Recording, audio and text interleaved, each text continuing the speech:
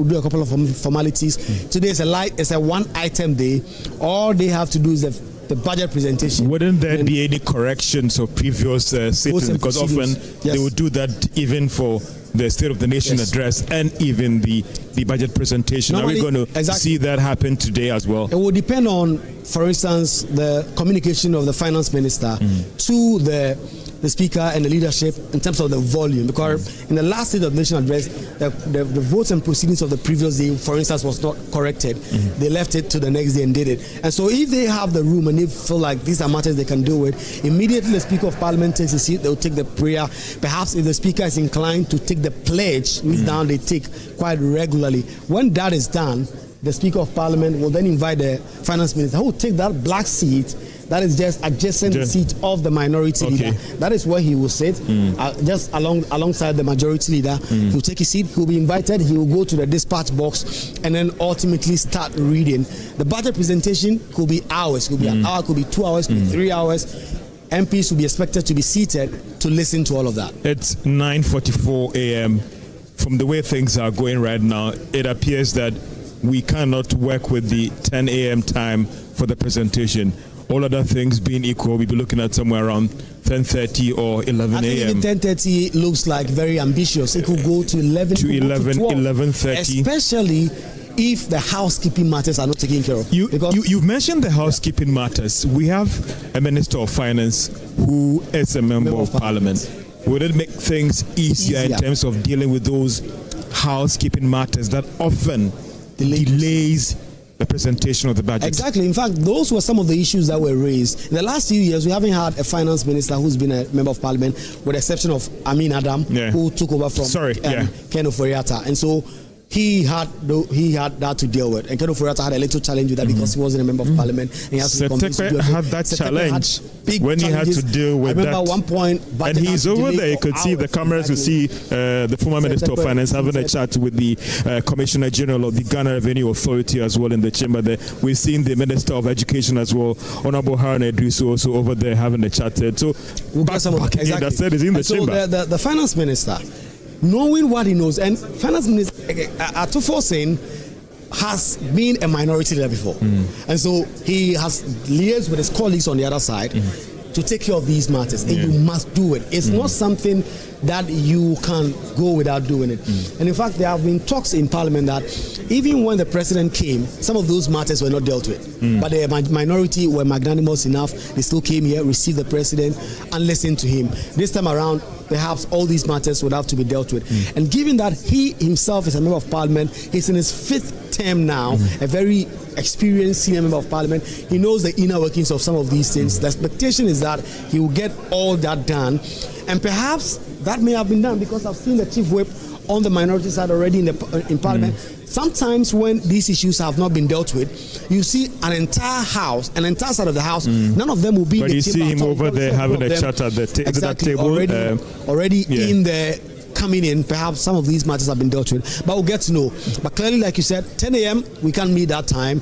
Perhaps it will be 11, and that is my inkling that this will go past 11 before we'll see Ato Forson at the dispatch box with the budget. Can we describe this session as a special session? Because we've seen already, if you look at the public gallery here, all the chairs have been numbered in terms of the VVIPs who have been invited here. If you also look at that far end over there, we have seen the Deputy or the Commissioner General in charge of customs sitting over there.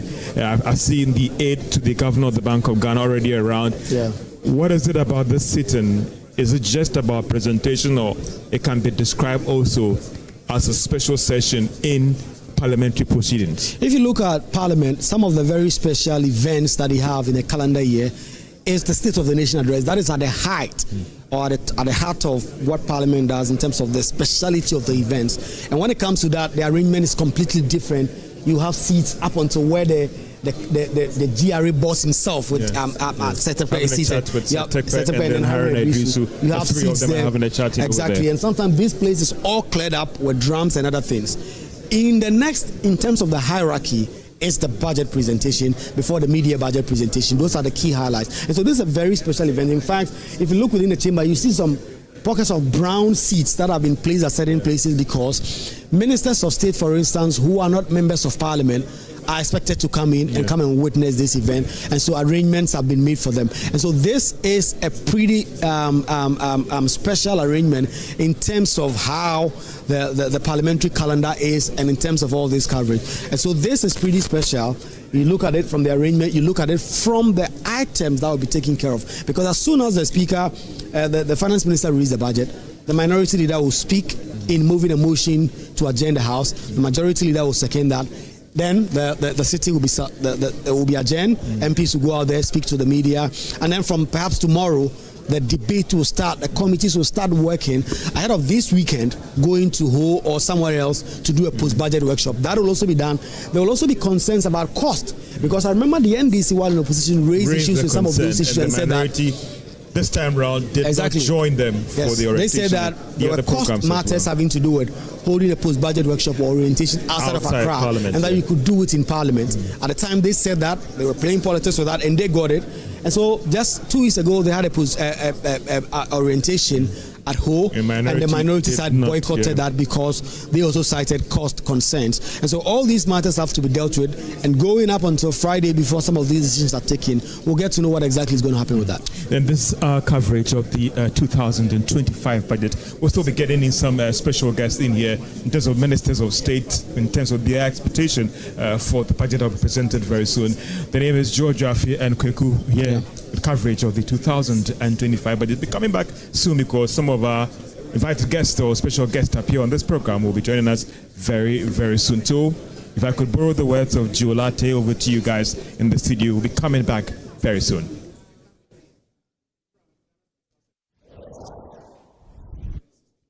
Well, and that was from Parliament, where the Finance Minister will be delivering the budget statement, and we had our very own George Weafe and Kweku Asante delivering the goods there. But joining the conversation quickly, we have Mr. Stanley Raja Koshi Aholu, President of the Ghana Chamber of Shipping. He joins us with some thoughts. Mr. Aholu, a very good morning to you. Good morning. Morning, Benjamin. Right. Let's go straight for the jugular. In terms of the Ghana Chamber of Shipping, the shipping or maritime community, what would be your expectations of the 2025 budget statement? Yeah, thank you very much for the question. Let me just go straight into it. The Chamber of Shipping, and including the maritime community, is keen to see if this year's budget has factored into it the potential impacts of regulation that is a frustration. Mr. Aholu, you would have to speak up. There's a little interference in the connection. So just speak up for me. Reposition yourself and speak up for me. You're speaking of potential. Can you hear me now? Yes, better. And there's no feedback, right? Yes, Hello? you can go ahead. You can go ahead. Yeah, so I'm saying that the chamber is expecting to see if this year's budget has factored into it the potential impacts of regulation that is under consideration by the International Maritime Organization. They passed this April 2025, which may include a levy of carbon emissions. This levy, if passed, could result in an increase in freight by some 10 to 12%, leading to potential increase in the cost of goods and services imported into Ghana. Ghana's food import bill is also expected to increase by some 3.5, estimated about $19 million within 3 to 6 months of the levy coming into effect. Decarbonizing shipping will have a significant impact on food security and the cost of doing business in Ghana, and it will be critical for the minister to factor these exogenous factors into his budget. So that's the first thing we are concerned about. The second is paying an estimated Ghana is paying an estimated 1.9 billion for maritime transport services to businesses outside of Ghana. The Chamber would like to see some concrete policy action aimed at clawing back some of this trade so that it can instead be provided by Ghanaian companies and the revenue retained in country. As an illustration, if Ghanaian companies are encouraged and supported to provide even 20% of the maritime transport services that we currently import, that could retain an estimated $380 million in country with significant benefits by way of corporate income tax for the state. Lastly, in the same spirit of import substitution, which is what I've been talking about, Ghana's total merchandise trade in 2023 was $30.6 billion, with cargo insurance typically set at 2% of the cost and freight value of the cargo. Ghanaians are paying as much as $600 million in insurance premia to foreign insurers. There's no reason why such leakages should continue when we have a Ghanaian insurance industry that can underwrite such risk.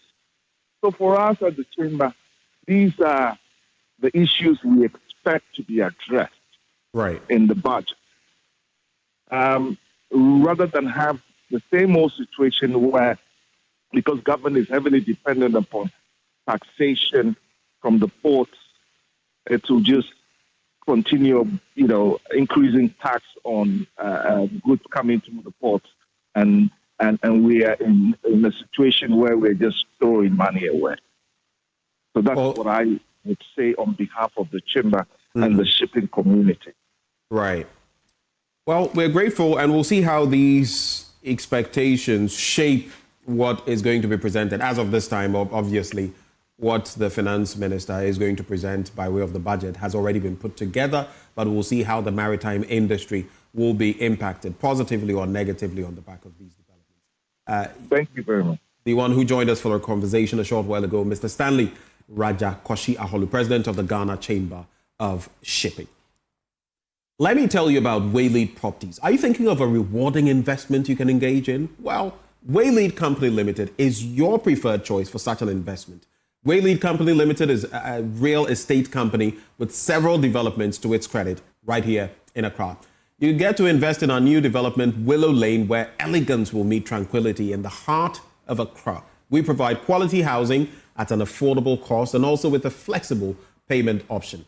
At Waylead Properties, we provide you with 24-hour security, reliable power supply, and other social amenities to make your stay a memorable one. All you have to do now is call 0240 111 119 or 0504 499 999. You can also check us out www.waylead.org.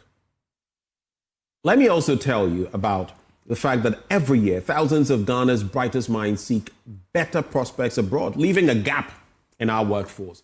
But the question, how can Ghana inspire its talent to stay? Join David Ofosudote, Professor Mary Setrana, and His Excellency, Her Excellency Dr. Amina Gurib Fakim, a former president of Mauritius, at the 12th edition of the Ishmael Yamson and Associates Business Roundtable to discuss managing the talent exodus, leveraging private-public partnerships for growth. And the date is the 7th of May, 2025, the venue, Labadi Beach Hotel. The time is 9 a.m. Now, to register your attendance, text your name and organization to 0530 117 202. You can also send a message to info@ieyamson.com. info@ieyamson.com. Let me acknowledge a few people, and then we shall head back to Parliament. And happy 35th birthday to Belinda Ivy Richter and Beryl Ernestina Richter of Osu. The twins, may this chapter bring you joy, success, and endless opportunities. Wishing you good health, cherished moments, and the fulfillment of your dreams. With love from your family. Also, happy 61st birthday to Vincent and Philip Richter as well. Wishing you the very best is from your family. Happy birthday to Moses Nete. Have a wonderful celebration. It's from Auntie Sarah. And happy 19th birthday to Ashiaki Tay. Have a wonderful new year. It's with love to, with love from your mom, actually. Then finally, happy birthday to Miss Doris Laja Ajay of the Apostolic Church Ghana, Good Shepherd Palace Assembly. May God bless you richly and satisfy the desires of your heart. Happy birthday to all of you. Thanks for staying with us. We'll cross over to Parliament in a bit, of course. Do stay with us for the rest of our programming on this channel.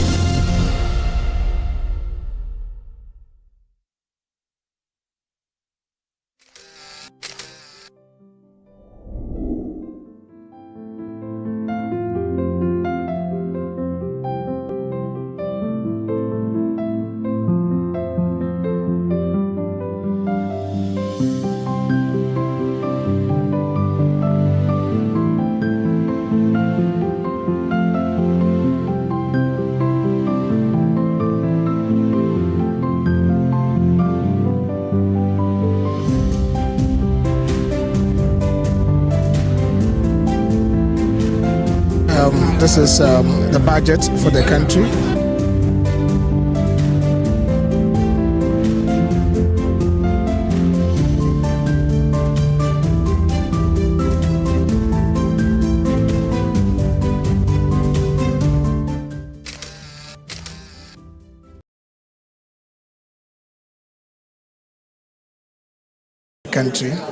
There's so much expected of the Ghanaian people. What I want to see the finance minister present is a candid appreciation of the situation, where we're coming from, the strides that have been made so far by previous governments, and what he's also going to add to what he inherited. It is important as a finance minister for him to realize that whatever he says today, good or bad, presents a certain image of the country to both Ghanaians and people outside the country. And so he has to be very candid, present the true picture. If he's talking about data, he has to deal with verified data, because a lot of government data are in transition. And so as a finance minister, your core responsibility is, if you're making payments, you make payments from claims that are verified. What we are hearing, I don't want to believe, is that the finance minister intends to present some debts and claims that are not verified, to let it look so big and present to Ghanaians to say that this is how much we owe, and for that matter, the country was run down. Yesterday, we are very lucky to have the Ghana Statistical Service present the economic data of this country. And the data that was presented by the Ghana Statistical Service puts our nominal GDP beyond 1 trillion cedis. It has never happened in the history of this country. It tells you that when the former finance minister, Mr. Kenneth Ofori-Atta, presented the 2024 budget in November 2023, and he said that for the first time, Ghana was going to record a nominal GDP of over 1 trillion. Kenneth Ofori-Atta was right.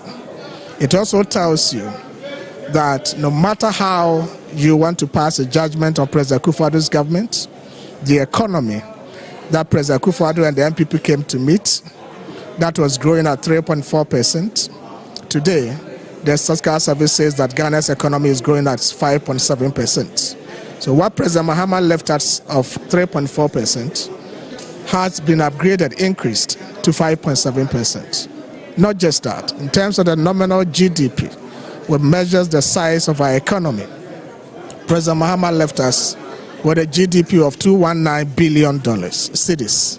Today, Akufo-Addo has increased that size of the economy with a nominal GDP of 1.2 trillion cedis. The big question is whether or not it's come with the tangibles for the ordinary Ghanaian. Some of these growth figures, GDP growth of 5% you speak of, has not come directly with growth, and this growth has been linked to the mining and quarrying sectors, which have not been something that's come along with job creation and the likes.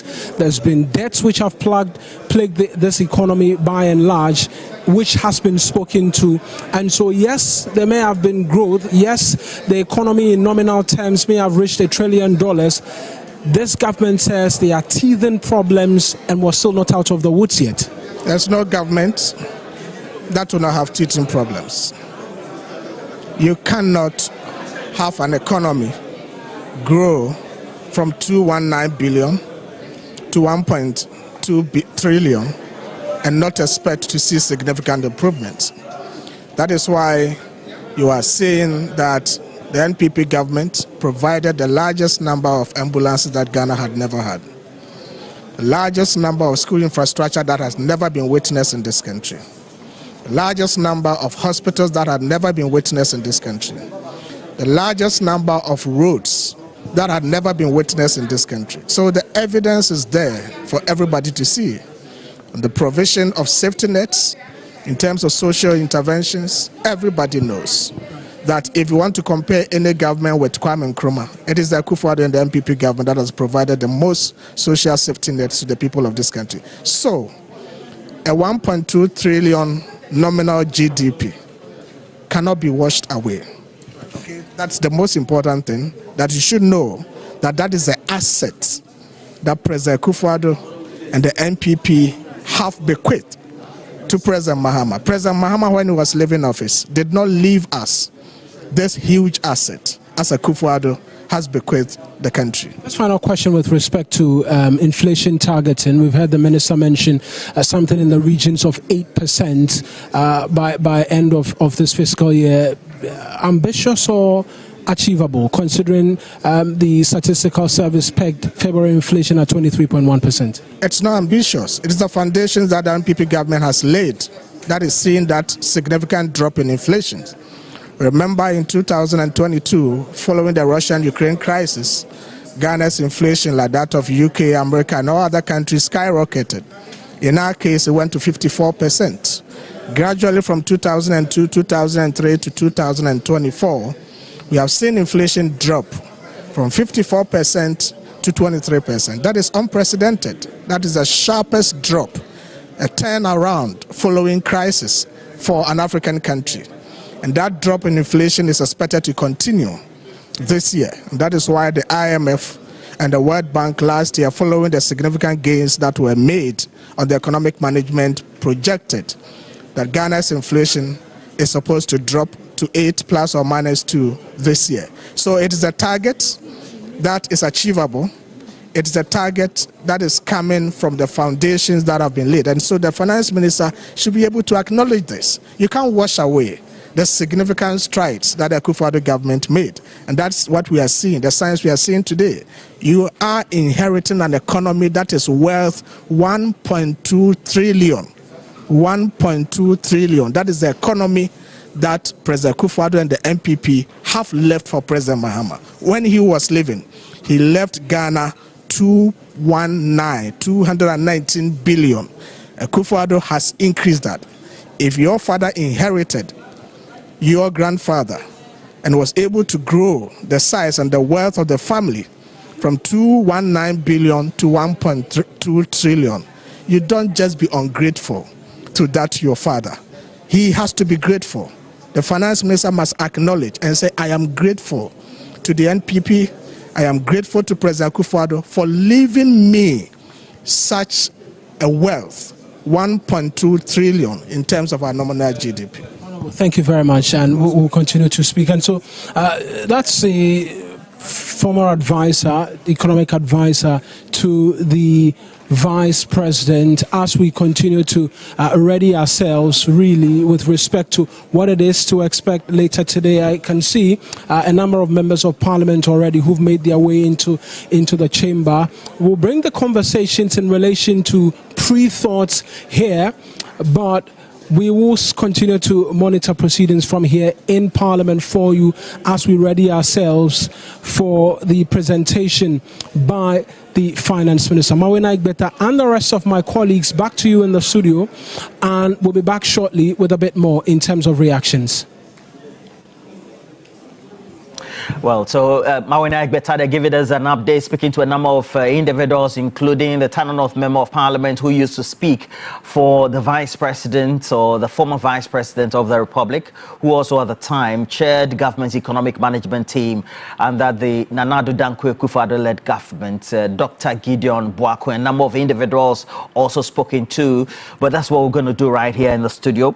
And I have your Michael. Michael, what's up? You're just behind the wall. That's what we do as always, live, bringing all the relevant information, etc. And what will you be doing quickly? So we'll be walking you through a number of indicators. For instance, the 120-day action plan the NPP, NDC government had ahead of their swearing in, what they hope to achieve within the 120-day period. We'll be walking through the numbers and see what has been done, what is left, what more is there to look out for. And of course, this would also influence what we should expect in the budget, because a number of highlights were indicated there. For instance, that some taxes will be scrapped within the first 90 days of the policy. Those are basically a few of the things that we'll be talking about. Well, certainly. So make sure you stick and stay, because also we've been sandwiched by some great people, not only from academia, industry, but also making sure they do the advocacy, representing various sectors of Ghana or Ghana's economy. So I have Mark Bedu Abuaje. He is currently for the Ghana Chamber, the Ghana National Chamber of Commerce and Industry, the Chief Executive. So good morning to you, and thank you for joining us. It's an afternoon here, so I'm still right on the dial. Sure. Yeah, and then my good old friend, and not old, but I've known him for a long time. So Joseph Paddy currently also is a communication director for the very troublesome union, and the Ghana Union of Traders and Industry. Every month expects a statement from Dr. Joseph Obing or Paddy or etc. And Mr. Paddy, thank you for joining us as well. Thank you. And then we are the holders of the economy. Yes. So when they say they are the holders, it means that from everything start to finish, when it comes to making sure what goods are needed, how you get to suppliers outside our borders, and then also how those goods come in, they cover every facet of it. And then speaking to the issues of the policy, industry, academia, we also have regular right here on the channel now, Dr. Peter Tekpe. And well, thank you again for joining us and sacrificing your time. Thank you very much. Well, and quickly, Michael will take us through some numbers, and then we'll quickly be asking some key considerations. Look, Michael, we know that there's been 120 days by way of the promises that have been made, and then also some of those promises actualized or seem to be implemented in the first place by John Dramani Mahama and the rest of his ministers and the government in itself. But really, what are the numbers like? What should we be expecting? How have they been so far, Michael? So, Johnny, we are just around 70-something days since January 7 that President John Mahama took office. But before that, he had entered into a social contract indicating what he would do within the first 120 days. So we'll be walking you through some of the things that he had said he would do, how far they've come with them, and those that are yet outstanding. So top on the list was to hold a national economic dialogue to assess the true state of the economy and prepare a homegrown fiscal consolidation program for the budget. I was at the national dialogue, and it was quite interesting to see the level of camaraderie, support, rallying around that occurred at that particular dialogue, from civil society organizations to academia, industry players, policy implementers, and the likes. And it just shows you for what people have described as the goodwill that the government currently is enjoying the masses. So that we can take off as having been implemented. And I'm believing that, I'm guessing some of the policies that were proposed over there will find their way into the budget presentation that we're expecting Dr. minister is supposed to present the budget, and the budget basically is doing two things: telling us how the government intends to raise revenue, and then how it's going to spend the revenue and the projects that those revenues are going to execute. Every Ghanaian wants the best. Much as we want the best, we also think there's a responsibility that must be executed on the government side, on the citizenry side. Politics causes governments to say all kinds of things, but when they come to power, we expect them to walk the talk. There are a lot of things that the government has floated around. We expect government to be very candid to the Ghanaian people, present the situations that it is, but as he's doing that, he has to stay true to the data. And so I expect the finance minister to present data that is accurate and verifiable. Verifiable in the sense that sometimes the tendencies are there that the government may want, in an attempt to, put the previous government in a bad light, say things that in the end may not even help the image of the country. Today, every Ghanaian is expecting the e-levy to be scrapped. You want it to go? Oh, why not? I mean, we had stated that we're going to scrap it. The vice president, then candidate for the New Patriotic Party, had indicated that whatever purpose the e-levy came to serve, he thought it was time that we needed to do away with it to free our space. We expect the betting tax to go. I expect the COVID-19 levy to go, the emissions levy to go. But it is important that whilst we expect these to go, the finance minister, in exercising that responsibility to scrap them, should be able to give us what the alternative is in terms of the revenue shortfalls that may come as a result of that. You cannot tell us that you want to scrap one task and come with another task, and even more, impactful in terms of what you were picking up as well. There have been some reports about that is exactly what is going to happen, because what are they taking away and what are they bringing?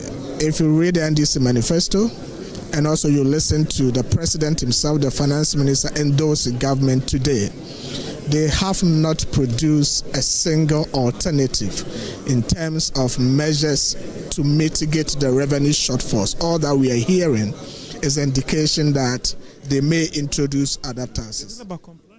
About rationalizing the VAT and the tax structure to make up. The devil is in the details. Yes, you can talk about compliance, you can talk about rationalizing government expenditure, but we need to see the numbers. These taxes that you are scrapping, what are the revenue impacts that they're going to have on the national, coffers? If we know that the impact is S amount of cities, then the rationalization you're talking about, how much is that also bringing? A lot of the time, politicians, they will use words and terminologies to describe things, but in effect, you wouldn't see much being cut. So it is important for the finance minister to give us the numbers that are scrapped e-levy. The fiscal impact was, let's say, 5 billion. I scrapped, betting tax. The fiscal impact is 3 billion. Add everything together. The total fiscal impact of all these taxes that are scrapped is this. This is the hole that have been plugged. Now I'm going to do X, Y, Z to fill in that. We don't want an additional tax. If you scrap one tax and you bring additional tax, that's like you're robbing Peter to pay Paul. That doesn't make sense. I don't think that is what Ghanaians want to see. But unfortunately, that is exactly what the finance minister is going to do. He's going to introduce new taxes. He's going to, some taxes that were scrapped by the previous government, he's going to bring them back. He's going to increase VAT that are already charged on some other goods and services. For me, if you do that, you're worsening the plight of the Ghanaian people where you haven't helped them. But unfortunately, that is exactly what he's going to do. Honorable, I appreciate your time so much. And this is our coverage of the 2025 budget here in Parliament. That is joining us, our coverage here. But I will not be going to the studio. I'll be going to Kweku Santi Ifi over there. I know you have some bigwigs who are VIP guests here to get your thoughts on the expectation of the budget for this year. Kweku, take it over. A very important guest that I will be looking forward to speaking to. The National Communications Officer of the ND, Sami Jefi, but now the acting CEO of PMMC, which will very shortly become the Gold Board. And let me speak to him pretty shortly. Mr. Sami Jefi is here, and I'll get to him to take his view on the upcoming budget, but also the PMMC legislation that have been going around. He's been doing a lot of stakeholder consultation. When exactly is it coming to Parliament? Let me take that first. Honorable Sami Jefi, live on Joy News. What exactly is the Gold Board bill coming in? The timelines you said for yourself, you've been going around doing consultation. When exactly is that coming to Parliament? Well, we have concluded processes for the drafting of the bill, and we've presented that to the Minister for Finance. It has gone to the Attorney General and Minister for Justice for formal drafting. It's come back to the Ministry of Finance. It's gone to Cabinet. It's been approved by Cabinet, and in the next couple of days, I believe that the Minister for Finance will be laying the bill before Parliament. Even today, in this budget that we are all waiting for, I believe that a lot of light will be thrown on the Gold Board, and the Minister will make his plans about the Gold Board known to the people of this country in this budget. But beyond the Gold Board, the general expectations of all of us as Ghanaians, the social contract that we in the NDC signed with the people of Ghana on the 7th of December 2024. I'm confident that today Ghanaians will come to the realization that all politicians are not the same. There are those who flatter to deceive just for purposes of power. There are those who lie their way to office with no respect for their social contract with the people. But they are politicians of integrity, like His Excellency John Dramani Mahama, the man we all follow, the man we all serve, who have respect and regard for their social contract with the people. And right from this budget, you're going to see a government that keeps faith with this social contract with the people. You're going to see the Ministry of Finance announce a lot of policies in fulfillment to promises we made in our 120-day social contract and in the main manifesto for the 2024 elections. And you're going to see policies that will ease hardships, because I think that is what we are all looking for. The suffering is too much. But look, the message I have for the people of this country is weep no more. Hope has come. This is the change we voted for. And today, we shall hope again. We shall believe politicians again. MP for Tanono, the deputy ranking on the finance committee, who just says that what you are going to do in this budget is to rob Peter to people, take with the right hand and give with the left hand and take with the right hand. He says, while you are promising to cut some taxes, you are going to introduce a number of them again. Well, let's just wait for the next 2 hours and let's see. But I can tell you that this budget will not be introducing any draconian taxes like they did when they were in government on the Ghanaian people. This budget is clearly a budget of hope.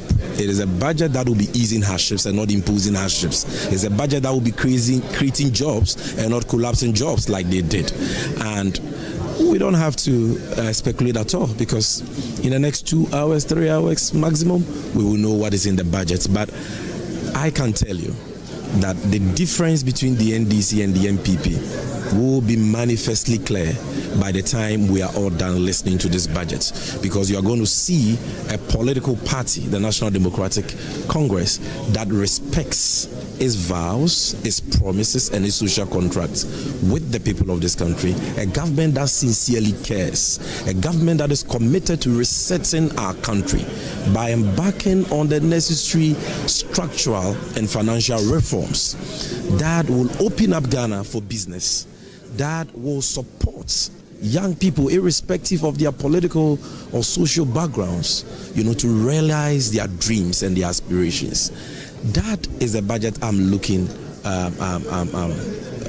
forward to. And I have no doubt in my mind that Honorable Cassiel Ato Forson, my good brother, would deliver. The last question I want to ask you is, Galamsey, are we going to see revenue measures or allocations to the Lands and Natural Resources Ministry and other places, and Gold Board its success will partly depend on how Galamsey is managed. For instance, in the last few days, pictures of you in 2021 going to some of the polluted bodies have circulated, and they've said that this government, despite the rhetoric in opposition, haven't shown the same commitment while in office. Of course, it's just been 50 days plus, and Erastus has reported just last few days of how government has moved into a certain forest reserve and moved the illegal miners off there. But there are those who still insist that the commitment hasn't been there. What is this government going to say in this budget in terms of resourcing all those institutions that have to fight Galamsey to really be able to deal with this menace? You see, the fight against illegal mining is a topmost priority for the Mahama government.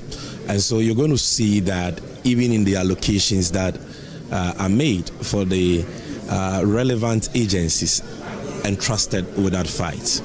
But you see, fighting illegal mining goes beyond budgetary allocations. What you need, and in fact that is what has been missing in the last 8 years, is the political will to deal with those who engage in illegal mining, to serve as a deterrent to others.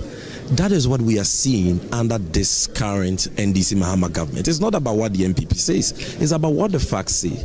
Any objective person should just go to the Facebook wall of Erastus Asaredonko.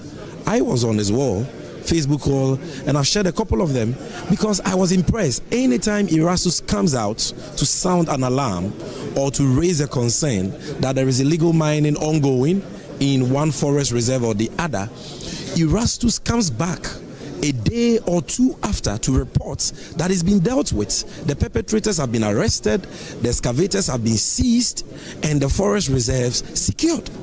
And you can go and check. And as we speak, over 10 forest reserves have already been secured. These were safe havens for MPP Galamsey kingpins. Today, they are no longer safe havens for them. They are no-go areas. And it is so refreshing to see that even before that LI is repealed, the LI that gives the president the power to grant mining concessions to people in forest reserves, even before the repeal of that law, you are seeing the government take the necessary, the decisive, actions that we've all called for. As someone who led the war against illegal mining for the NDC in opposition and always called the MPP out for their so-called fight against illegal mining, which from all intents and purposes was a charade, I am very impressed with the significant strides made in the Galamsey fight so far. But that is not to say that we've succeeded. No, there is still room for improvement. We still have a long way to go. But you see, where there is a will, there is always a way. The political will is manifestly evident. And that is all we need to win this fight. And inshallah, like the Muslims say, we shall win this fight. Thank you very much. That is Sami Jemfi, the acting head of PMMC, who's been giving us some indication as to what exactly they are doing with the gold board. He says in the next few days, they would expect that the gold board bill will come to Parliament. It's going to the Attorney General, it's going to Cabinet. All those works have been done on it, and pretty shortly they will expect that will come. It's a central plank in the NDC's quest to make Ghana more self-reliant, to get more revenue, to be able to do a lot of things. And I've also asked him questions about illegal mining. He's answered in terms of what he believes the current administration of John Dramani Mahama is doing vis-a-vis what they inherited from the New Patriotic Party. He believes there is still a lot of room for improvement. There's still a lot of things that can be done by the NDC government to get to the point where Ghanaian people can truly say that they've won the fight. Yesterday on PM Express, Ibrahim Murtala Mohammed did indicate, he told Joy News, that the plan is to actually repeal that LI, and the processes are far advanced. LI 2462 that allows mining in forest reserves. There are so many companies, so many private entities that have taken licenses from government to mine in forest reserves. All that is going to be done. As I speak to you, the chamber is filling up. A number of NDC and MPP MPs are now. Well, back into the studio here, away from Parliament, which we shall take you back shortly, is my colleague Kweku Asante interacting with Sami Jemfi, who is purporting to say that this budget shall be eventually bringing hope to the Ghanaian people. But back into the studio, hand over to Evans, who was just on the smart wall and putting this whole budget presentation into better perspective. Yes, we're just talking about the biggest problem that the finance minister will have to solve with this particular budget, which was the budget deficit that we've had. We're spending far more than we're earning. And It's refreshing to hear from Sami Jemfi that he is expecting that some monies will be allocated to his department and to his agency and to the relevant ministries to fight galamsey. When you are allocating those resources, the finance minister will have to do that, mindful that it needs to bridge this particular gap that you have there. You talk about the revenues currently underperforming compared to your expenditure. 177 billion is what we raised if you look at the 2024 figure, but we spent 219 billion. That clearly is something you need to juggle. And from what I understand, they have found ingenious ways of doing this. And that intelligence that we have in speaking to those who understand what is going to happen, we've heard Gideon Bako make the point that there are going to be several tax handles introduced and they're going to introduce new ones. It's my understanding that that isn't going to be the case. They will find other ways of raising the revenue, but also find ingenious ways of taking monies from places such as what I heard yesterday, a particular pool of funds called the tax refund account, which has accrued a lot of monies there that can be used to sort of, plug some of the holes that they're going to be having when they cut some of the key tax handles they promised they will cut. So they're going to keep their promises to us. Mm-hmm. The promises they make to cut some of the tax handles, like the betting tax, will go, the e-levy will indeed go, and then they need to show us how you're plugging that hole. And that's where they've been telling us that they have some ingenious. We'll wait to see what that is. But that will define Ato Forson's budget. Right. This ability to rein in expenditure, cut a bit more, but also be fiscally very disciplined is what people close to him and those watching are calling autonomics. And we're waiting to see what that really is when we hear it today, because he needs to do quite a bit because of where we are.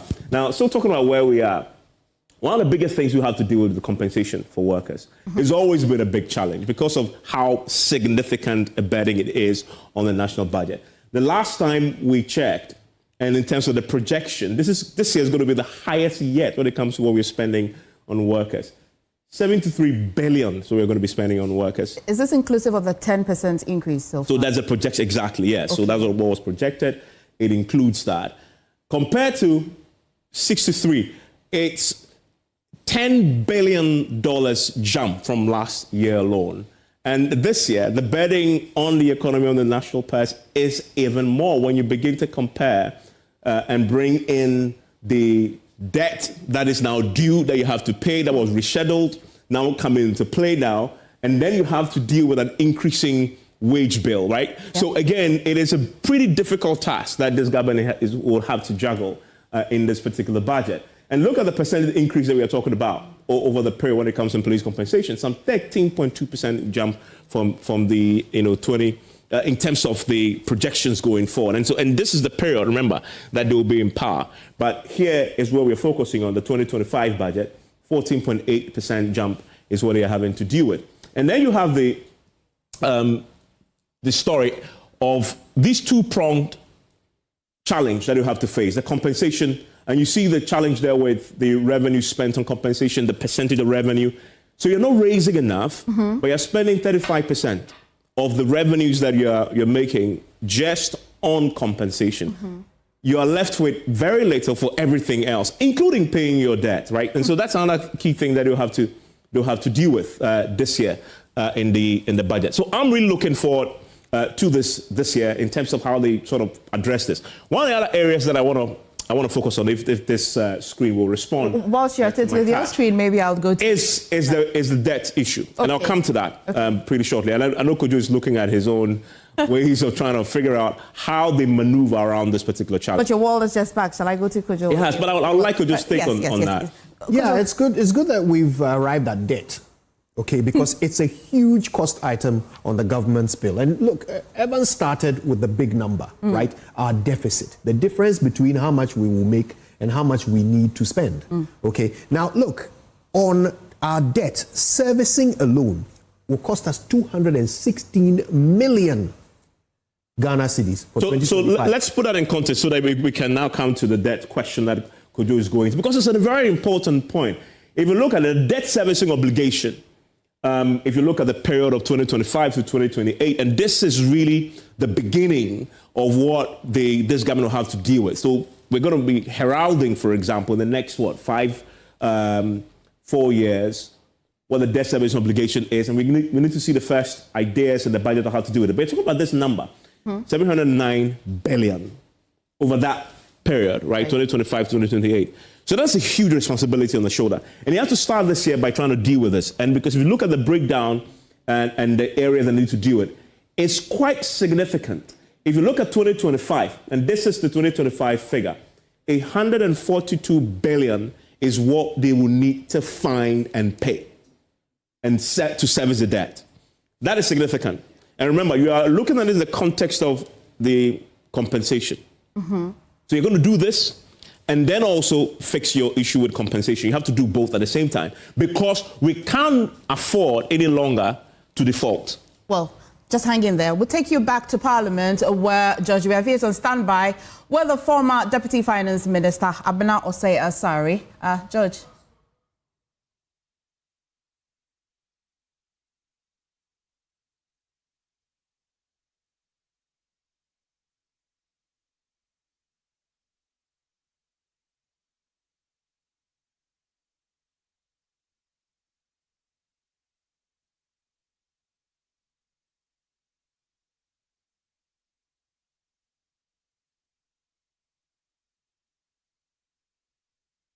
Ghana cedis, okay? That's a lot of money, right? Now, that's just one of the items we're going to have to spend money on this year. Last year, we spent we're expecting to spend about 73 billion on the wage bill, you've heard from Evans. Last year, we spent 17 billion on health, 32.7 billion on education.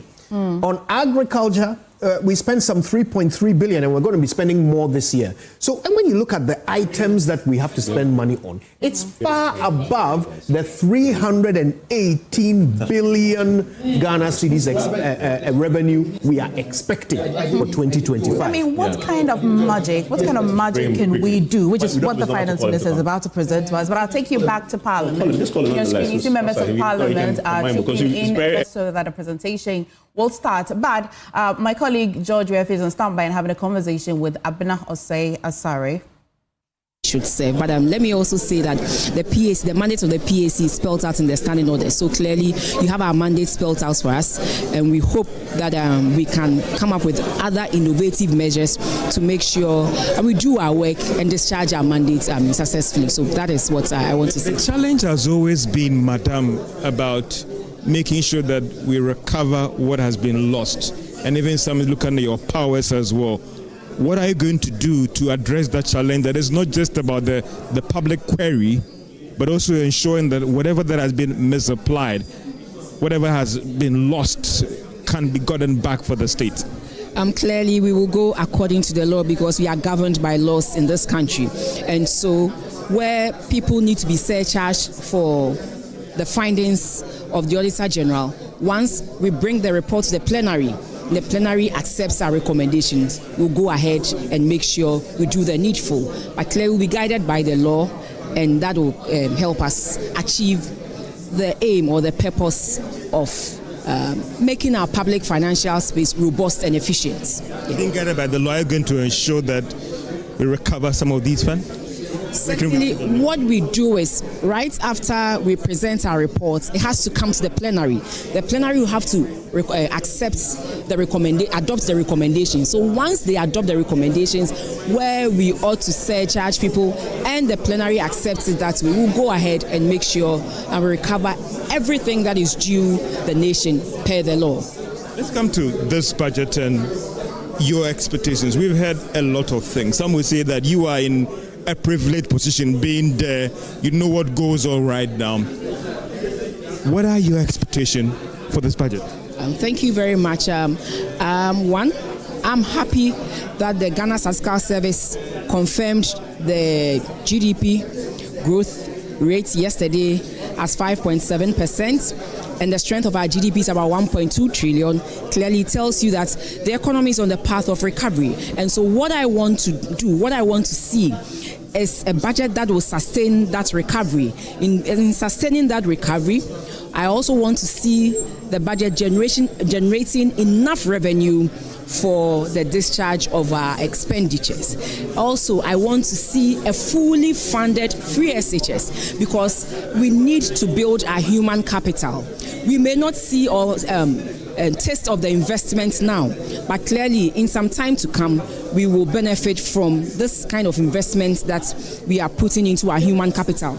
Also, I want to see some program as to how we are going to complete the unfinished Agenda 111 projects. Clearly, I don't want to see all done in a year because that is not possible. But yes, in the lifetime of the presidents, in these 4 years, I want to see a program addressing how we are going to complete this. Also, I want to see some level of good funding for the road structure, for the road sector. This is because if we do not do that and we leave all the roads that we have already begun for some time and then we go back, it becomes more expensive. So I want to see some level of appreciable level of funding in addition to bringing back the road toll, to see some appreciable level of funding on in the road sector. And finally, I also want to see that the NDC stay true to Ghanaians and remove the taxes they promised Ghanaians they were going to remove, but at the same time utilizing what we have efficiently so that at least one, it can bring back the confidence and sustain the economy to a path of full recovery. Finally, before I let you go, one thing I just want to pick your thoughts on is the taxes. What have you heard on the taxes thing, and what is the minister going to do when it comes to revenue and taxes? I remember so well, and I have read so well in their manifesto what's that kind of taxes they told Ghanaians they were going to remove. And the COVID-19 levy, the sanitation levy, the e-levy as well. And so I expect that they stay true to Ghanaians. But one thing I would advise is that in filling up that gap, you don't necessarily have to come up with new taxes. But what you have to do, we had this medium-term revenue strategy where we said we were going to bring on board the informal sector because the NIA card registration has exposed us to quite a number of people who are not on the tax net. So you don't have to necessarily increase or come up with new taxes. But what you have to do, find efficient ways of bringing on board the informal sector, and that can fill the gap, that can fill that space, and for them to run with the revenues that they need to accomplish what they want to accomplish in the first year. And I'll be coming back to you after the presentation of this budget, and I appreciate your time so much, and I wish you all the best in your new role as chair of the Public Accounts Committee of Parliament. This is our coverage of the 2025 budget here in Parliament, still bringing in some distinguished persons to share their thoughts on the economy and on the budget as well. So over to you guys in the studio. We'll be coming back to you very, very, very soon. Back in the studio, Evans is still by the smart wall and will give more explanation on this debt servicing obligation that we have as a country. Yeah, and Kojo was talking about it, and I just wanted to emphasize with the actual numbers. And that really is where the biggest challenge is, in addition to the compensation we talked about earlier. Because if you look at 2025, and this bar here is talking about a figure of 142 billion that we need to find to service our debt this year alone. And it gets worse as you get closer to the election year of 28, right? But this year is what he's focusing on. He needs to find his money. And then you look at the trajectory over the period, right? If you look at the debt servicing and you have the expenditure, expected revenue, because if you have to service your debt, you have to find the money from somewhere, right? To service it. Part of that you expect it to come from revenue. Because when you borrow, what do you use the money for, right? The expectation is that if you borrow, all of us, when you borrow, you expect to pay back. If you put it in an asset that depreciates, you still have to find some money to go and pay. It costs you way more. If you invest it in an asset that appreciates, like the Terminal 3 in the Kotoka International Airport, that sort of pays for itself.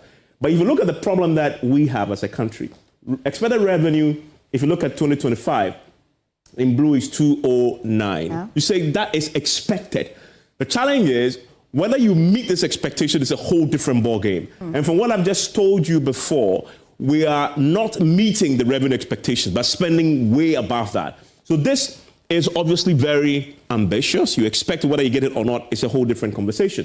You have a domestic debt servicing of 117 billion. So you look at this and you look at this and say, well, then you have the money to pay for it, right? But that is expectation. Whether you find it is a whole different conversation. Then total debt servicing is at 142. Now, this picture here looks good because you say, well, if this is your expected revenue, and this is your expected debt servicing, and this is your domestic debt service, and then you still have something to play around. The reality is very different from what the projections are, right? So they have to find a way of fixing the problem. The total debt stock is 721 billion. That's huge. That's jaw-dropping indeed, right? And they still have to deal with this particular problem. We went to the IMF fundamentally, so to give us some breathing space around this particular number here. We've done a bit of work in trying to bring this debt to GDP ratio down. We're not out of the woods yet. He needs to present a budget that continues the trajectory in terms of consistently bringing this debt down. And that is why we are told that his primary emphasis this year is going to be on cutting expenditure, right, but also being fiscally disciplined, raising revenue, and taking away the nuisance taxes. It's quite a very interesting thing he needs to juggle. Yes. Because you are billed to pay 21,000. That's a lot. 444 CDs when we share this amount. Kojo can pay with an instant. Yeah. The two of us may struggle, right? But that's the picture that he needs to try and reduce down. And what I talk about in terms of juggling all this is what, the autonomics maybe would explain it all, how he manages to do that. What I'm picking from you then really is, it matters where you're putting your resources. If you invest in an industry or a sector where there's assets depreciated, that's a challenge. Yeah. We'll talk about it when we are thinking about whether we should put some revenue in ECG particularly, or the energy sector, because then many stakeholders have said that infrastructure and assets that depreciate. I like some education over there. A little later as well, I'll come to you. I want some scoop. I know that you've been sniffing. Especially when the debt is not a problem for him. He can just... Of course. And he's been entering places. He pay for the three of us. So that's Kojo, that's Evans, and that's me. That's a challenge. I'll come to you, but hang in, gentlemen. I want to speak to Dr. Priscilla Chimesi-Balfour. She's an economist with the University of Ghana. Doc, thank you for joining us this morning. I like really your expectations ahead of today's presentation. Thank you very much for having me. Good morning, and good morning to your viewers. Indeed, we are all keenly waiting for what the finance minister has to present this morning. The expectations are rife, and rightfully so, because the government came into power with a lot of promises, particularly scrapping of a lot of taxes. We know that those taxes would create a hole in government finances. And so for me, I am particularly interested in the creative ways that they would adopt to make up for the shortfall in government revenue. And so, for instance, when you look at government budget, you are looking at revenue angle and then the expenditure. On the revenue, we know that there would be a shortfall with the taking out of these taxes. On the expenditure side, we know that the finance minister and the government as a whole has been indicating the need to cut down. Government has assumed leadership with regards to the number of ministers appointed and all that. But one thing that we are quite curious is that in this whole framework, government is a major factor in how the economy performs. So when you look at aggregate demand in the economy, you are looking at consumption of households, you are looking at investments, and then you are looking at government expenditure. Right. The G in a developing country context is critical and is huge. Government expenditure serves as can be used as a stimulant for other sectors. So, for example, government can demand a lot of food, rice, staple products from farms to serve as an incentive for people to move there because it increases profitability. So when government focuses a lot on cutting back on a lot of the expenditure, we are curious to see the areas where government is cutting, because if the cut continues, you see that the economy may not necessarily grow as we expect it, because government is a major demand within this equation. And so for me, I'm looking at how creative the finance minister is coming out with channeling government expenditure, particularly to stimulate growth in specific areas, productive aspects, while reducing waste in other areas. Well done. There is also another area we need to look critically at, because government budget is not too flexible as it stands. So you look at compensation to employees. That is not something government can easily cut.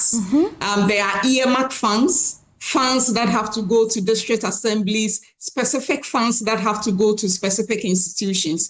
Those are also stipulated by law, and those are not funds that you can easily cut. Right. And so in terms of interest payments, we know that we've had some leeway because of the debt restructuring and all that. And as Evans was indicating, these are issues that would also be coming up. And so it is quite an interesting time, and we want to see what the minister has to present this morning to know the direction of policy. But particularly for me, I want to see that government is walking the talk by focusing on employment generation. That is also an issue, because if you want to generate employment and you are cutting expenditure to critical areas, that cannot be done.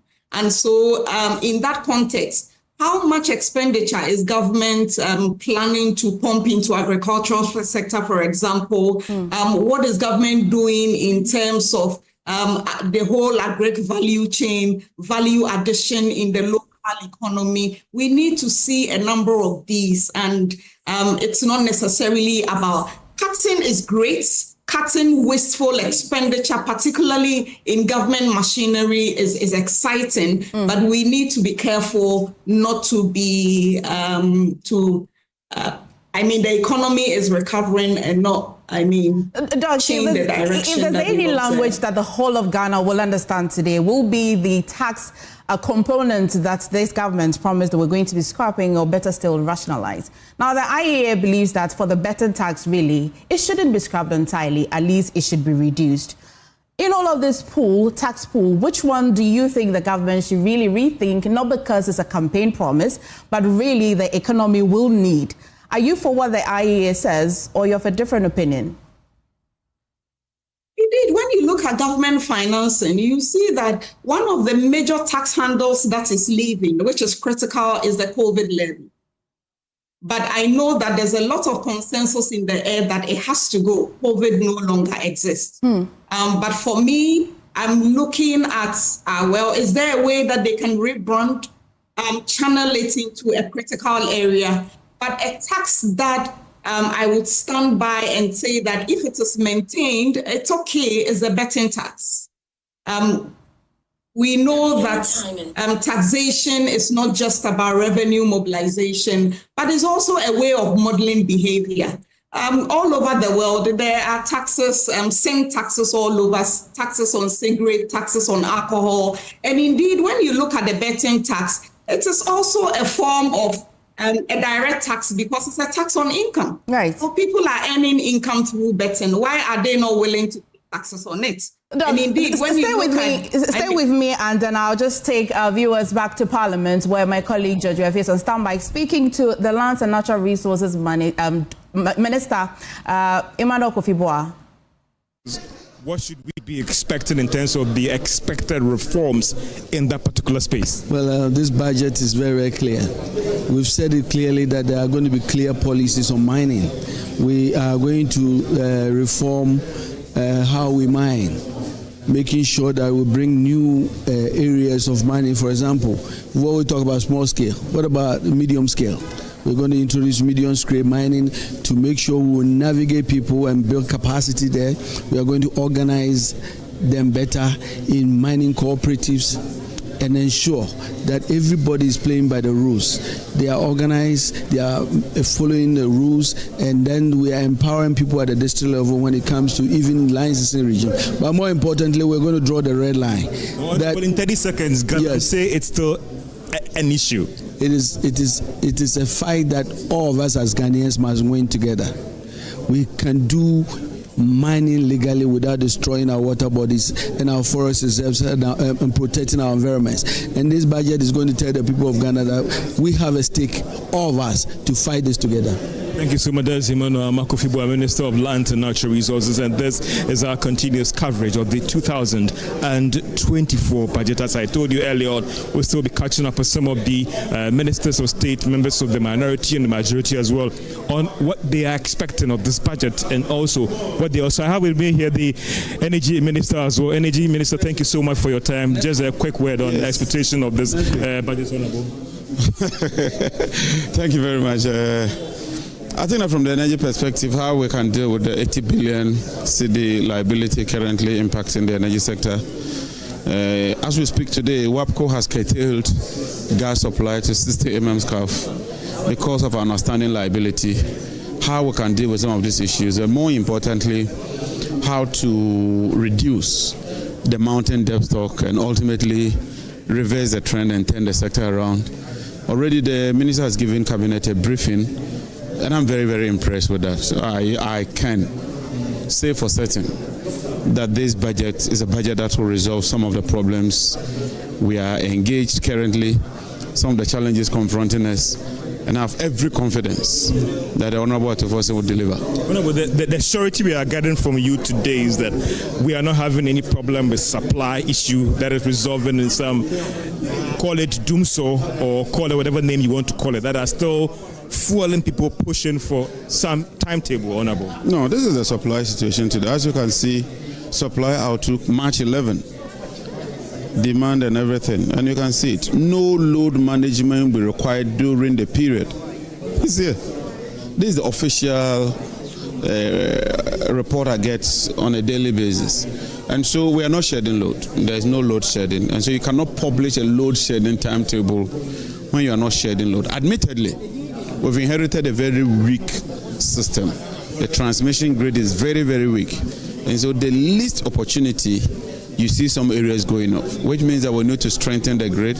We need to improve the primary substations, inject more substations, especially around the Kumasi enclave and Ashanti region enclave. And that is what we are doing. This week I'm visiting the Ashanti region to inspect for myself work currently ongoing. And so I appeal to Ghanaians to bear with us. It's a very tight, difficult situation we've inherited.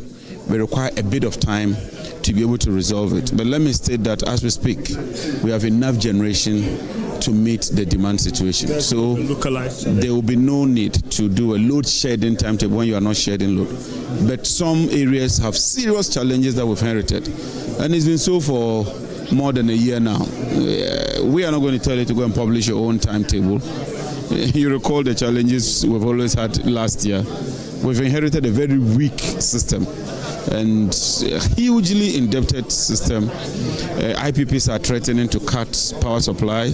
WAPCO has already reduced gas supply. ENI, Nigeria Gas also threatened. We had to pay some $35 million recently in order to hold the system.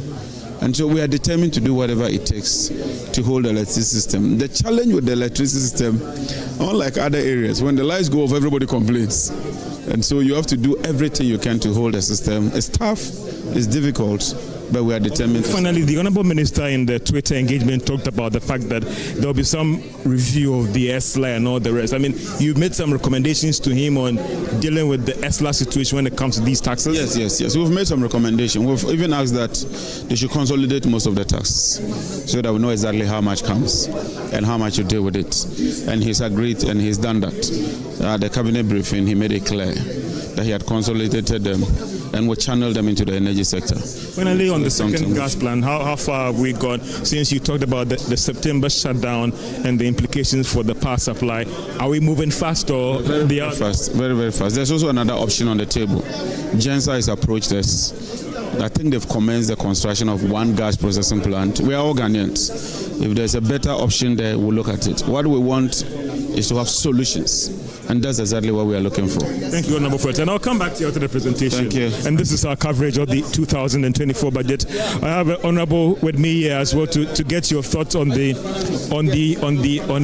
thoughts about the budget. What are your expectations in terms of the budget presentation, Honorable? And someone say, being in a privileged position as a former deputy minister, you know what goes on right now in the engine room and the preparation and the presentation.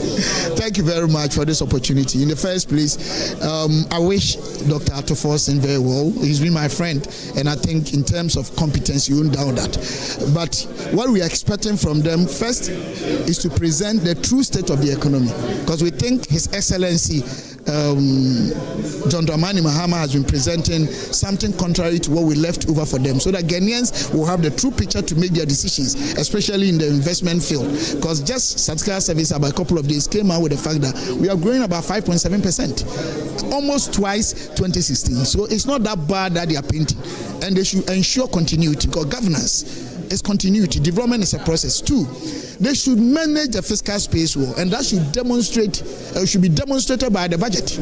How they are going to manage their spending, how they are going to manage the projects and the programs that they have, and then how they are going to finance the financing options. Is it debt financing predominantly, or revenue that they will generate? That will mean that their decisions and policies with respect to how they are going to manage tax policies, with respect to how they are going to manage tax policies, should be taken into consideration. Is it that they promise Ghanaians and they are going to stick to whether it will help Ghana or not? Or they are going to have fair analysis of our fiscal space, and out of that make the right decision? Because tax management is calibrated in nature. You talked about tax, and I want to pick your final thought before we quickly go into the chamber to pick the feed as well. Some would say that for you, in terms of the tax situation, what are your proposals in trying to deal with the tax situation? Because Kamed is faced with an option of removing these taxes. There will be a huge hole. How does he feel? I don't know about it. My position on taxes has never changed. I've been very consistent. One, broaden the base. Broaden the base. How do you go about? A lot of artisans are not paying taxes. We should begin to collect their data and run the data, say that we have opportunity to tax them. Two, leakages. Too much. It doesn't matter who is in government. We need to make sure that all these leakages are dealt with. Three, which is where the problem is, and I said tax management is calibrated. They should always introduce new taxes, increase tax items, or withdraw taxes or reduce tax items based on the prevailing status of the fiscal space. because that should influence you, or that should inform your decision making whether to increase taxes or not. So I'm advising them that they know the current fiscal state of the economy. If they think the fiscal space is said that in terms of our obligations we have enough money, in terms of tax we are collecting we have enough money, and our debt to GDP has gotten to where we are okay, then they can take away taxes.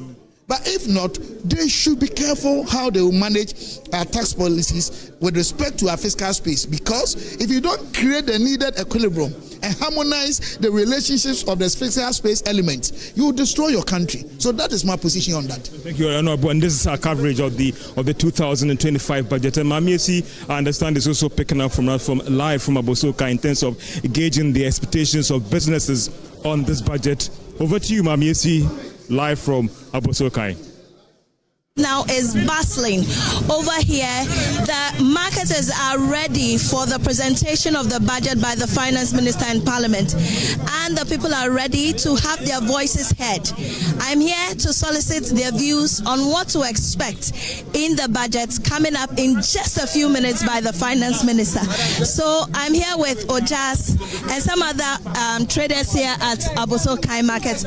Ojas, good morning. How is it going? Good morning. Fine, thank you. I'm also here. Daddy, what's your name? Okay. And then we also have here Edda. So all these men here are ready, and they are here to tell us their views about the budget that is about to be read in a few minutes. Ojas, what are your expectations in this morning's budget? Okay, good morning. Mechia Joy.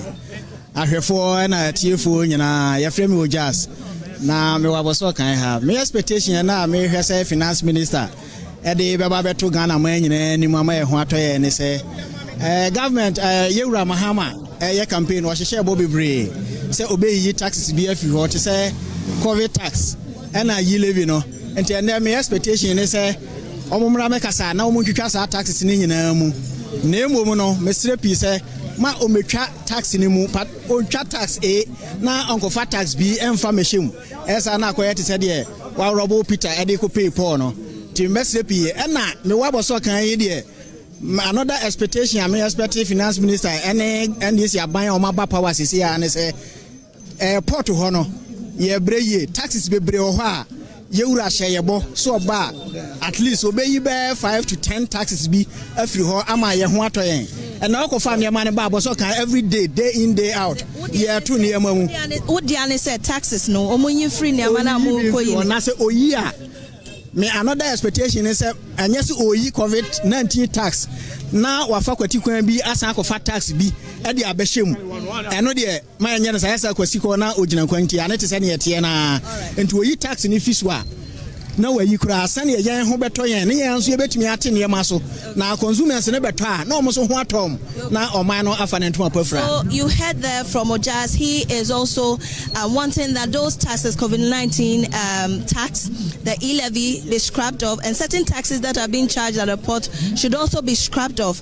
Let me also hear from that. Daddy, now also how ne say minjina monchen ha kakra na me no ni nkomo kakra ansa na enne budget no ebe koso no Majumam to say no, say na because Naman bois says a qua na costro, it's a senamum to semo. Yo, Meso, your family, Uncle Majimi.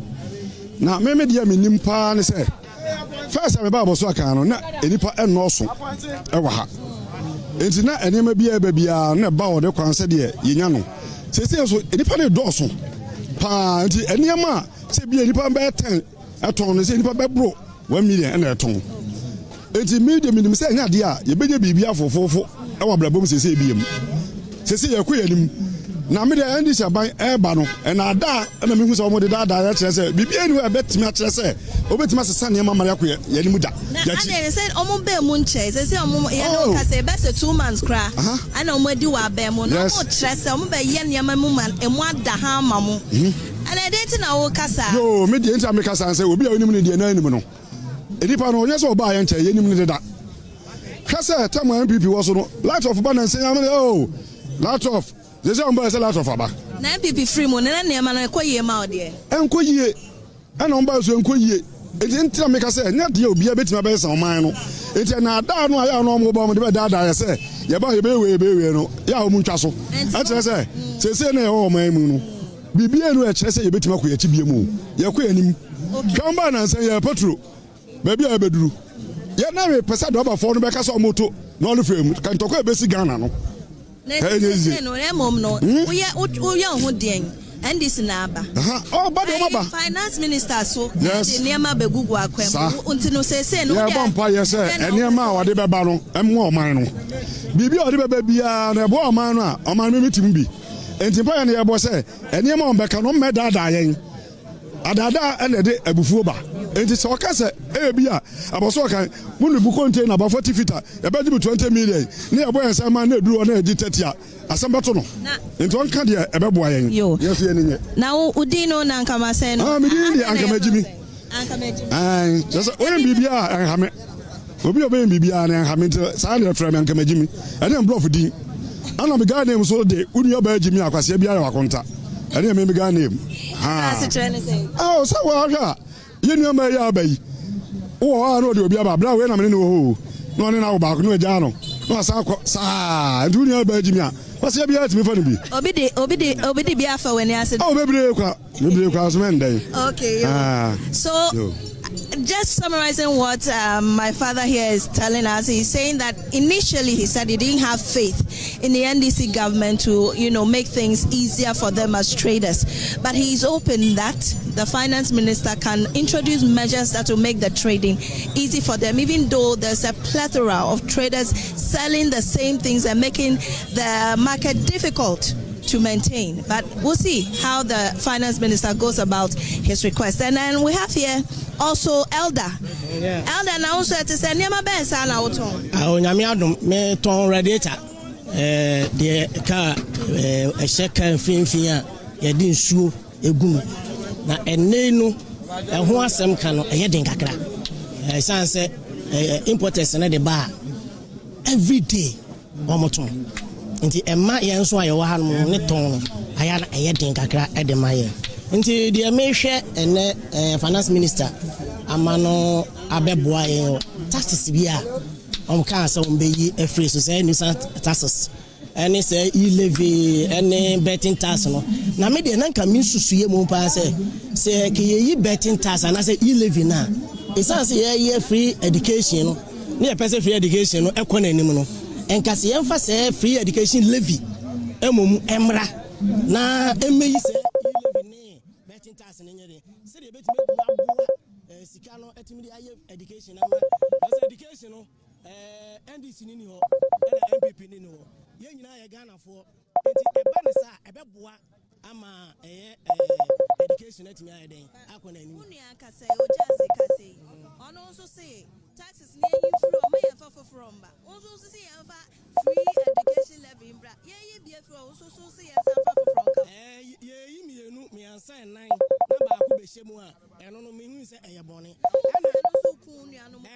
eno no empacho ye eno ye na adwen me so ma adwen kire eno no say enko ye ni say ya ebema de bia da na ye say ye ntua ye wo free AJS debt any ade no na ema yi ko strike any ade ye benya sika de ye etua on na aka say ye yi ni nyina afi wo no ma sika na ye ko sisi enso ye IMF mini ya chichire won sa gu ashi enti esese wo ye ko ya be fa so a ubetimi obehin ha ye nyina ho hin han ya ebeboa yen ama yetimi akoye ni enti me hwe kwan se ye meka nso na ye mfa nkwose ketase na mu no ye beye na aboa ye nyina eno ne ma adwenkyere.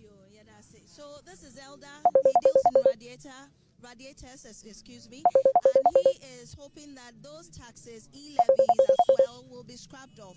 But interestingly, he wants a free education tax. The expectations of traders who are in here to also listen to the Finance Minister, Dr. Cassiel Ato Forson, present the budget to Parliament. We know that the Finance Minister is currently inside the August House and is expected to present the budget in no time.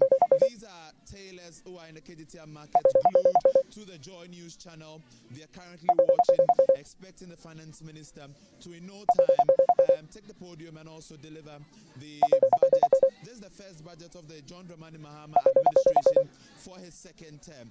We've been in here engaging them proud to this particular set that we came on, and they've been sharing their momentum and their expectations. But we still have to engage them and then also hear from them themselves as to what they expect the Finance Minister to touch on, some of the things that they expect him to touch on, as he's expected to in no time present the budget. Me sure say what from him already, say Finance Minister no, or the budget no or they are buying the budget and then my now share the move say or Becky can be ama also no as Timemuni no ubenya ahoto. Okay. You know, I say I name of the one boy, ye party boy as thing. Na me say taxes no mumu no. Ene so mo hwe no mo tete so mayen because you see no e-levy abanada no or the sana money na buy so hwe say we oba no be yi sana money fro na boy yen bamu no what I say na adwuma sem ne ade because it is a betting tax o me yen youth no dey won say bet na ne ani je ho nti oba na say oboso no be yi afuma mayen ko ade a yen ye penisa ade e hia ye pa eno no. Now, we have to say already, my indication say betting tax, on be here for e-levy, so no possibly, so a bit means work. Apart from the taxes now, we're heading to and Emma Bear now share Ashanti region, especially no, on bit me, I can't bit me, I generate interest. Am I now? Oh, when the barrier no, a Juma, youth employment, a Juma no from boys, Ludona, and Yajuma. And I'm a chrono, so better mobile money for near Kumbini ade because I want you to know say I want you to be pay Saturday day, Kofaba. A Juma, you hear Juma, said you are banner, yes, you are Hobetoy. A bit say Central Market or one same or buy or so behind away, MIA, and a crowful marketing so also here, no, yeah, no, so my son, a Juma because some of my Juma. me ho kyerɛ me sɛ pema kɔbɔ kro no sɛ me tie esi no sɛ madwuma nko esi na de na wo sɛ me yɛ kɔm dim kakra bi a saa na makɔ akɔ nti yɛ adwuma bɛma adwuma ba a yɛ ho bɛtɔyɛ saa na me hu no. So some of the things that he's saying is that the finance minister should scrap the betting tax. He says that as youthful as he is, the betting tax is of interest to him. Aside that, other taxes, burdensome taxes on the ordinary Ghanaian must be removed and none should be introduced again. He's also expecting that some of the projects that were started during the Akufo-Addo administration but not completed must be touched on by the Mahama administration and also completed. Unemployment is also a problem for him as a youth, and that government should also find a way of curbing unemployment. I'm also with another gentleman here who's also watching the TV, waiting for the finance minister to go ahead with the budget presentation. Before the finance minister no eba beka budget no me sure say wan kasa woni me bia ohwese nka ode obeka se de be ya onso so wakoma betimi atoyem enema be na ohwe ni mo se me da se pa me nua ba man da so amasa akonwa we amra ye beto aba no ye wura ye president John Dramani Mahama the kind enema bi tudwa se oba betting tax ne tax bi wa obi ye free so by America club ya hwe nanima ontimi nsa anema no yes financial minister say abra obey yes no betting tax in the titru and there ehia me pa because me go try bet 100 cedis na say me dino bet me na say mentiment no mu ma me bia benefit bia there Mr. Financial Minister say no there onim free o my yes na because enu nyamfa so bia ye dey. From Kumasi, welcome back to the Joy News studio here. And Doc, please still stay with me quickly because we have some inside scoop and Koji Yankson is on standby to share the scoop. I myself cannot wait. Well, I can tell you that our sources very high up in the finance ministry have confirmed a few things that we will be hearing today. First of all, the e-levy and betting tax are definitely gone. The COVID tax is, let's call it, going. Because COVID tax is part of, the COVID levy is part of VAT. And the government wants to restructure the whole of the VAT system because it's not quite right. There are problems with it that go far beyond just removing one of its elements, which is the COVID levy. So it is going to be removed. We're expecting that by the mid-year review, we'll hear that the COVID levy is no more, but it requires the entire restructuring of the VAT for that to happen. So today we'll hear of the e-levy and betting tax completely gone, which is quite a lot of money. Okay, the betting tax is 5.2 billion Ghana cedis, and the e-levy is 8.1 billion Ghana cedis. Both of them gone. All right, but 13.9 billion of COVID levy will have to wait until perhaps halfway through the year. It's important to note that while it goes, the key question we've always asked since last year was, once you take it out, what do you do to plug that hole? And again, sources close to the finance ministry say they found an ingenious way to do this, and they will be detailing that in the budget, which I thought was quite a brilliant one to think. Indeed, yeah. Economically, we summarize it. If we've got 10 seconds, we can summarize it. Give us the insights. So what they've decided to do, they have an account at GRE. Okay. It's called the tax refund account. It's a holding account. Basically, instead of sending all the tax they collect to government, what they do is that they keep 6% of all tax, okay, all revenue. All right, and they use that to refund those who file their taxes and pay too much. Yes. Okay. Now, it was originally supposed to be 6% of VAT, but Parliament made it 6% of all revenue, which means they've been collecting far more than they need. Okay. So what happens here? 6% of all tax. Sorry. So what happens is that about 40% of it gets paid out as refunds. 60% doesn't.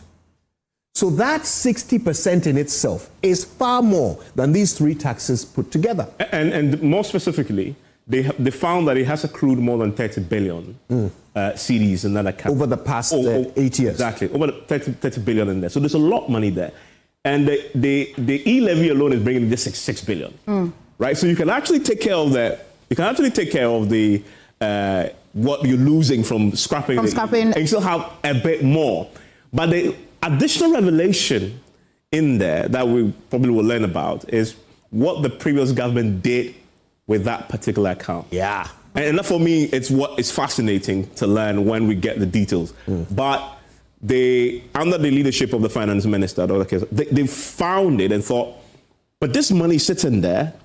We're not even using it for the actual purpose, because you can actually take care of all the tax refunds and still have a huge pool still left to take care of other things. You know what I mean? Help me with a bit of economics here and speak basic English, because I would have thought that tax refunds would have been for organizations or institutions who may have overpaid, and then there'll be tax refunds to them. How is this accrued to the government of Ghana? No, so you have to create a fund to bring the money in. Okay. And then when there is a legitimate case to refund, you go into the fund. Pool. Exactly, and refund. Okay. And it's not just organizations, it's individuals too. Sometimes they give you an assessment, right? And then you overpay, only for them to now do an audit and realize that you were actually overbilled, right? It nearly happened to me, so I know what I'm talking about. Right. When you go to that process, arbitration, and you win, they'll have to refund what the excess. That is where government takes the money from. But remember, it is you are projecting that you spend X amount of money on refunds in a year. It doesn't mean that you actually end up spending all that amount. The question is, what do you do with the money that is sitting in there that you didn't have to use to refund?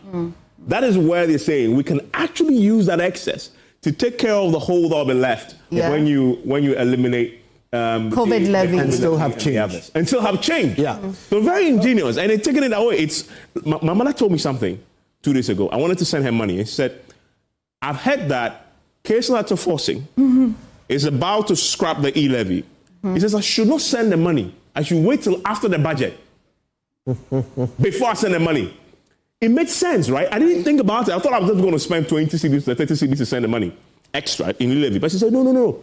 Wait, after. Why? Because she didn't want me to spend that 30 cedis on what I'm sending her. Although it's costing me, I can bear, right? That is why it has to go. And that is why they're going to do it. But that's why they're also plugging it with very ingenious ways. Okay. And this whole autonomics thing, I think, is pretty interesting. Speaking of autonomics, here's something else that he's figured out. Okay. He's figured out how to pay for free SHS. Okay. So he's going to uncap certain funds. Get Fund and NHIL will be uncapped. Originally, there was a 70% cap on Get Fund, which meant that Get Fund wasn't getting to use all the money that we were paying for it to be used. Also, the previous government collateralized the capped amount, which means that in addition to Get Fund not having all of its money, they were also paying for some debt. But you also calculate Get Fund when you're calculating your VAT, though. Yes. Give me a moment. I'll go to Dr. Priscilla Chumezi, who is still with us here on Zoom. You've heard what our special scoop and my two sniffers have just been sharing with us here. And also what you've heard about the energy minister saying that we need about 80 billion. Energy sector really is one of those sectors that sends shivers down the spine of every Ghanaian.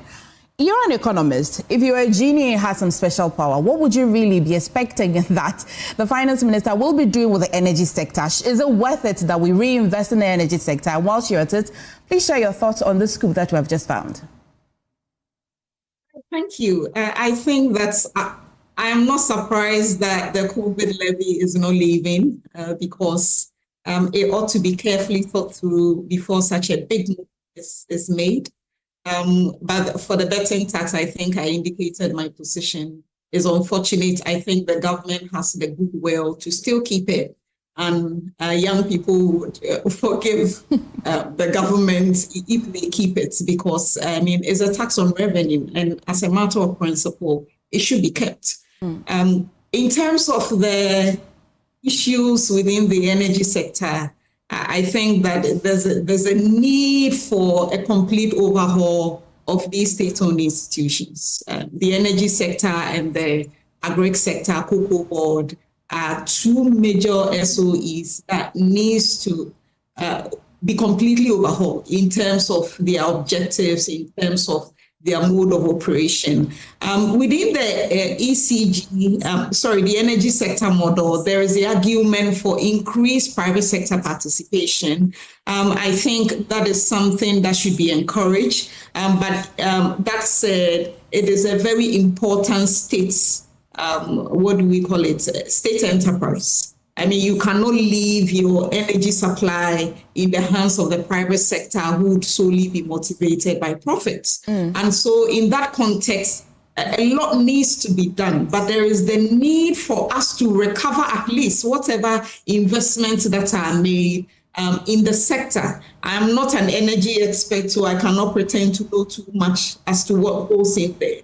But increased private sector participation is what is needed. But when we talk about private sector participation, is it domestic? Is it foreign?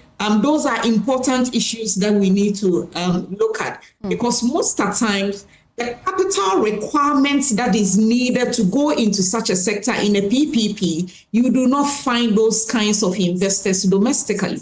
And I mean, that is when issues of national security comes in, if you are letting such an important institution like that go into the hands of foreigners. But these are issues that I think the energy experts have an idea of as to how to implement that. I'm also expecting, I mean, the reintroduction of road tolls. I think they should automate the process, make it more efficient, but it's important that Ghanaians get back into the habit of contributing something towards the maintenance and building of quality roads. And in that aspect, the expenditure rollout, with taxation, when people are paying, they need to see that their monies are working for them. Is that what we see? When it comes to property taxes, do we see improvement in our neighborhoods when people are paying property taxes? Those are the issues of the chicken and egg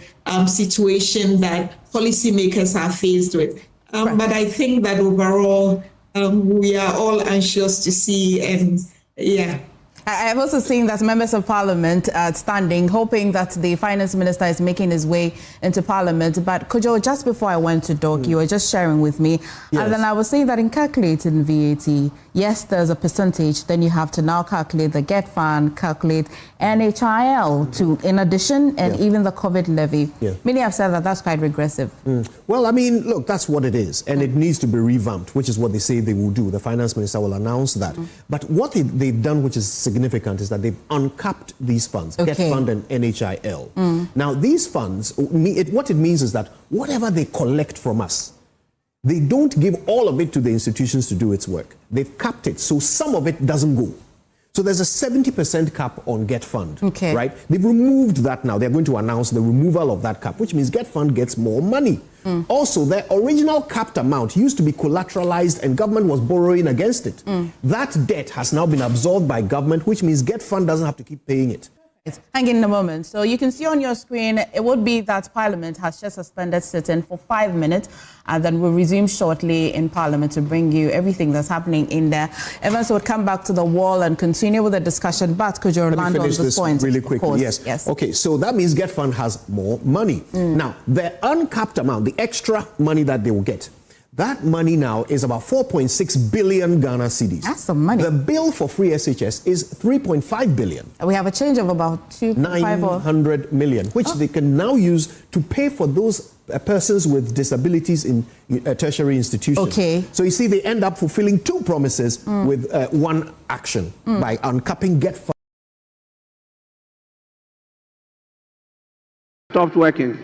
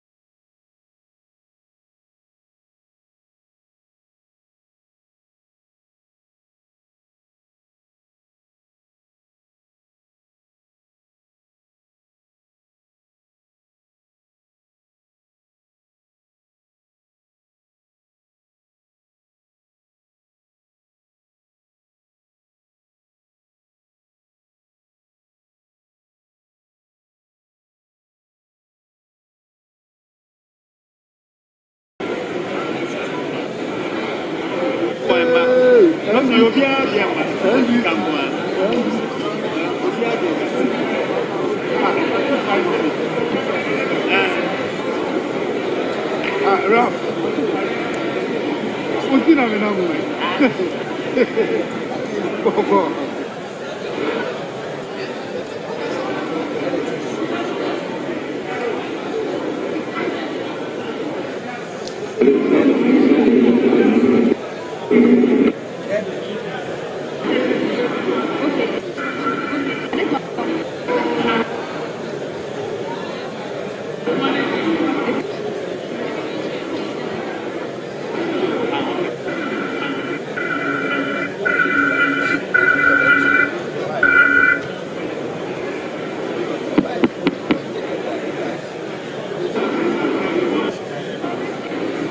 don't know. Jetro. Mr. Jetro. Call him to come. Mr. Jetro.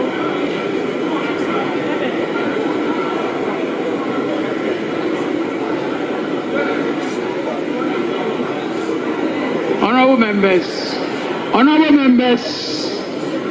members, may I have your attention for just a minute.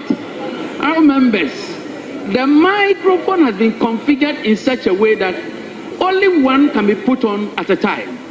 So where we have 2 or 3 people put on their microphones at the same time, it creates a problem. The system has to restart. So please, let us bear that in mind, so that at all material times, only one microphone will be on. Speakers on and any member having the floor. Let us pay attention to that. Anytime we do anything different, we will have problems. So please bear that in mind. Thank you very much. I needed yours. Okay.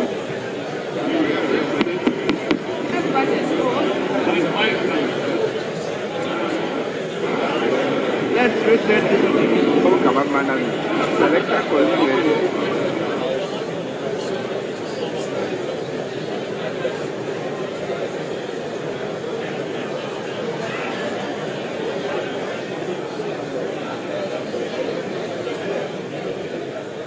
Live on TV3, this is our continuing coverage of President John Dramani Mahama's inaugural budget presentation in Parliament. This is to be read by his Finance Minister, Dr. Cassiel Ato Forson.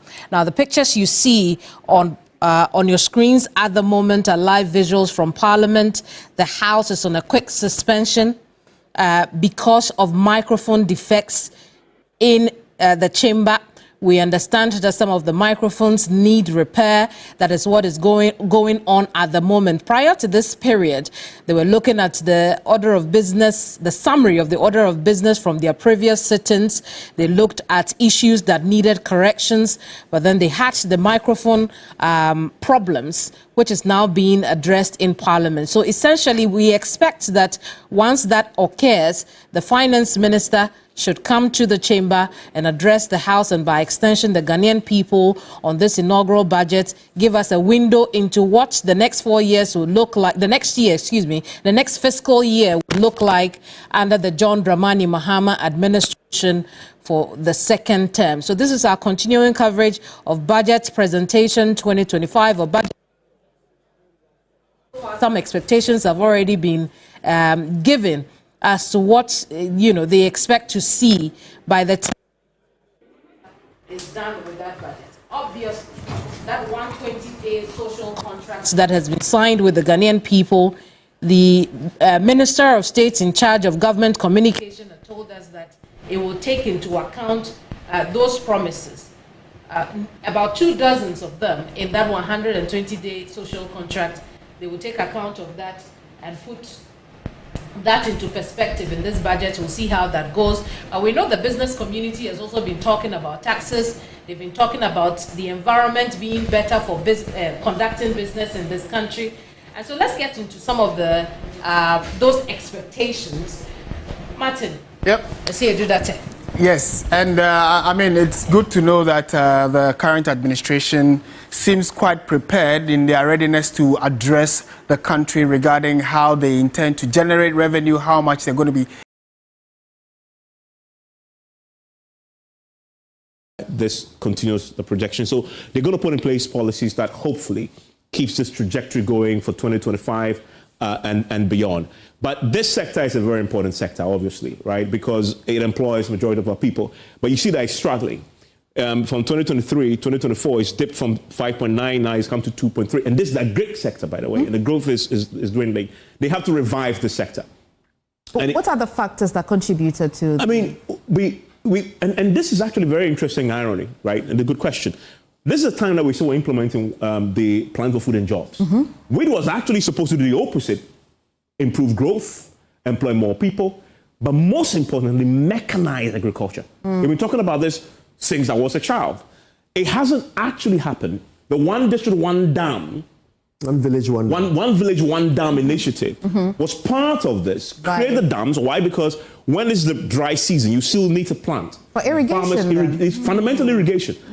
That hasn't really picked up. We all saw the challenges with that. And so, of course, if you have that challenge, of course, this is what's going to happen. And we had some drought in the last 3 years. All that has fed into this. And need to find a way in this budget to put in some stimulus into the agri sector and bring this growth back up. And that is a very important point. And actually, among the scoops we have is the fact that the finance minister intends to announce a marked increase in expenditure in the agri sector. Okay. They are going to allocate a lot more than ever before. And one of the big expenditure items there will be their new irrigation project. So government intends to spend a lot of money in ensuring that all of the land, or most of the land on which we are growing the food that Ghana needs, is going to have irrigation. This is another thing we've been hearing about since primary school, right? But here's the truth. The water that we need for the irrigation is being polluted by Galamsey. So we need to figure that out, and God alone knows how much that will cost. And here's the thing. Yesterday, I was speaking to the environment minister who was on my show, PMS, last night. They have, in the budget that we're about to hear, Dr. Cassiel Ato Forson will announce an amount to help the fight against Galamsey. So they're going to, in the budget now, make a deliberate allocation for the fight against Galamsey, because it's going to cost money. Part of the reason why the previous government withdrew the soldiers from the forest, because it was costing a lot to fund the operations, to keep them there. And it was costing quite a bit. But they've done a cost-benefit analysis. You need to sustain this over time, because the guys, they are waiting you out in the forest, right? And it is about who has to meddle, who will blink first. You know the country is struggling. You don't have the financial wherewithal to keep them there. So you would eventually lose stamina. In this budget, at least for the 2025, they want to find money for it. That then sustained it throughout the year. The question of whether that will be enough or not, we will see. Now, Evans, do you mind going back a little bit, just to one of the slides you had earlier, for those of you watching on Joy News, just before the agric slide. This one, the one about growth. Now, you can see here, you remember just before President Akufo-Addo left office, he actually proudly said that growth levels have gone back to pre-COVID times, right? So our growth has resumed its health that it had before COVID. Well, I have a question. How much of that growth is fueled by Galamsey? Okay. Because gold is a very big item in our growth. It's growing fast. So how much of it is Galamsey? We'll get some questions to that, some answers to that question. And Evans, when we come back, we'll go back to the agric slide. And on the value chain for agriculture will be transportation. And so we'll see how much bearing transport will have on the agriculture. But we'll go for a quick break. This is the special coverage of the 2025 budget presentation that will be happening in Parliament pretty shortly. Do stay with us.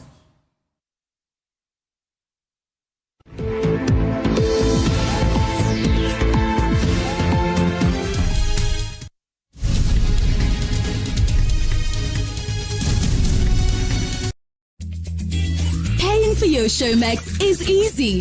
Just choose your preferred payment method from these easy and convenient options: MTN Momo, Visa or MasterCard, Showmax vouchers at DSTV or GoTV sales agents, or use a promo code.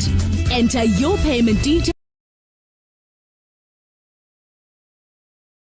betting. But what do you think? In fact, it's supposed to be a national conversation, you know. So do let us also hear what you make of that particular proposal. Like Kemini indicated, it's not just IEA that's saying it, but then Professor Stephen Adey has also made a similar or shared a similar position. So we would also be happy to hear from you what you think.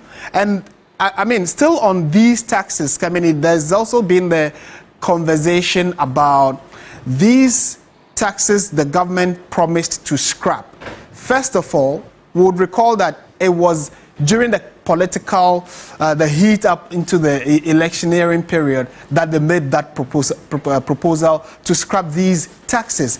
Now the concern is, now that they've come into power and realizing the reality on the ground, would it still be politically wise to go ahead and scrap the taxes? Well, from all indications, people say that they have made that promise and must stick to it. They are part of the low-hanging fruits this government, can check off their list of things they want to do for the Ghanaian people on the economy. So yes, these taxes, they may have to scrap. However, there are also conversations along the lines of they need to review some of them. So instead of a total scrap, they need to come clear to Ghanaians that, look, clearing all these taxes is going to leave a financial vacuum. How to fill it will be a challenge.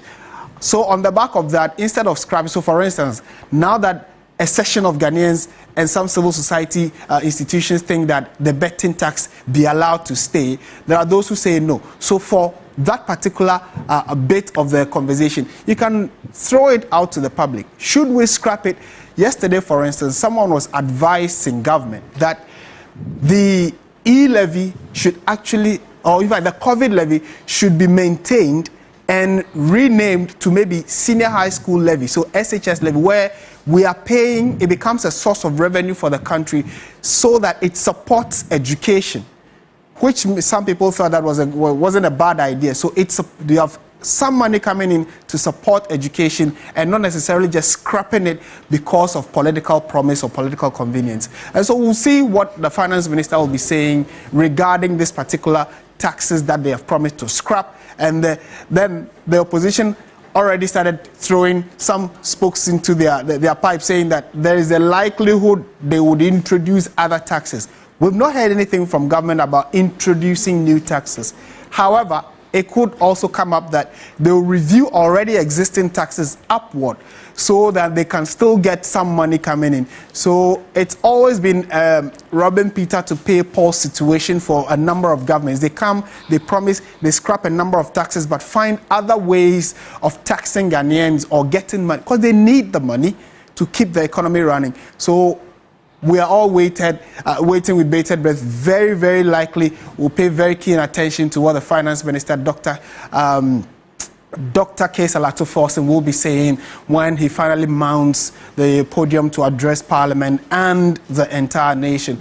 The key issue here and why we are Parliament seem not to be, there's less activity in Parliament is because they are having a technical challenge, and so immediately we do have that clarity regarding what the main challenge is in Parliament.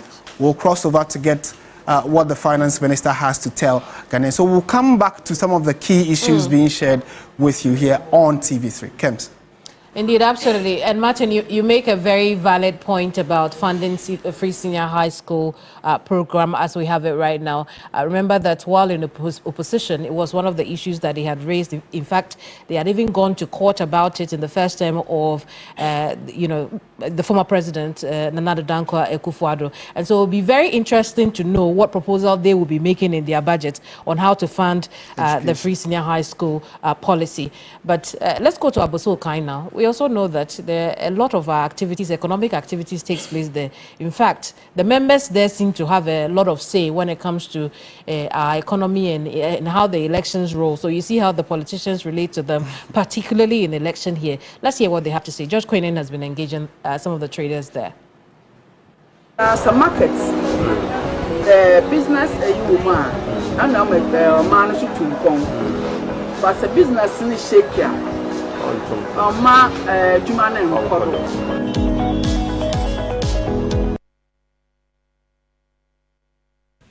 Okay, these are my hard-working traders here at Abosokai.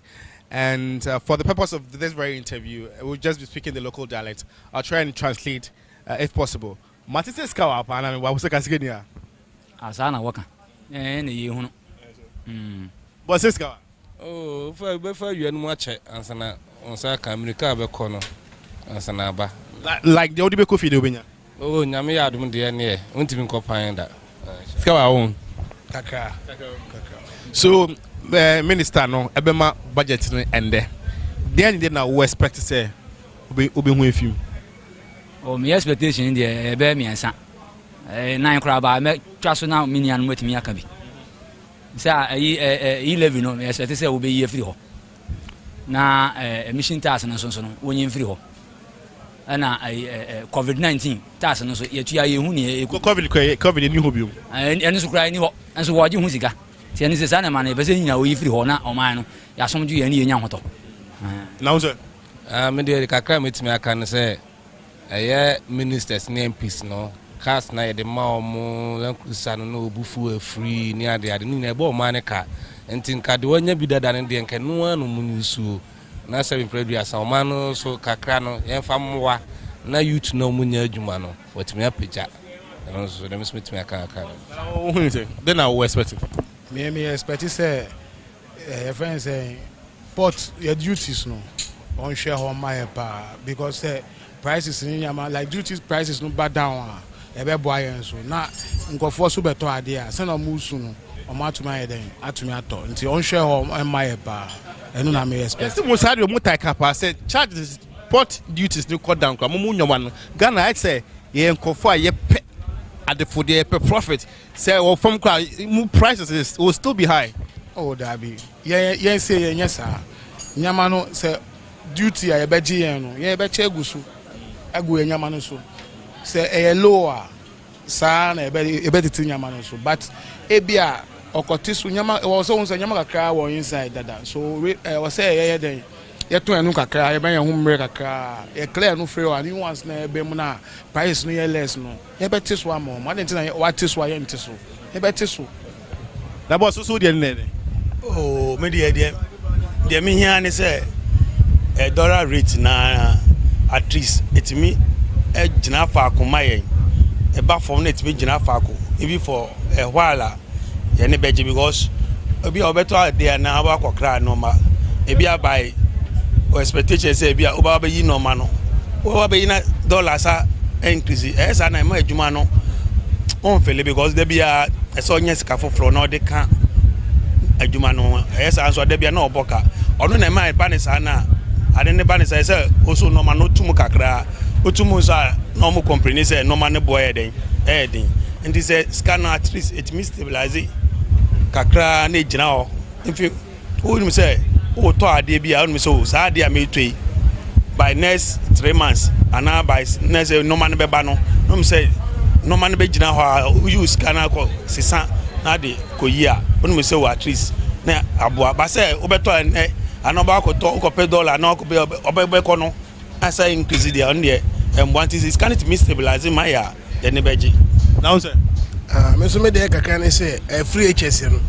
free HS the master ban bebre say wa ba no mo mfa ne sanka kura because so the ne sanka I think why any clear so on fa ne sanka by why any clear say on fa ne sanka by and the attitude we chire say opasa awofo no ogie bibi kakra say bibi kakra kura na obaji a on mo nye no amememfi say na hema ye ne bi no ye ntumi ye ntua ayesa what buy a campaign etie na ban no because of omaye free HS akọ obi a ne tirim ma na ba no oni bi owo bi otumi quality so ye ne hye o ka ma na ha oba ma ne ntua no obi a betua obaye politics de tie aban no amama ne hye ode ye no entumi nko ti me strength quality on hwe se na obaye hye no amama obi owo oni bibia no ne se tumi akola no hwe mu ti me sra ban wo pa okay when you say last week most dey here dollar no ko AC we AC this AC 40 pesos within 30 seconds in the side at the coin.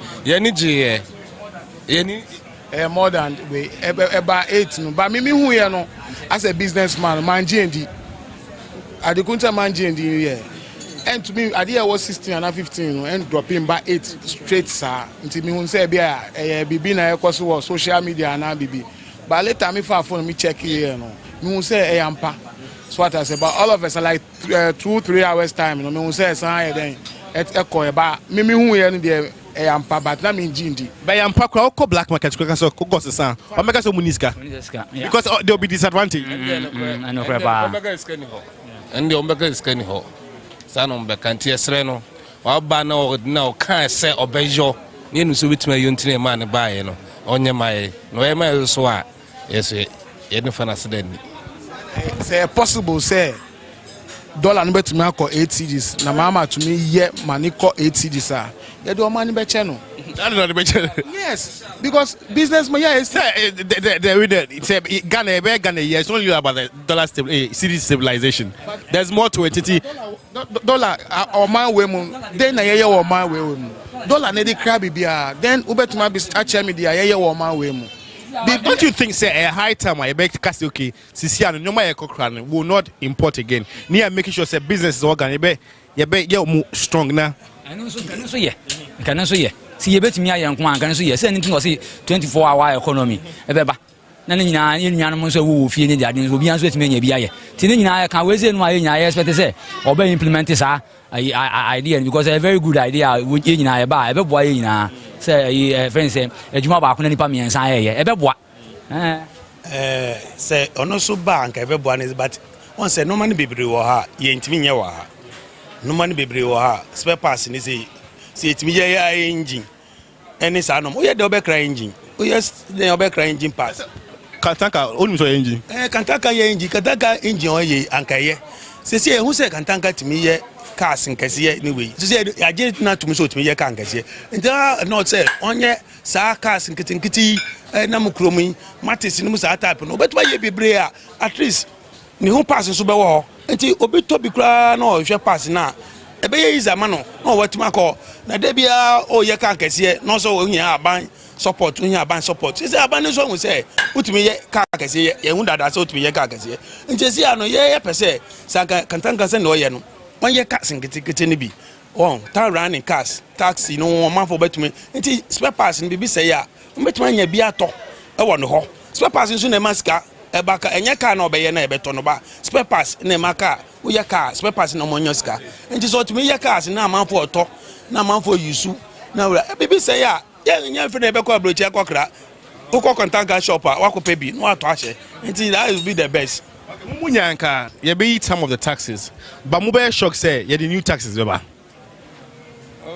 New tax ban reasonable. I don't know you say Ghana, you never say you boa a man na ban team subsidy. This a tax be ban say a tax money. I bet yatum. Ghana for move tax ya. Sisi no, I say a man for your business kakra wo mo fon so. Me ade no. Enti no 111 di obey di enso. So be you know the only uncommon you know if it's a business now more so 11 and kasa nyina free so a man for be business free a abani nya hwe ye boka nti on the konje onyi so kakra yeah na man for won to no so me de me wakoma mu de bituna ye no kasa oyi ni nyina de a mo me business of phone so no on benya ye a aban boka bebrebe eno so boa ye 11 there oyi free who ye because 11 no me capital na tax no me capital na tax na anything so tax me capital and 11 do everywhere okay ehun yan so otimi oyi sa 11 ni nyina no the road tax no road toll no also the beba no me personally road toll ni say me traffic na e cost na me problem say e cost traffic na e bia say on tin o say obey electronic one enti udu ape ukroku we bia ato una wo no enti road toll no de sika wo mu enti amakwata kra o twa sa ade ni mu no at least causing financial loss to the nation. I say no create me hold no responsible because I say road to see nyanka kra wo ho. Oh, it's a cabinet decision no kwantimi fa ne pe. It is all no ko jan so ma twem no mo gitum. So until say road to no bet ma back bi ma ye ne beje because e ba na for the way you say. Well, some traders from Abosokai, we're still keeping an eye on Parliament as and how things play out. We will take you live there. But as you can see, the Speaker of Parliament is back in his seat, conducting the affairs of Parliament. Remember that earlier, that those microphone problems have now been solved. They are seated. They are correcting minutes at the moment. But this is our continuing coverage of President John Dramani Mahama's inaugural budget. We've been looking at some of the expectations of groups like the IEA, groups like GUTA, groups like traders from Abosokai, who mostly are GUTA members as well. Now let's look at some numbers, some facts and figures, what we are likely to see in the budget, what we are likely to lose, particularly on the high point of the removal of the Christian nuisance taxes. Alfred Okanse is here with us to do just that. Alfred, talk to us. What are we looking at? Yes. Hold your peace until they resubmit the proper composition to the House. In the meantime, the committees by law are established.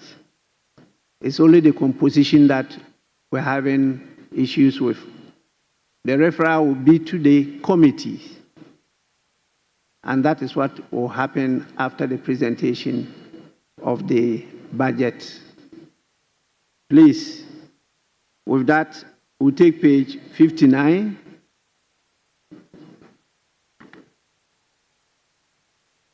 Page 60.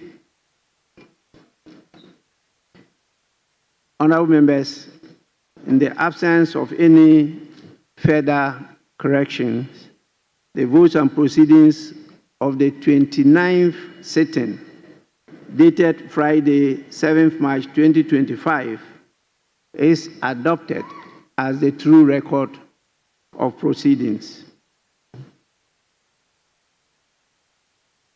I have a copy of the official report of Tuesday, 25th February 2025.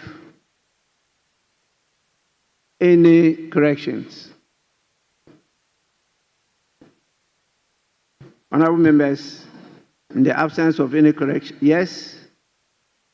Mr. Speaker, some minor corrections on column 79, second paragraph, line 8. Line 8. The former president, John Ajekun Kufuor, names are very significant. The second Kufuor was spelled wrongly. It should be Kufuor, not Our. Kufuor. It's a Kufuor. Then the last paragraph, the last sentence, beginning to tend to that concept. Tend is used here, but I suspect the right word should be tend, T-U-R-N, instead of tend, T-E-N-D. Thank you.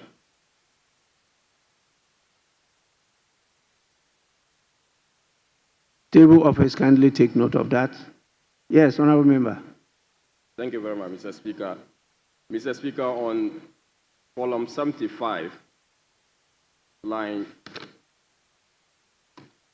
8,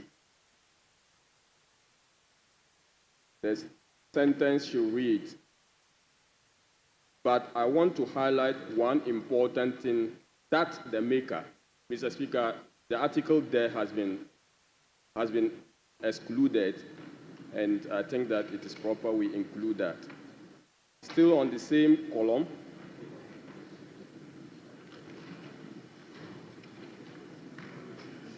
line 17.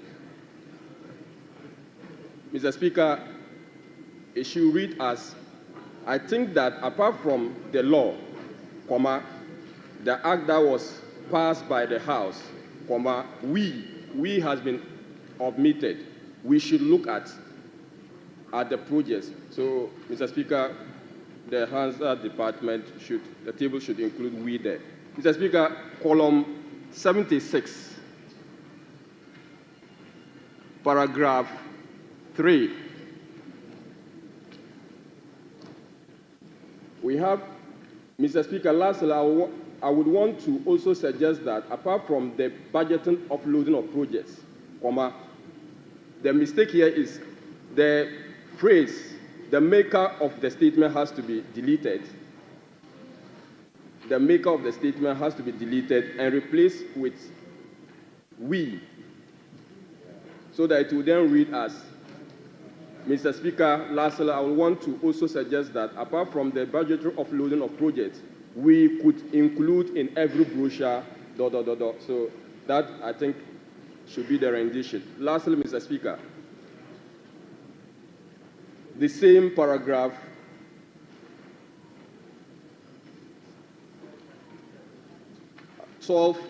line. I would be able to tell that when I call this investor, they would be, the B is excluded, and it has to be included in the sentence, be able to, and we'll replace participate with partner. We'll replace participate with partner in the same sentence. Thank you, Mr. Speaker.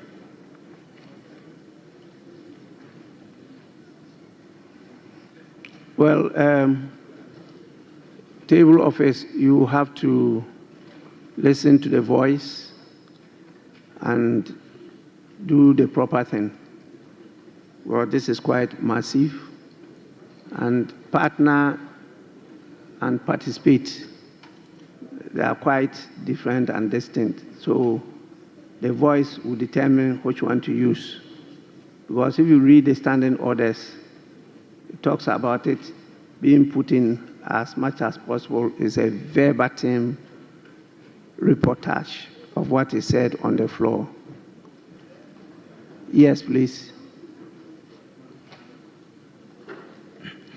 I'm most grateful, Right Honourable Speaker. Right Honourable Speaker, at column 144 of the official report, my contribution to the tribute to the Osajefo, Dr. Kwame Nkrumah, the second paragraph at column 144, the word is faith columnists,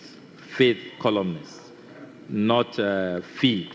So it should be FIFTH. What we have here is FEED. So, Mr. Speaker, if that can be corrected. And then the first paragraph at column 144, Fidel Castro should not belong to that category. It should be put in a different category. So if the corrections could be effected accordingly. Thank you, Mr. Speaker.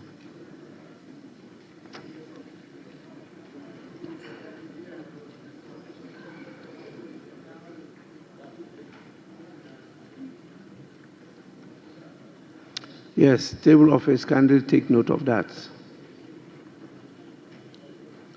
Yes. Honourable members, there be no further corrections. The official report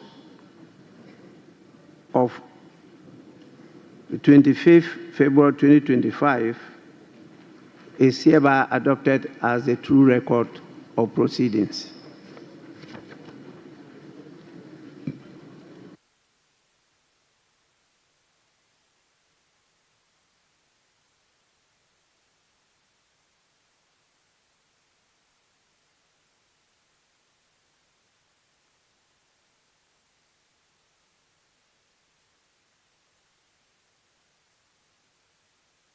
Honourable members, we will now move on to the item of the day.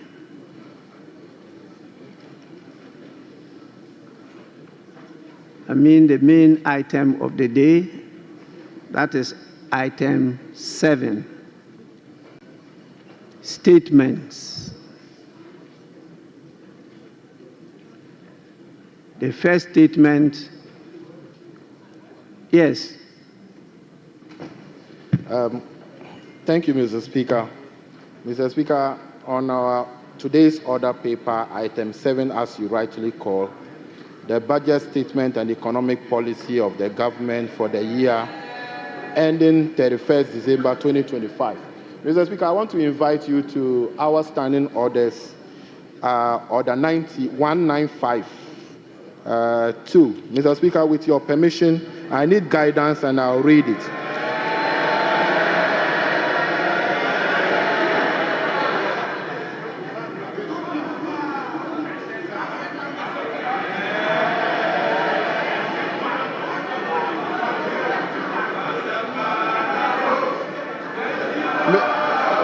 Mr. Speaker.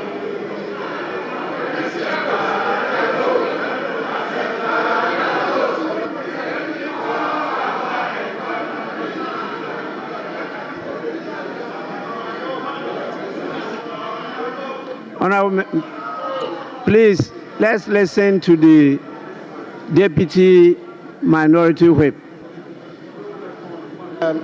Thank you, Mr. Speaker. I think the Minister was, Mr. Speaker, Order 1952. With your permission, Mr. Speaker, I need guidance and I read.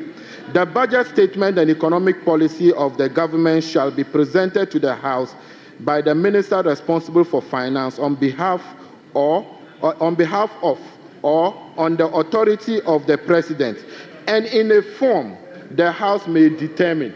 Mr. Speaker, I'm emphasizing on the last part, in a form the House may determine. Mr. Speaker, as we speak, this new standing orders on this 9th Parliament, we haven't determined any form the budget statement will be presented as at now. Mr. Speaker, I have gone to read Order 6, and I have checked on our schedule from Schedule 1 to Schedule 10, and that of Order 6, and I have not been able to understand. And as we stand, Mr. Speaker, as at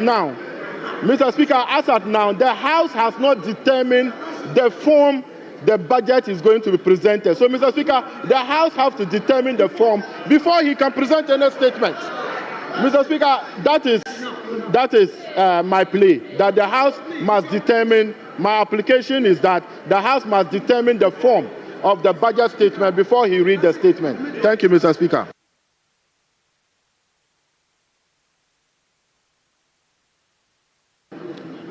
Majority Leader.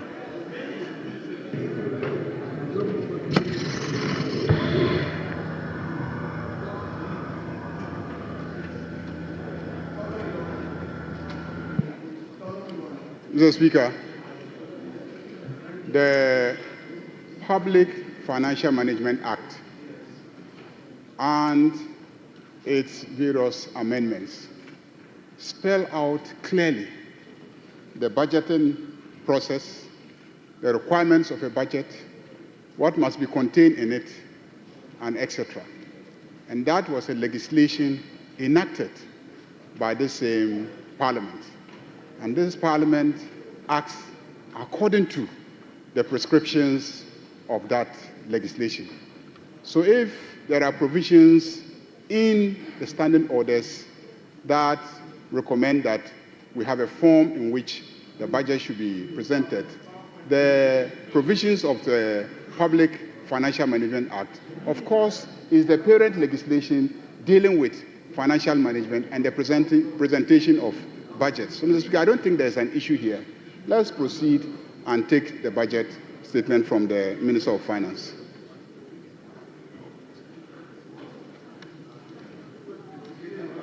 Yes, Minority Leader.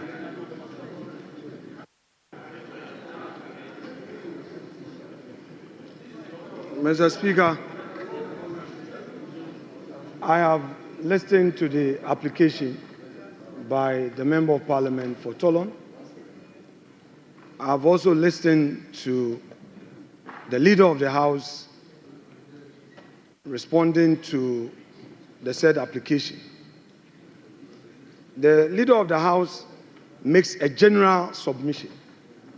The application was anchored on the rules of this House. A mandatory provision in Order 195, there's no may there.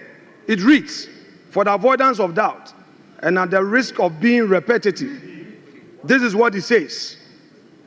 The budget statement in economic policy of the government shall be presented to the House by the Minister responsible for finance on behalf of and on the authority of the President, and in the form the House may determine. Yes, wait, look at them. Mr. Speaker, wait, yes. So, yes, wait. Mr. Speaker, let you take it easy. They should take it easy. This is law. Take it easy. Take it easy. Take it easy. So, Mr. Speaker, what is the reverse logic? Please, for the benefit of our young ones, for the benefits of the young ones, Mr. Speaker,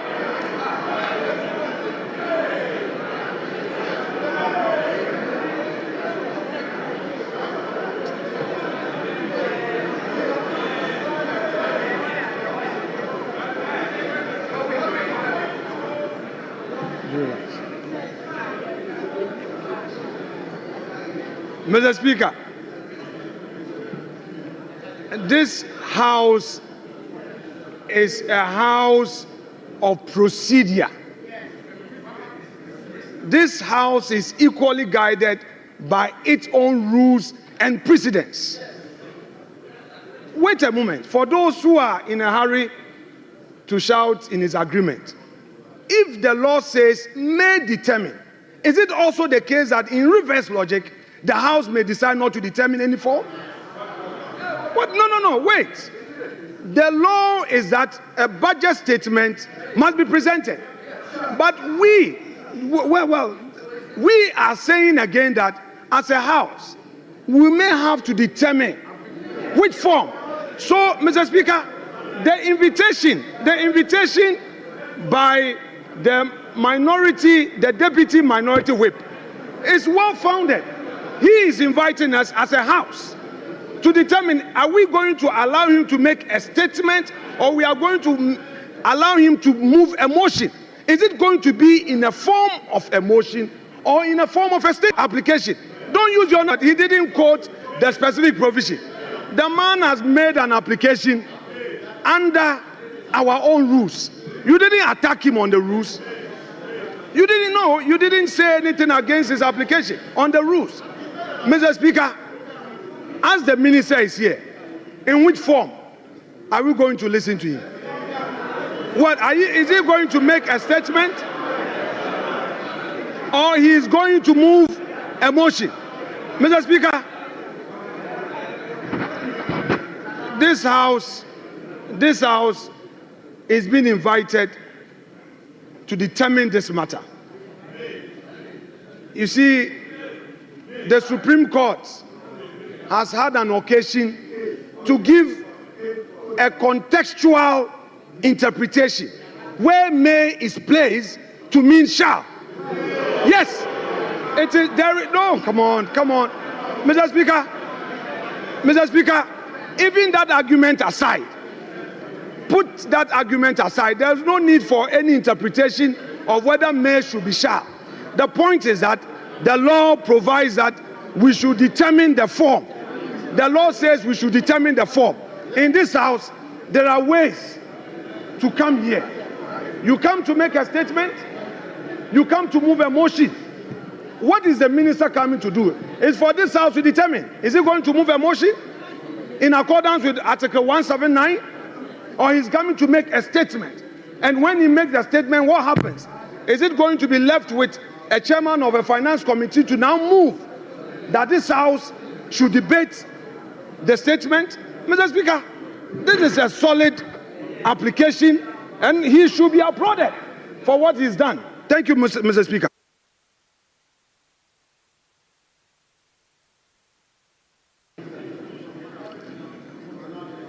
I would want to rule on this matter. I've heard enough. I think in terms of procedure, the right thing has been done. The order you quoted clearly states the statement of the estimates of revenue and expenditure of the government. It says what? The statement. And so what they are bringing to us is a statement. And when statements are admitted, they are presented as statements.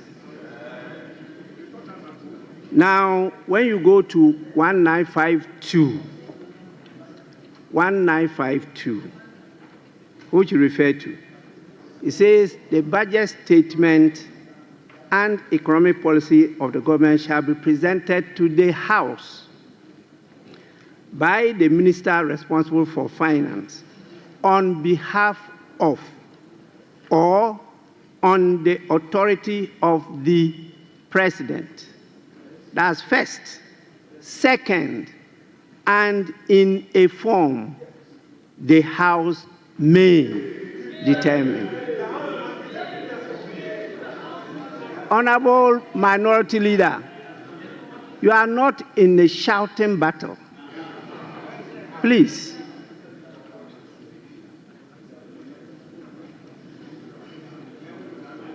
This is the House. The only way the House can determine however you define form is when the statement is presented to you. The House cannot determine this matter outside the House. You can only determine it when you are truly sitting as a House. And this is the House. He's presenting the statement. If you decide that you want a form, you define form in any different manner as you are doing, then this is the time when it is presented, you take this opportunity to determine that form you want, different from the earlier forms that we've decided and been practicing. If this is what you want to do, please, the statement must first be presented to you. It has to be presented to the House. And if you may, you determine the form you want it to be presented. That can be part of the debate. But I'm not sure the definition you are putting on the word form. Form. Please go back to your lexicons.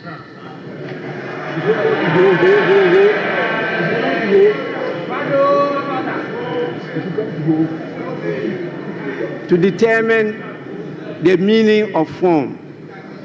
I think the writing is being done. The statement was admitted. It's been properly captured on the order paper as programmed by the business committee, and the minister is here to present the statement to the House. So the minister may do so. So honorable members,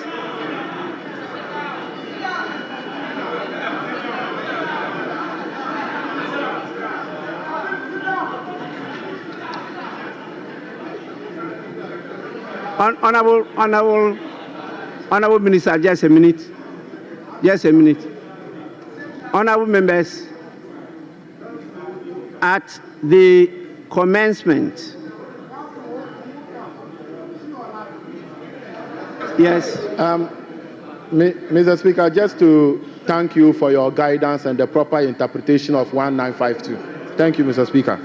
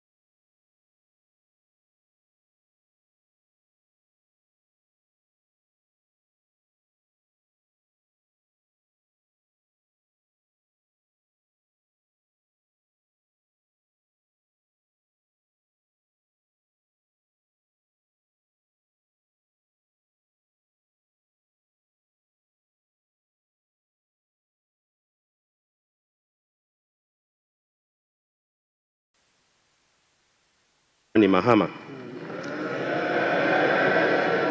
And pursuant to Article 179 of the Constitution and the other paper, and the standing orders of the House, Order 1952, and today's order paper, Item 7.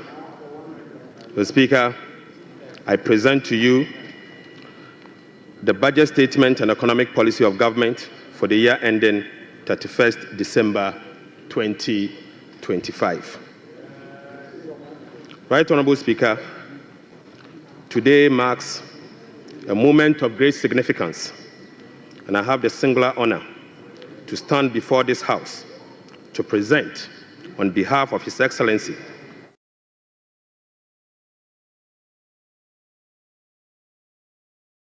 President John Dramani Mahama, following his extraordinary mandate, the maiden budget of his new administration. Mr. Speaker, I'm deeply grateful to His Excellency the President for entrusting me with this responsibility. Respectfully, Mr. Speaker,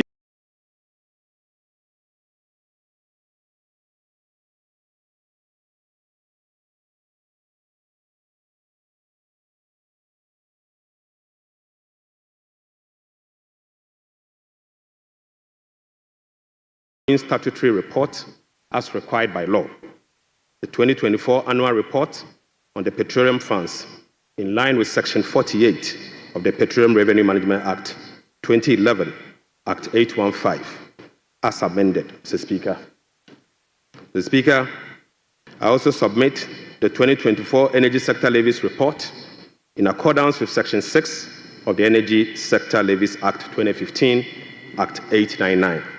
And finally, Mr. Speaker, the 2024 Annual Report on the collection and utilization of the African Import Union Levy, in line with Section 7 of the African Union Import Levy Act 2017, Act 952.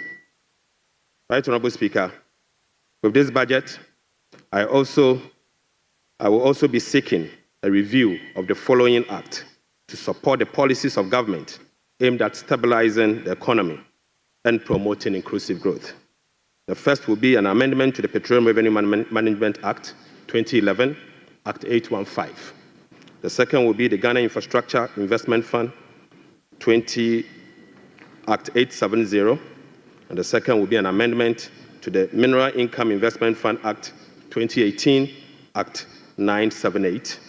The Speaker, I will also be seeking amendment to the Energy Sector Levies Act 2015, Act 899. I will be seeking amendment to the Ghana Cocoa Board Act, Act 1984, the PNDC Law 81, as amended. The Speaker, that's not all. I will also be seeking amendment to the Earmark Funds Capping and Realignment Act 2017, Act 947, the Ghana Procurement Authority Act 2003, Act 663, as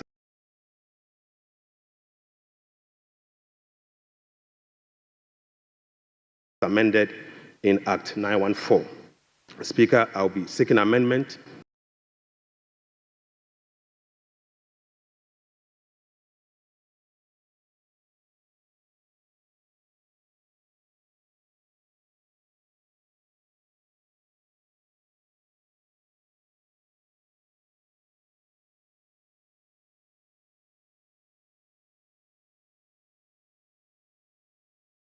to the Ghana Education Trust Fund Act 2000, Act 581.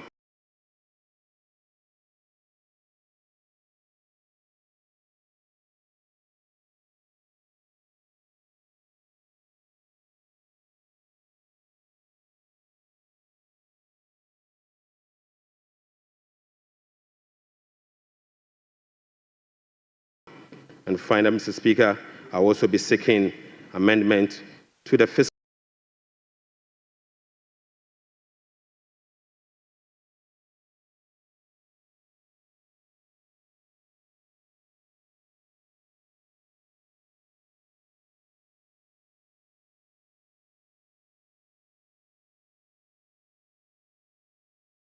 Responsibility Act 2018, Act 982, and incorporating into a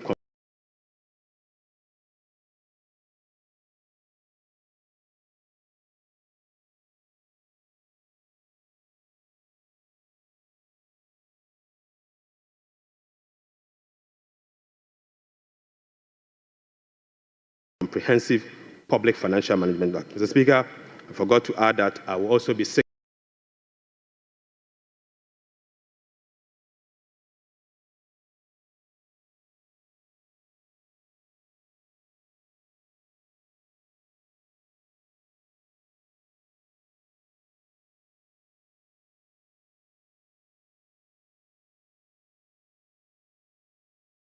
an amendment to the Revenue Administration Act 2016, Act 9.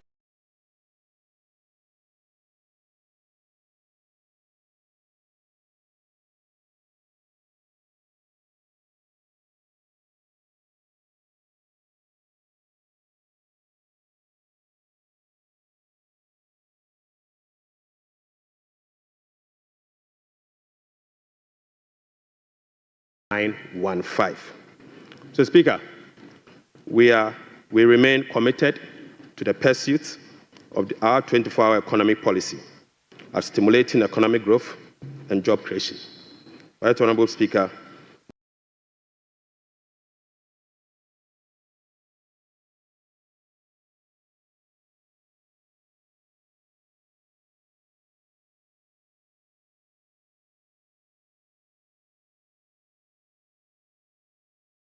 Right Honourable Speaker, and my colleagues on both sides of the aisle to reset the Ghana's economy through sound policy and structural reforms that will propel our country forward. So, Speaker, there comes a time in a nation's history when fundamental challenges must be confronted, difficult choices must be made, and a new course must be set for the future. For Ghana, the defining moment is now. Speaker, President John Dramani Mahama made a commitment to reset Ghana for jobs, accountability, prosperity. The Speaker, as captured in the NDC manifesto, in this regard, the theme of our budget is resetting the economy for Ghana we want. Right Honourable Speaker, the democratic principles we tirelessly fought for are being held. Our democracy has been consolidated with yet another peaceful transition of power. That notwithstanding, our youth face an uncertain future with growing unemployment and hopelessness. This suggests that the dividend of democracy, such as economic prosperity and social justice, remains elusive. Mr. Speaker, the choice before us as a country are clear. We can either continue on a path of self-destruction by not confronting the problems, or we can embark on a journey of fundamental reforms and transformation, one that resets our economic model, redefines our priorities, honors our social contract, and provides opportunity for all.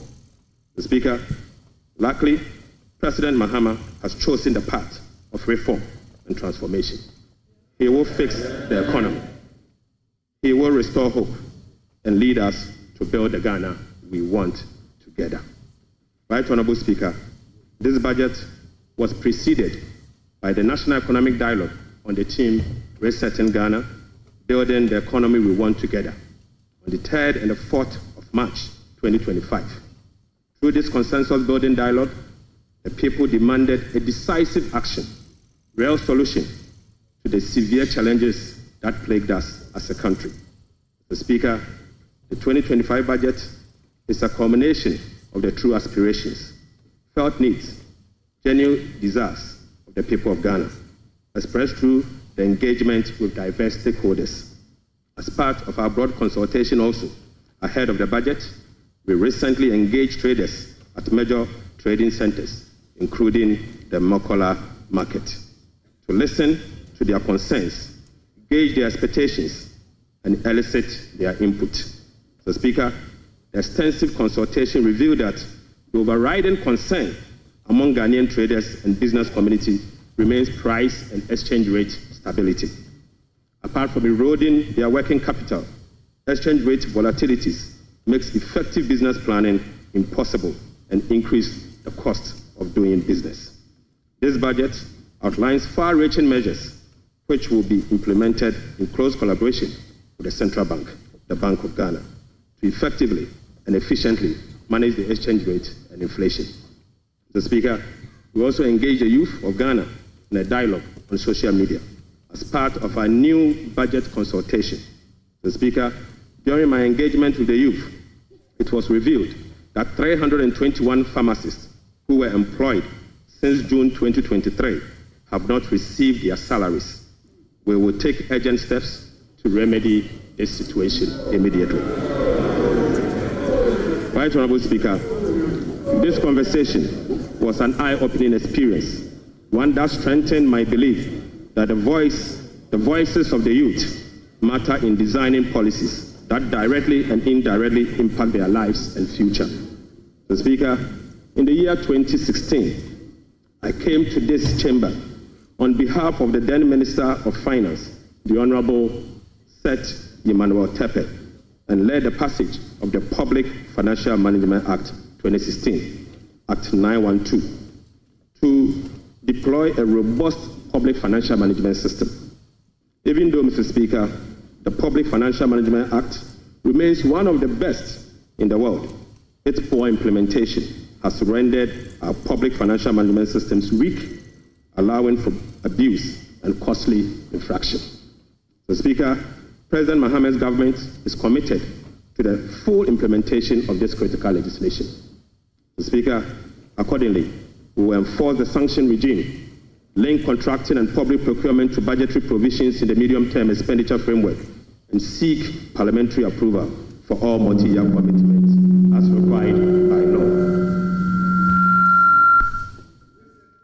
Mr. Speaker, we will comply with the public procurement process and link them to approved budget. We will also respect the limits of the appropriations as approved by Parliament. We will rationalize the management of the compensation of employees, including conducting headcounts across the country. Mr. Speaker, I now turn my attention or my focus to the state of the Ghanaian economy. We inherited an economy in deep crisis.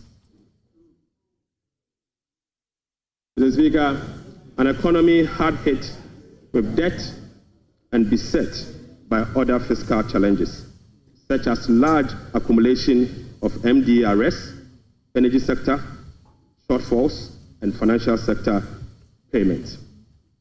Mr. Speaker, recommitment control and reckless public spending have reversed the progress made in fiscal consolidation, even under the IMF program that commenced in the year 2023. Mr. Speaker, notwithstanding the gains made under the IMF-supported program that was to achieve through the painful sacrifice of domestic bondholders, external creditors, and taxpayers, the economy remains in distress.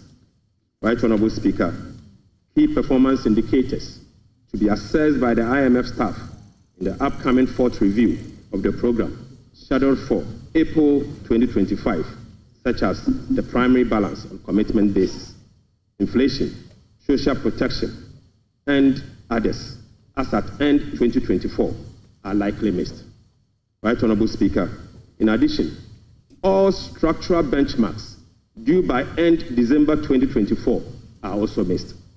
Mr. Speaker, inflation worsened in the year 2024 from 23.2% in the year 2023 to 23.8% in 2024. Mr. Speaker, the 2024 end period inflation also exceeded the budget target of 15% by 8.8 percentage points and the IMF central target of 18% by 5.8 percentage points. Unfortunately, this has triggered a discussion with IMF under the monetary policy consultation clause. Right Honorable Speaker, the primary balance on commitment basis worsened from a deficit of 0.2% of GDP in the year 2023 to a deficit of 3.9% in the year 2024. Mr. Speaker, the primary balance on commitment basis target for 2024 was a surplus of 0.5% of GDP. Sadly, the previous government recorded a deficit of 3.9 percentage point of GDP. This presents a slippage of a whopping 4.4 percentage point. Right, Honorable Speaker. At the end of December 2024, total central government arrests amounted to 67.5 billion Ghana cedis, representing 5.2% of GDP. The Speaker, with the road sector recording an arrest of 21 billion Ghana cedis. The Speaker, when I assumed office on the 23rd of January 2025, my office was inundated with requests for payment from many contractors and suppliers. To ascertain the total arrests and outstanding payment for all MDAs, the Ministry of Finance decided to formally request all MDAs on the 28th of January 2028 to submit information on all arrests and outstanding claims for validation. Subsequently, Mr. Speaker, the Ministry of Finance held a special hearing with the MDAs to validate the arrests that were submitted for payment. The response from the MDAs and the validation revealed that a staggering amount of 67.5 billion Ghana cedis is owed to government contractors and suppliers. Mr. Speaker, this consists of MDA's outstanding interim payment of invoices worth 49.2 billion and bank transfer advice at the Controller Accountant General worth 18.3 billion Ghana cedis. Mr. Speaker, this 67 billion excludes 1.73 billion US dollars owed to independent power producers. This 67 billion also excludes 68 billion Ghana cedis owned by Electricity Company of Ghana to contractors. Speaker, this 67 billion US dollars also exclude the 32 billion owned by the Ghana Cocoa Board to contractors. And Mr. Speaker, this 67.5 billion also excludes the 5.75 billion owned by the Ghana Road Fund to various contractors. Right, Honorable Speaker, the Bank of Ghana is also seeking an amount of 53 billion Ghana cedis as bailout to be able to address their negative equity challenge that they face. Mr. Speaker, as part of the measures to address these mounting accumulated arrests, we have commissioned an audit of these arrest payments and guarantee value for money before a penny will be paid. Mr. Speaker, before a penny will be paid, we'll commit to do that arrest. Right, Honorable Speaker, in addition to the 67.5 billion cedis in arrest, the validation process also revealed that MDAs have awarded contract to the tune of a minimum 194 billion Ghana cedis. Mr. Speaker, this amount represents 16.5% of GDP as at the end of 2024, with the road sector again alone accounting for 100 billion Ghana cedis. Mr. Speaker, most of these contractors and most of these contracts were awarded without commencement certificate and authorization. Mr. Speaker, this is in blatant violation of the Public Financial Management Act, Act 921. Right, Honorable Speaker, let me now update you on our debt service obligations. Mr. Speaker, apart from the huge arrests and commitment, our fiscal situation is further complicated by huge bullet debt service and constrained fiscal financing options. Currently, Mr. Speaker, the government option to finance the budget is limited to only Treasury bill market following the debt restructuring program. Moreover, the forthcoming debt service of both domestic and Eurobond debt obligation will have profound implications for fiscal sustainability and balance of payment. Right, Honorable Speaker, domestic debt service alone, programmed for the next 4 years, is 150.3 billion Ghana cedis.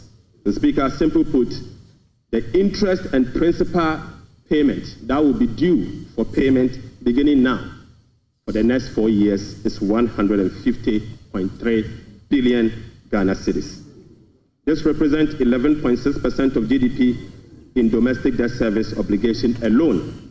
The Speaker, of this 150 billion Ghana cedis, 73.3% of this 150 billion Ghana cedis is due for payment in the year 2027 and 2028.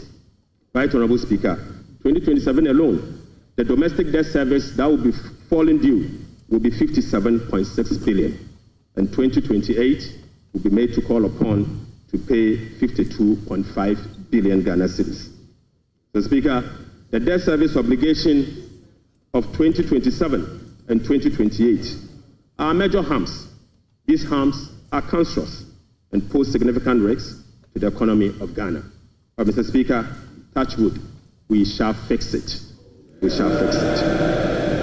Mr. Speaker, our debt service obligation of this financial year is equally burdensome with significant harms. February, we were called upon to pay 9.9 billion. July, we'll be paying 6.2 billion, and August, we'll be paying 10.1 billion, all this year. Right, Honorable Speaker, the fiscal challenges are further compounded by the significant short-term treasury bill that we also inherited. Mr. Speaker, these obligations, totaling about 111.1 billion Ghana cedis, requires rollover week in, week out, placing additional pressure on cash flows and liquidity requirements. Mr. Speaker, beyond the domestic maturities, Ghana faces significant external debt service obligations for the next 4 years.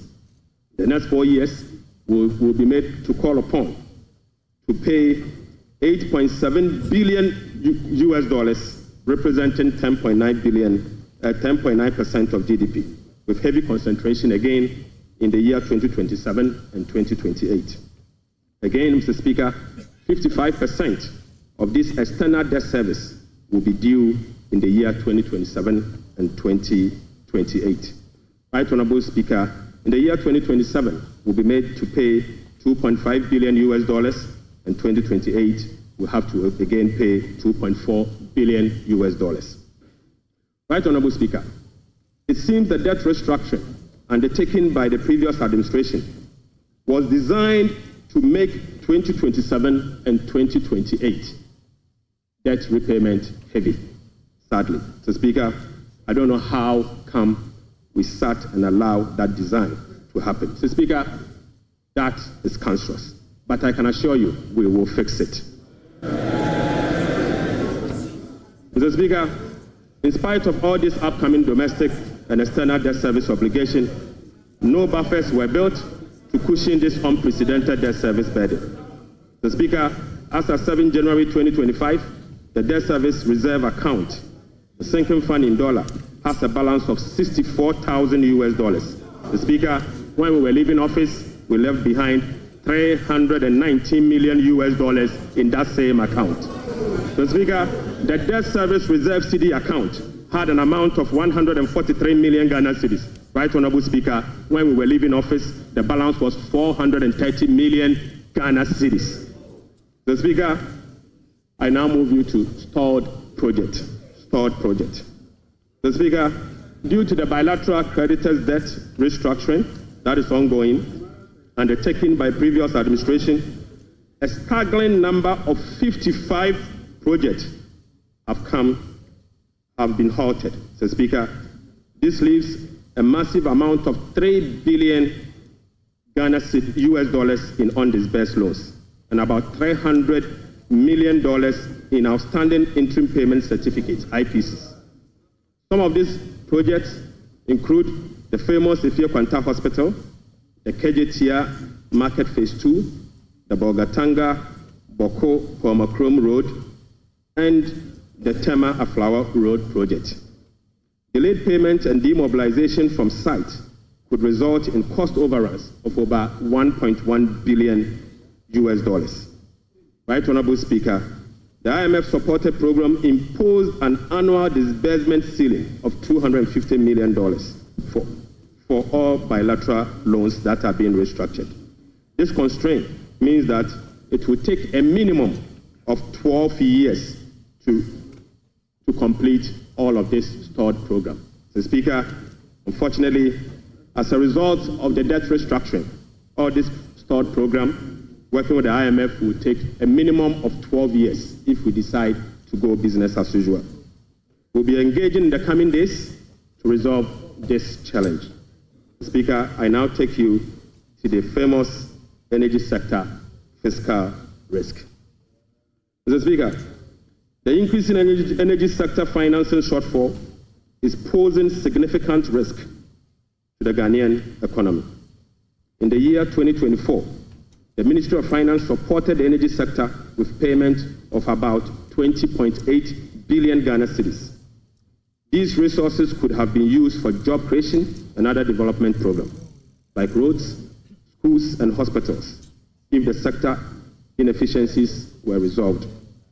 Mr. Speaker, a recent exercise conducted by the Energy Sector Financing Modeling Team under the Energy Sector Recovery Program, ESRP, revealed that the business as usual energy sector financing shortfall has increased significantly to about 35 billion Ghana cedis for the year 2025 alone, even after spending in excess of 20 billion cedis in the year 2024. Right, Honorable Speaker, more importantly, the shortfall for the period 2023 to 2026 has been estimated to be about 140 billion Ghana cedis. Mr. Speaker, this amount is 20 times more than the allocation for goods and services for all MDAs in the year 2025. Mr. Speaker, in addition, the energy sector shortfalls, which relate to current invoices that are largely unpaid legacy arrests due to the independent power producers. Mr. Speaker, the legacy arrests stood at $1.73 billion as at end 2024. Right, Honorable Speaker, the cocoa sector, which has long been the backbone of the Ghanaian economy, is sadly on its knees, owing to gross mismanagement. Mr. Speaker, the sector faces declining output and financing challenges, characterized by unsustainable debt, rollover cocoa contract risk, and quasi-fiscal expenditures, including cocoa roads, which, Mr. Speaker, is a non-core function of the Ghana Cocoa Board. Right, Honorable Speaker, cocoa production has dropped by nearly 50% over the past 3 years. In the year 2023-2024 crop season, Cocoa Board was unable to supply 330,000 tons of cocoa to meet its contractual obligation. This sharply decline has affected the finances of Ghana Cocoa Board. This undersupply has been rolled over for subsequent years for the new administration to pay. Mr. Speaker, these 2023 to 2024 forward sales contracts, locked in at lower prices than the current market rates, have resulted in revenue losses of about $840 million for both Ghana Cocoa Board and the impoverished cocoa farmer. Right, Honorable Speaker, the rollout cocoa contract has resulted in a loss of $495 million for the year 2025 alone. Mr. Speaker, these are the risks in relation to the market price differentials and, as a result, costs causing the smuggling that we see with Ghana Cocoa Board. Mr. Speaker, Cocoa Board outstanding debt amount to 32 billion Ghana cedis, of which 11.92 billion is due to be paid in the year 2025. Outstanding cocoa road contracts reached 21 billion Ghana cedis, approximately $1.3 billion in the year 2024, of which only 4.4 billion has been accounted for in Cocoa Board's finances for the year 2025. Mr. Speaker, the financial sector still struggles even after spending 30.3 billion in the financial sector cleanup exercise by end 2024. This includes 26.9 billion Ghana cedis after spending this amount in the banking sector. Mr. Speaker, as we speak, the financial sector is still struggling, and the financial sector will require 10.45 billion Ghana cedis to address the financial sector legacy issues and emerging risk. In addition, Mr. Speaker, an amount of 2.2 billion Ghana cedis is required to fully capitalize the National Investment Bank and the Agricultural Development Bank of Ghana. Mr. Speaker, I will also update the House on the fiscal performance for the year 2024. Mr. Speaker, the fiscal performance in the year 2024 was characterized by improved revenue collection, but with significant expenditure overruns. In addition, large arrests were accumulated over the period. Mr. Speaker, in summary, the provisional data shows the following. 1. Primary balance on commitment basis, the key fiscal anchor of the IMF program, worsened from a deficit of 0.2% of GDP at the end of 2023 to a deficit of 3.9% of GDP at the end of the year 2024.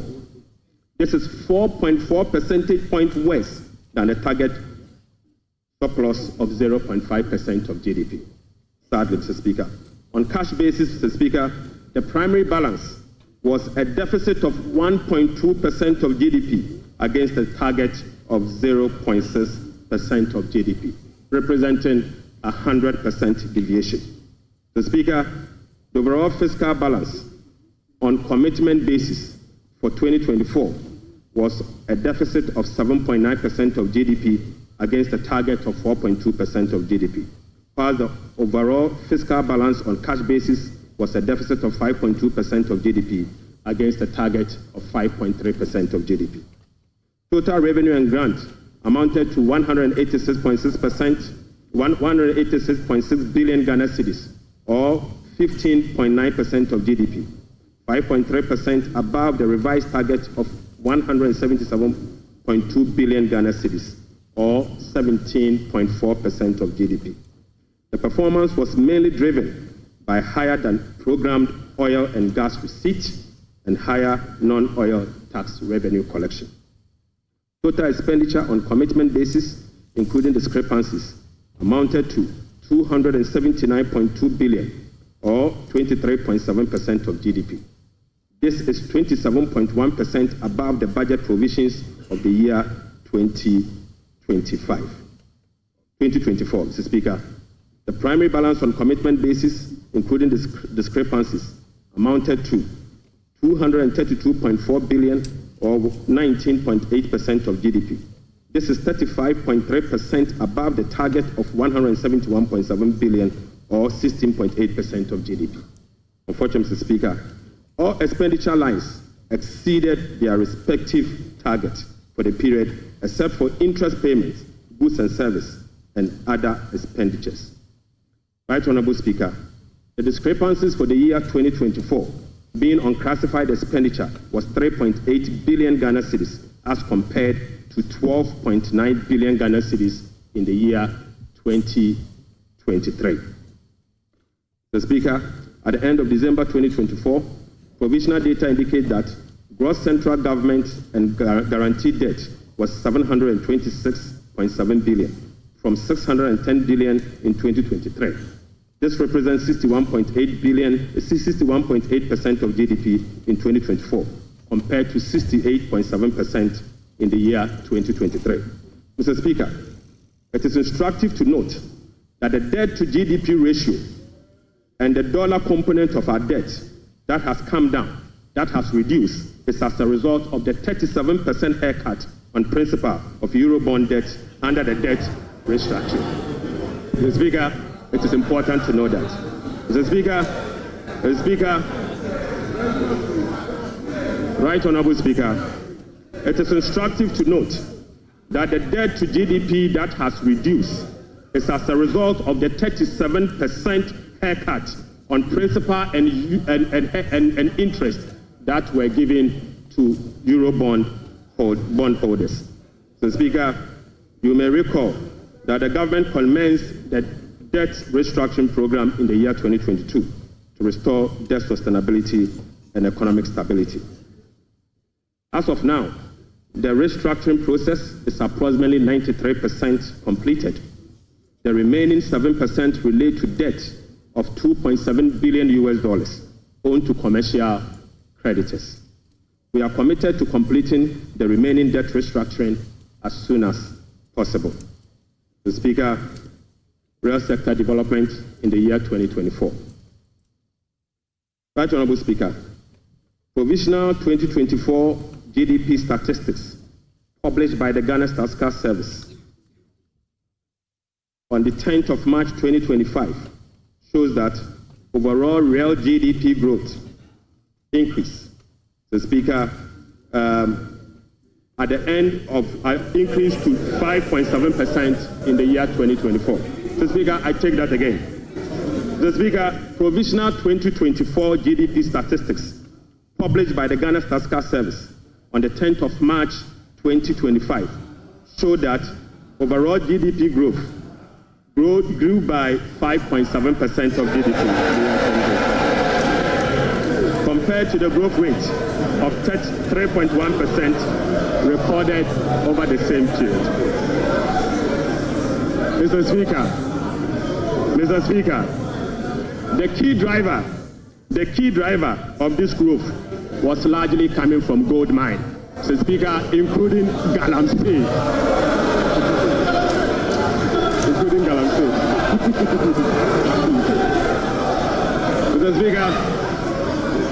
Mr. Speaker, Galamsey growth cannot be sustainable.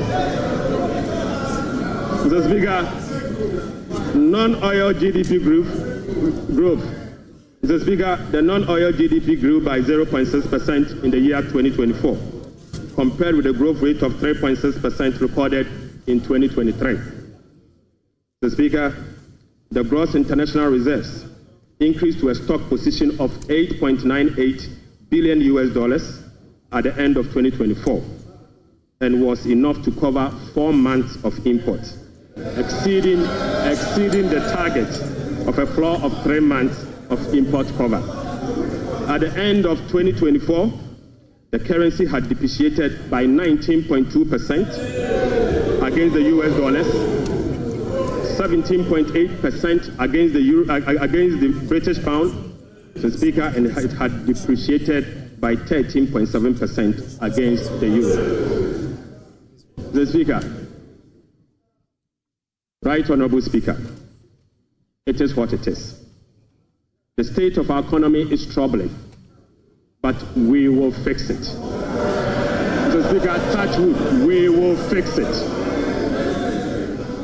But Mr. Speaker, it will require some sacrifices, truthfulness, transparency, and discipline.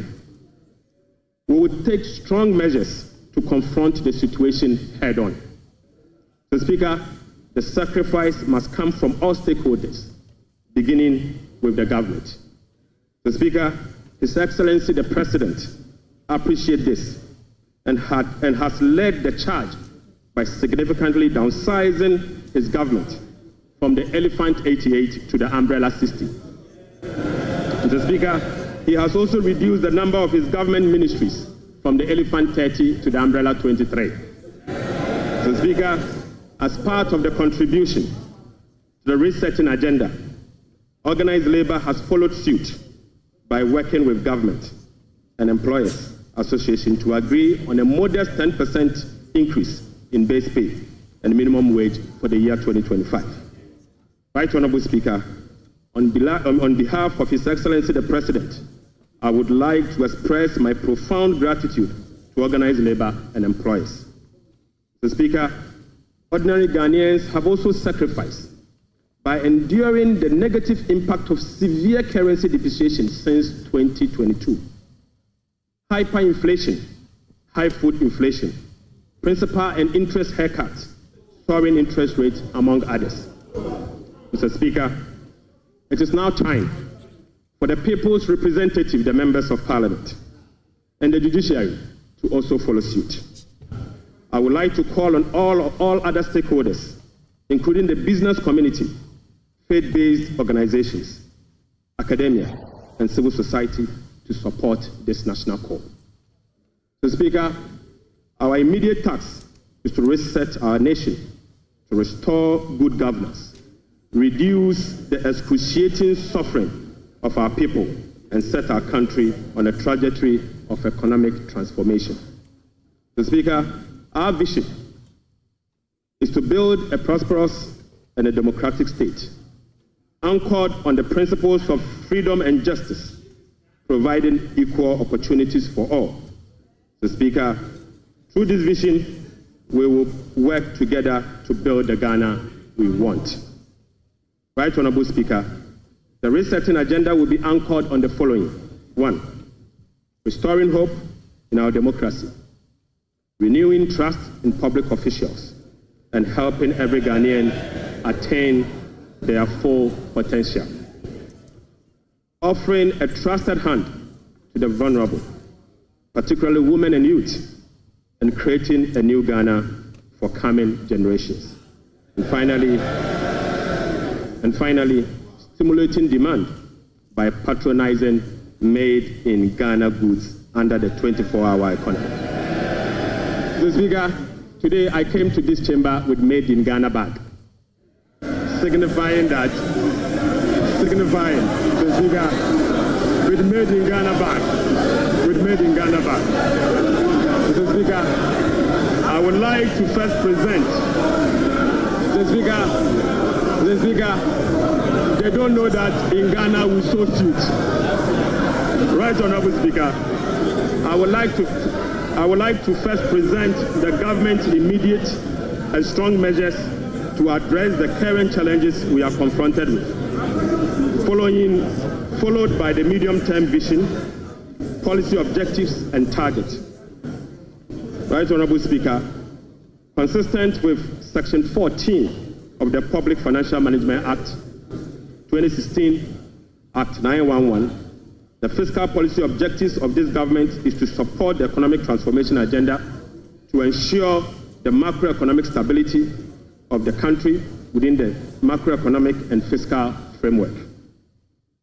More specifically, the fiscal policy objective of the government include the following: rationalizing government expenditure and eliminating wasteful expenditures, optimizing domestic revenue mobilization through broadening of tax base, increased non-tax revenue collection, adopting enhanced tax compliance measures, and modernizing the tax administration through digital technology.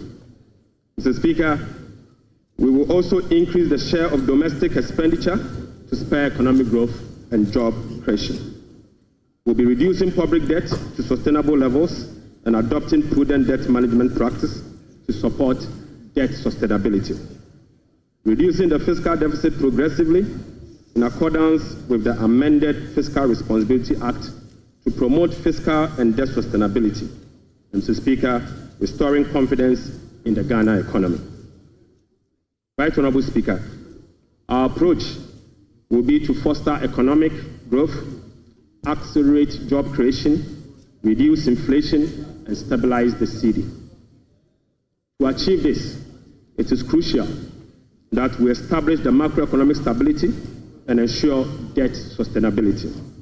Mr. Speaker, we are confident that by prioritizing these fundamental elements, we can cultivate an environment where individuals can prosper and businesses can thrive in Ghana. Mr. Speaker, Ghanaians through the recent National Economic Dialogue have expressed a clear desire for fiscal deficit and public debt to be reduced through cuts in government spending rather than through only tax measures. We wholeheartedly agree, Mr. Speaker, going forward, we will tailor our expenditure to align with our fiscal realities. After all, whoever pays off their debt gets rich. Mr. Speaker, we are poised to implement a three-pronged approach to achieve our objective, beginning with this budget immediately. First will be to recalibrate the fiscal adjustment, and we believe that by prioritizing spending-led fiscal adjustment can initiate a positive cycle. Fiscal adjustment can initiate a positive cycle in a way that first, it will help lower inflation and curb depreciation of the cedi. Secondly, it will lessen government reliance on borrowing, which in turn will reduce the crowding out of private sector and lower interest rates. Lastly, this approach will ease the strain on monetary policy, allowing the central bank some greater flexibility to reduce monetary policy rates, ultimately resulting in lower bank and lending rate. Mr. Speaker, the second approach will be to deliver shock therapy. Mr. Speaker, we are implementing a form of shock therapy to the economy by making significant spending cuts this year, thereby reducing the government financing needs and front-loading fiscal adjustment. This is the down payment for our policy credibility and credit worthiness. Right Honourable Speaker, our third approach will be to restore fiscal responsibility.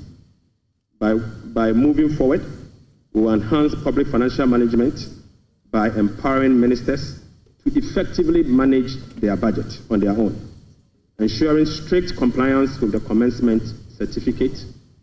The Speaker will be passing and enforcing a revised Fiscal Responsibility Act, and finally, we will enforce a sanction regime for non-compliance of the Public Financial Management Act.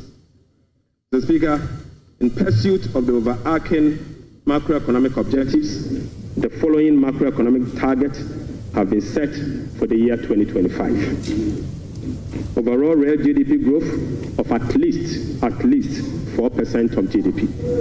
So, Speaker, not less non-oil real GDP growth of at least 4.8% of GDP. So, Speaker, end period inflation rate of 11.9%. So, Speaker, primary balance on commitment basis of a surplus of 1.5% of GDP. So, Speaker, gross international reserves, including oil funds and encumbered assets, to cover not more than a minimum of 3 months of import. Mr. Speaker, to address inflation, government will implement a number of measures to complement the Bank of Ghana and monetary authorities. Mr. Speaker, the measures to stabilize the exchange rate include the following. We will be establishing the Ghana Gold Board to enhance the generation of accumulation of forex to support the stability of the Ghana cedi. The Bank of Ghana will continue to implement its FX forward auction to support the stability of the Ghana cedi. Government's strong fiscal consolidation through the reduction in public sector spending and the fiscal deficit will reduce the pressure on the exchange rate. Mr. Speaker, our import substitution drive under the 24-hour economy involving domestic production of key products originally imported will reduce import and related FX requirements, boding well for FX stability. Right Honourable Speaker, we are addressing the inflation problems through a number of measures, including the following. First, specific interventions, including the Agriculture for Economic Transformational Agenda, is expected to increase food production and reduce food inflation. The government will implement policies that target items with large weight in the CPI basket, such as transportation and utility, to reduce their prices. Mr. Speaker, our aggressive fiscal consolidation drive aimed at reducing the fiscal deficit and borrowing will contribute significantly to reducing inflationary pressures. Right Honourable Speaker, our strategy to improve exchange rate stability will reduce imported inflation and fuel prices. Mr. Speaker, the Bank of Ghana will maintain an appropriate monetary policy stance and use its liquidity management interventions to support the disinflation process. Right Honourable Speaker, to achieve our expenditure-led fiscal consolidation objectives, we will implement the following measures. Mr. Speaker, I now take you to our expenditure measures. Mr. Speaker, the following expenditure measures will be implemented in 2025 and the medium term to support fiscal consolidation agenda. First, we will conduct a comprehensive audit to validate the quantum of arrests and commitment as at 31st December 2024. Mr. Speaker, the mandatory use of blanket purchase order to capture multi-year commitment contracts in line with our medium-term expenditure ceilings will be implemented. We will amend the Public Procurement Act to provide for an independent value for money office to scrutinize government procurement. Mr. Speaker, we will also work with Parliament to amend the Public Procurement Act to make commencement certificate and budgetary provision a prerequisite for all procurement that will be paid by the central government. Mr. Speaker, we will fully integrate GANEPS and GIFMIS to ensure that only MDA's projects and purchase orders that have approved budget and allotment can obtain procurement approvals. Mr. Speaker, we will operationalize the compliance desk at the Ministry of Finance to monitor reports on commitment and arrest accumulation. Mr. Speaker, aside that, we will publish a PFM league table for compliance purposes. We will strictly enforce sanctions under the sections 96 to 98 of the Public Financial Management Act for breaches of the PFM Act, specifically those that relate to arrest accumulation and commitment control. Right, Honorable Speaker, we will cut waste and we will cut it very deep. Mr.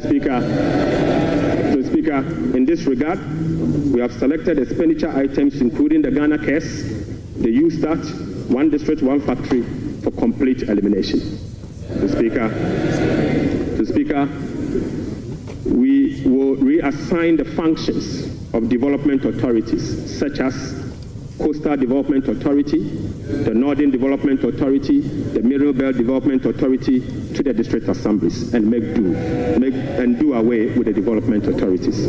So, Speaker, we will amend the Petroleum Revenue Management Act to allocate all ABFA resources for infrastructure use, not for goods and services, but for infrastructure use. So, Speaker, the National Health Insurance will receive full allocation under the earmarked funds capping and realignment act. So, Speaker, the road fund will receive full allocation under the earmarked fund and capping and realignment act. So, Speaker, JNPC share of net carried and participating interest from 30, we will reduce the GNPC share of net carried and participating interest from 30% to 15% and fully restore transfers to GMPC under the earmarked fund and capping alignment act. Right, Honorable Speaker, we will be amending the Mineral Income and Investment Fund Act to ensure that 80% of the royalties originally maintained by MIF is transferred to the Consolidated Fund for Infrastructure Development. Right, Honorable Speaker, we will strengthen social protection through the implementation of new interventions such as the no academic fee policy for all first-year students in public tertiary institutions under the No Fee Stress Initiative. Mr. Speaker, it also includes the free tertiary education for persons with disability, free primary health care, the Ghana Medical Trust Care, otherwise known as Mahama Care, and free sanitary pads for schoolgirls. Mr. Speaker, to address the energy sector challenges, including reducing the quantum of large energy sector shortfalls, the following energy sector recovery program interventions will be implemented this year. First, Mr. Speaker, ECG and NEDCO will implement a number of measures, including metering and implementation of private sector participation. Mr. Speaker, we will also implement the liquid fuel to gas swap through an increase in N-gas supply from 60 mmSC per day to 100 mmSC to take advantage of cheaper gas prices and others. Mr. Speaker, we will complete the IPP capacity renegotiation to generate some savings through negotiated lower fixed capacity charges and variable O&M charges. Mr. Speaker, as agreed with the IMF by the previous administration, we will implement the following ESRP measures to achieve the structural benchmark of the IMF program. Mr. Speaker, PURC will continue to implement the quarterly tariff adjustment to reflect changes in inflation, exchange rates, and generation mix. Mr. Speaker, PURC will also undertake a major tariff adjustment which will be due in fourth quarter of 2025 to reflect capacity charges, additional liquid fuel usage, and additional capex. The weighted average cost of gas will be increased from the current $7.80 per MMBTU to $8.45. to reflect the increased prices of natural gas as well as the changes in the supply mix. So, Speaker, the subsidy on weighted average cost of gas granted to some ceramic companies through the discounted industrial development tariff will be reversed. So, Speaker, I now take you to the revenue measures. Revenue measures. So, Speaker, in proposing some revenue measures to achieve the 2025 fiscal target for your consideration, I'll first take you to the IMF requirement. Mr. Speaker, this measure is inconsistent with our commitment under the IMF-supported program to observe a non-oil tax revenue effort of 0.6% point of GDP annually as part of the measures to improve domestic revenue mobilization and achieve our debt sustainability target over the medium term. Right, Honorable Speaker, despite our commitment to increase the non-oil tax revenue by 0.6%, we have programmed the following nuisance taxes for removal in line with our manifesto promise. Mr. Speaker, we will abolish the 10% withholding tax on winning from lottery, otherwise known as the betting tax. Mr. Speaker, we will abolish the electronic transfer levy, e-levy, of 1%.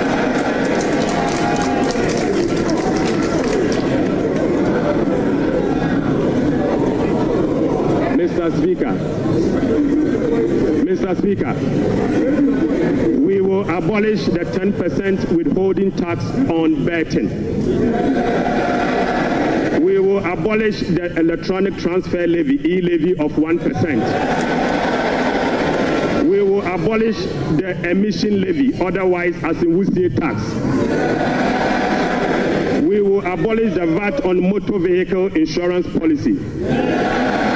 Mr. Speaker, we will abolish the 1.5% withholding tax on unprocessed gold by small-scale miners.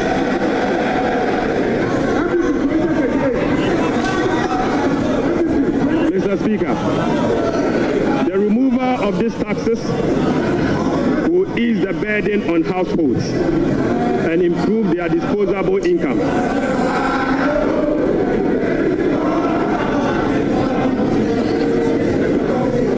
Right, Honorable Speaker, the removal of these taxes will ease the burden on households and improve their disposable incomes. In addition, it will support business growth and improve tax compliance. Mr. Speaker, Right, Honorable Speaker, the tax refund account has been abused in recent years.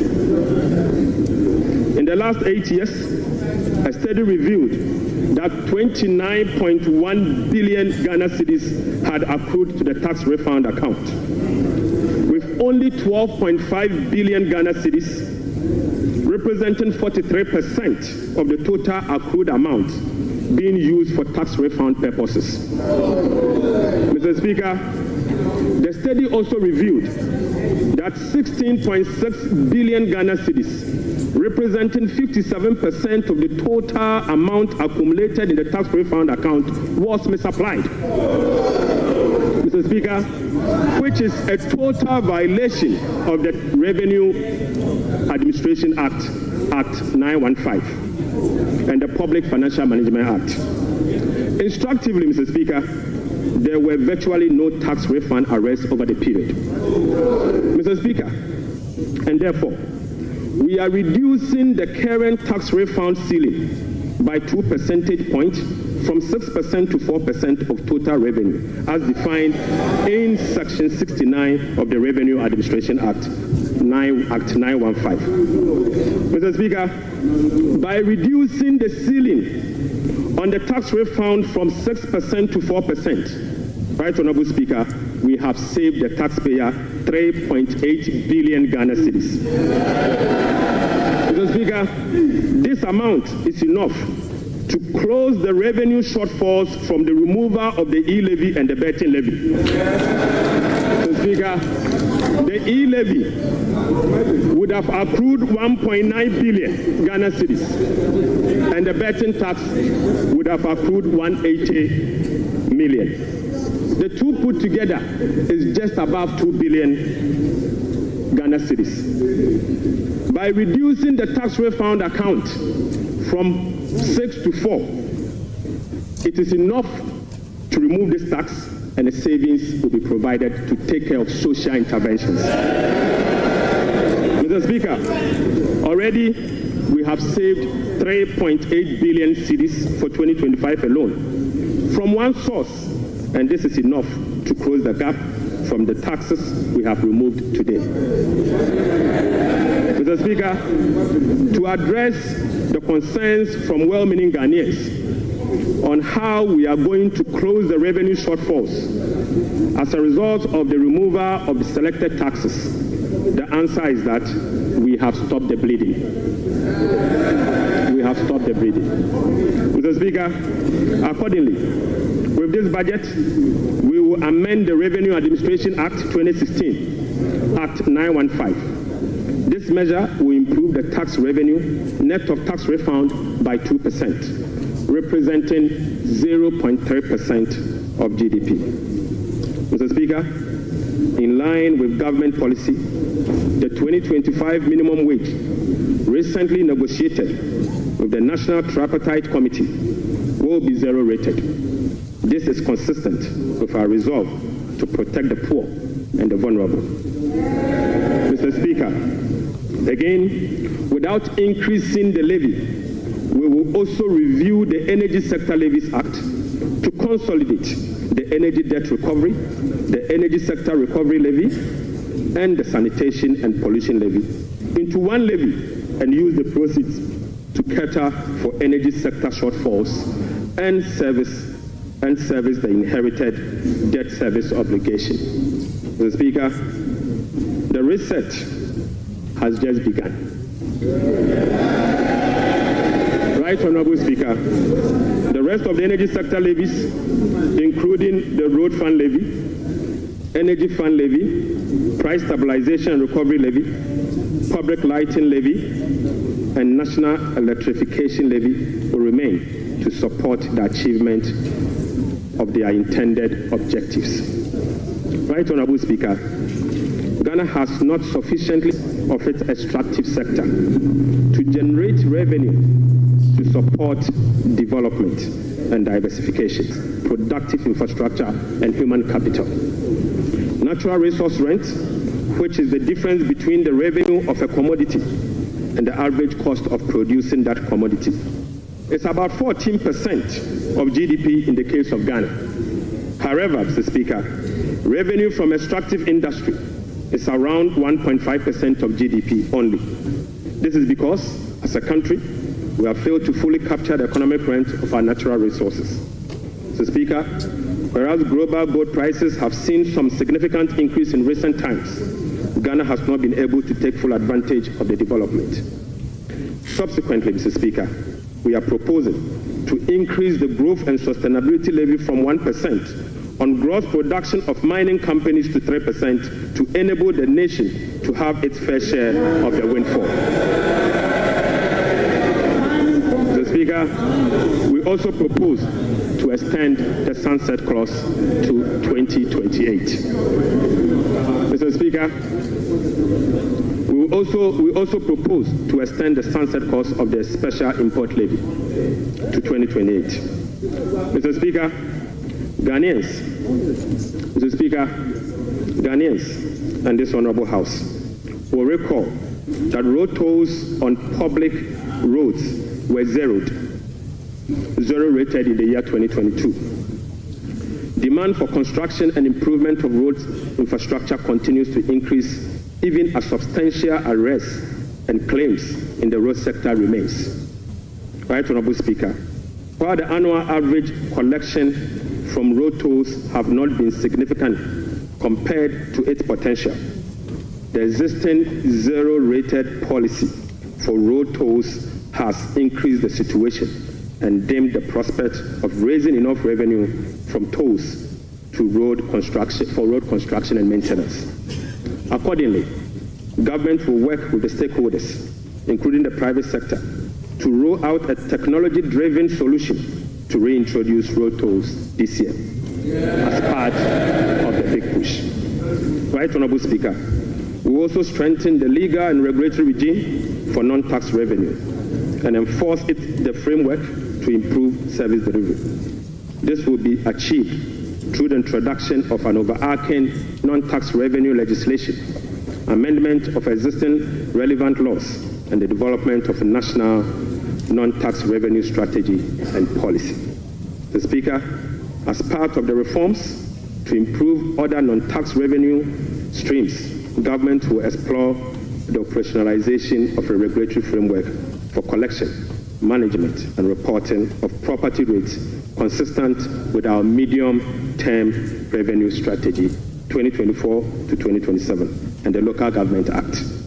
So, Speaker, we believe that the local authorities must be given the opportunity to collect their own property rates. Mr. Speaker, the current compliance rate for SMEs and personal income tax is below 30%, which is extremely low.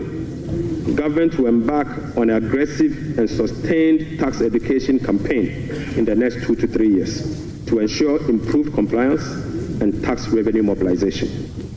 We will also institute a quarterly dialogue on tax issues among the Ghana Revenue Authority, Ministry of Finance, and the business community to ensure that issues affecting businesses are addressed promptly. Mr. Speaker, I now take you to VAT reforms, VAT reforms.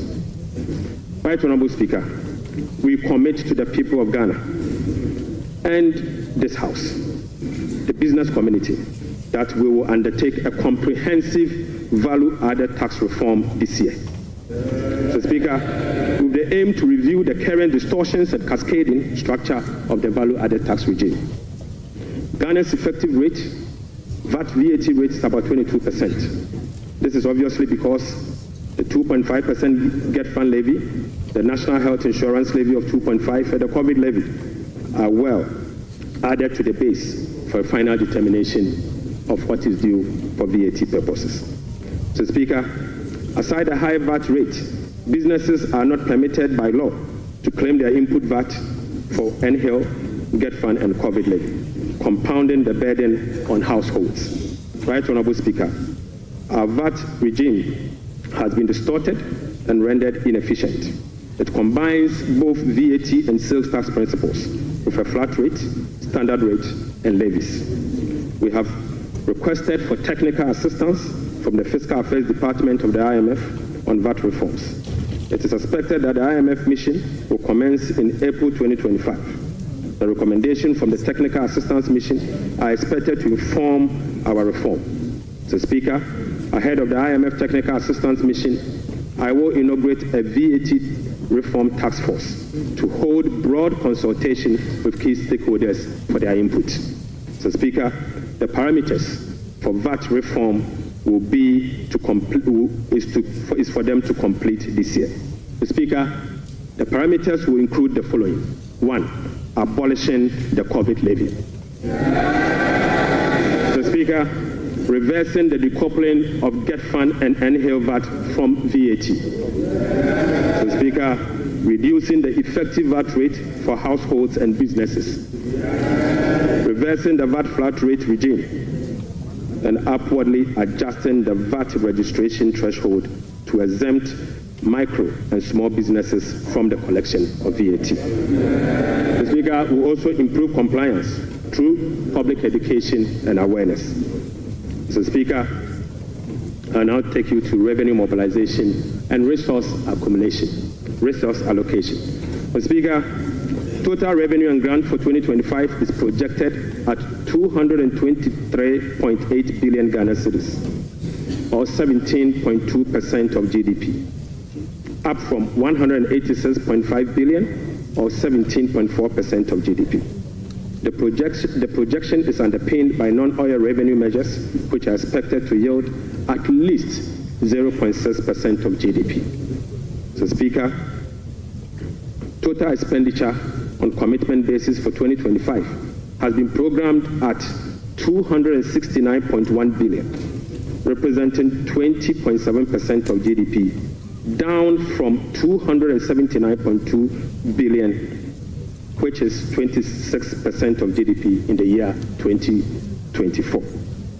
Primary expenditure on commitment basis is projected at 204.7 billion Ghana cedis, representing 15.8% of GDP, which is a significant decline from 232.4 billion, representing 21.7% of GDP in the year 2024. Mr. Speaker, based on the resource allocation from 2025 fiscal year, the total appropriations for the year ending 31st December 2025 is 290,971,212,435 billion Ghana cedis.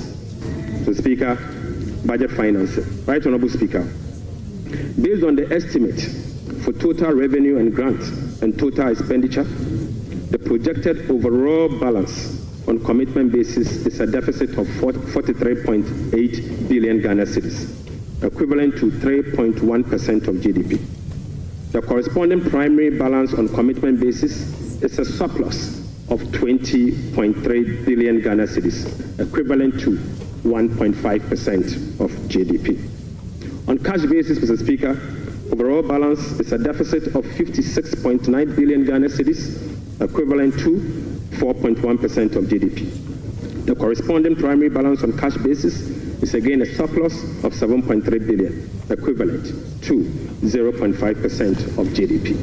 Right Honorable Speaker, the cash deficit of 56.9 billion is expected to be financed from both foreign and domestic sources. The total foreign net financing will amount to 21.4 billion Ghana cedis. Foreign financing will include a provision for financing from IMF ECF program disbursed of 720 billion Ghana cedis and the World Bank Development Policy operations of 600 million Ghana cedis.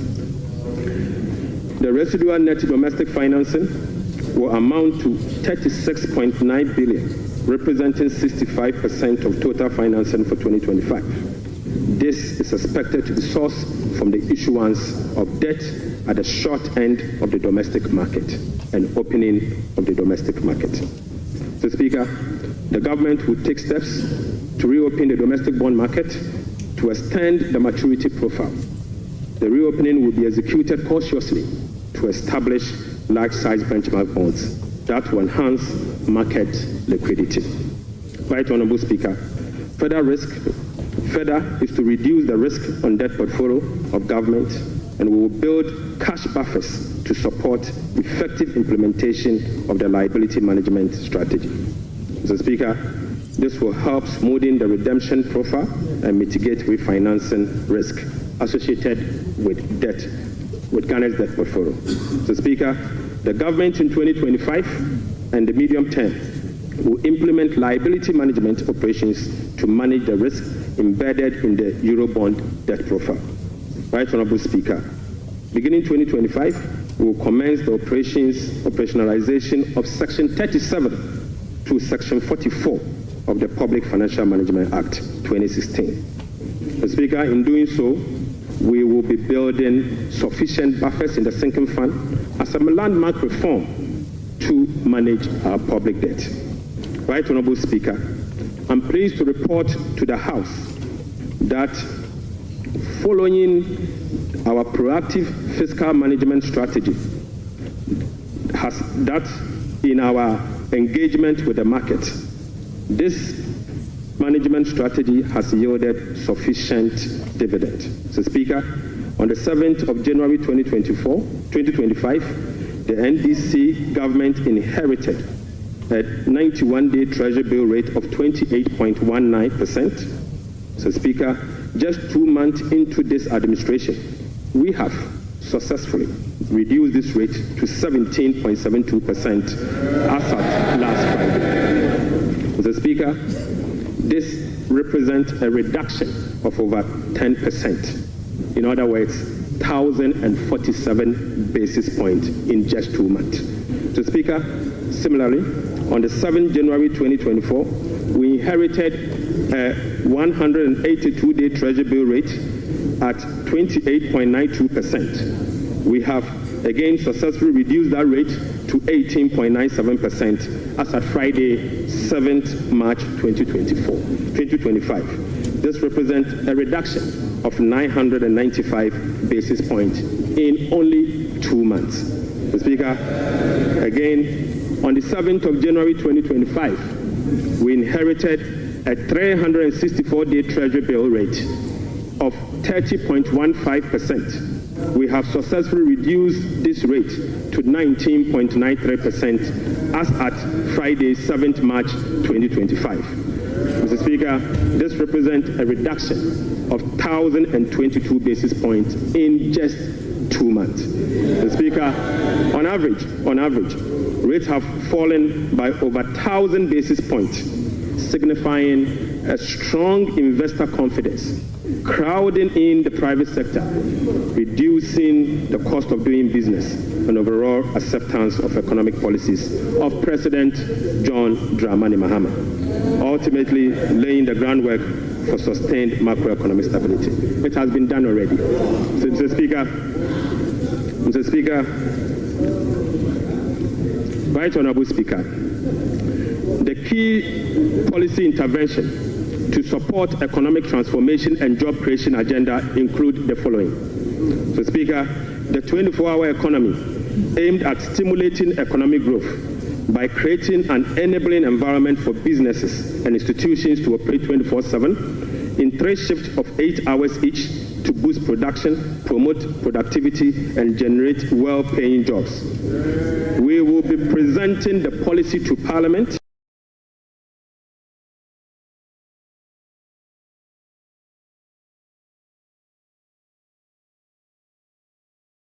Accordingly, Mr. Speaker, the Labour Act, the GIPC Act, and other enabling legislations will be reviewed to support the 24-hour economy policy. Right Honorable Speaker, we will roll out the implementation of the $10 billion Big Push policy for strategic infrastructure development to open up the country and drive sustainable economic growth. Right Honorable Speaker, the Ghana Gold Board will be established in the course of the year and as soon as possible. So, Speaker, we will stabilize the Ghana cedi and provide stability to the macroeconomy.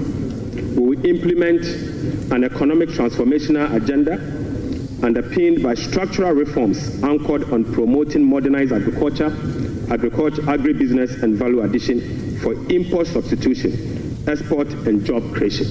Mr. Speaker, we will complement monetary policy with fiscal and real sector policies to reduce inflation. Food inflation will be reduced through the implementation of the Agriculture for Economic Transformation agenda anchored on our 24-hour economy. Right Honorable Speaker, we will undertake key structural reforms to support inclusive economic growth, fiscal and debt sustainability, sound public financial management, efficient public service delivery, and good governance. So, Speaker, we will restructure the Bank of Ghana to strengthen its independence and operationalize its efficiency mandate. So, Speaker, we will ensure that social protection is adequately catered for in the course of the year. We will use government procurement to drive Made in Ghana agenda to promote production and consumption of Made in Ghana goods.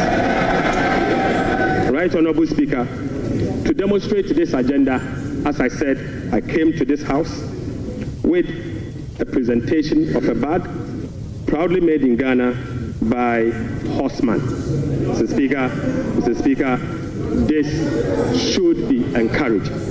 Right Honorable Speaker, beginning this year, we will formalize the export of Ghanaian labor to other countries. We will ensure a structured and beneficial system for Ghanaian workers seeking employment abroad and create safer legal pathway for them to work in foreign countries while protecting their rights and welfare. Mr. Speaker, this will also reduce illegal migration, prevent worker exploitation, and maximize the economic benefits of remittance and boost foreign exchange earners. Mr. Mr. Speaker, I now take you to how these resources will be allocated in the year 2025. Mr. Speaker, we will provide a cedi equivalent of $279 million as a revolving fund for the Ghana Gold Board to be able to purchase and export at least 3 tons of gold per week from small-scale miners.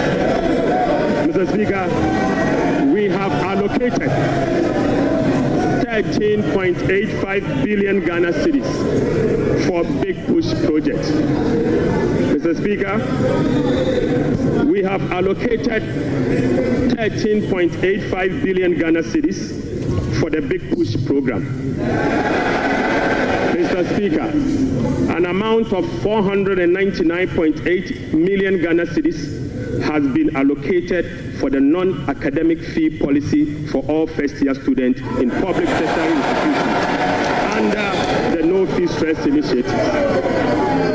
Mr. Speaker, we have allocated an amount of 292.4 million Ghana cedis to commence the distribution of free sanitary pads to female students in primary and secondary schools.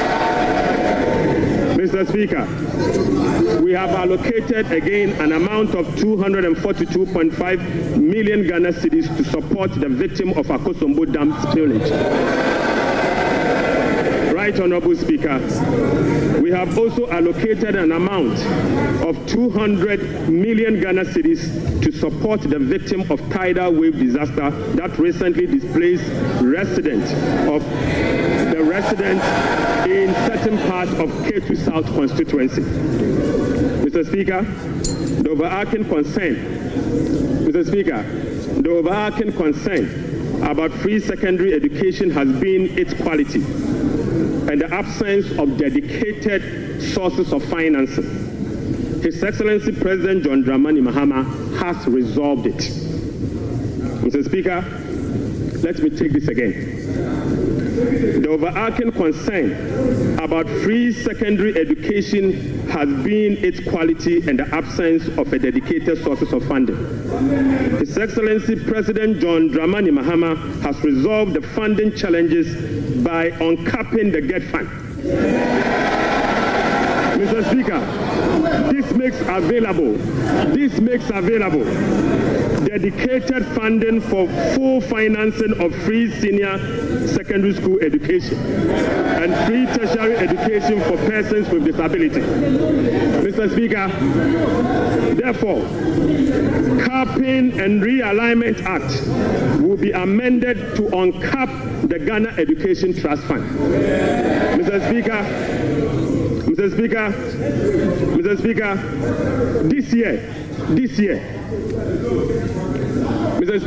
this year, the budget for free senior secondary school education program is 3.5 billion Ghana cedis. By uncapping the GET fund, we will be making available an additional 4.1 billion Ghana cedis, specifically for financing free secondary education program and other related expenditures. Mr. Speaker, aside the uncapping of GET fund, we have also absorbed the debt service made up of interest and principal from the Dache bond that GET fund contracted. Right Honorable Speaker, we have also allocated an amount of 564.6 million Ghana cedis for the provision of curriculum-based textbooks covering the following. 1, 4 sets of KG books and workbooks for about 2.8 million learners. Mr. Speaker, we have also provided for 4 sets of primary textbooks for about 800,000 learners. Mr. Speaker, we have also provided for 9 sets of SHS textbooks for about 540,000 learners.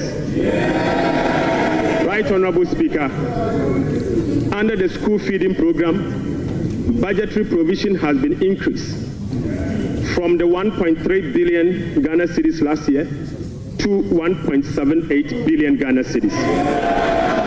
Mr. Speaker, representing a 33% increase. The allocation for 2025 reflects an increase in feeding costs per meal, per child, from the 1 cedi 50 pesos to 2 cedis, representing 33.3%. Mr. Speaker, the government has also allocated 145.5 million Ghana cedis to the capitation grant, up from 84 million Ghana cedis in 2024. This is an increase of 73.4% over the previous year. Mr. Speaker, we have also allocated 203 million Ghana cedis for the payment of teacher training allowances and another 480 million Ghana cedis to nursing training allowances. Mr.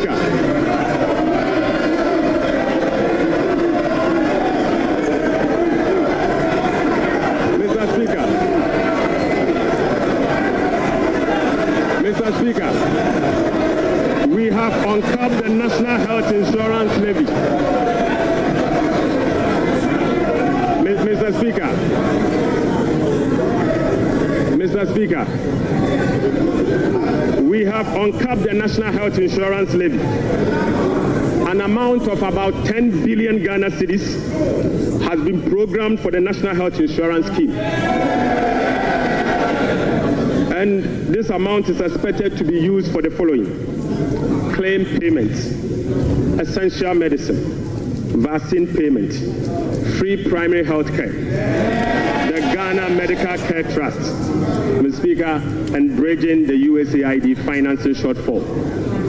Mr. Speaker, in the year 2025, government will continue to implement reforms and increase budgetary allocation to enhance the implementation of 4 targeted social protection programs, namely National Health Insurance, the LEAP program, the school feeding program, and the capitation grant.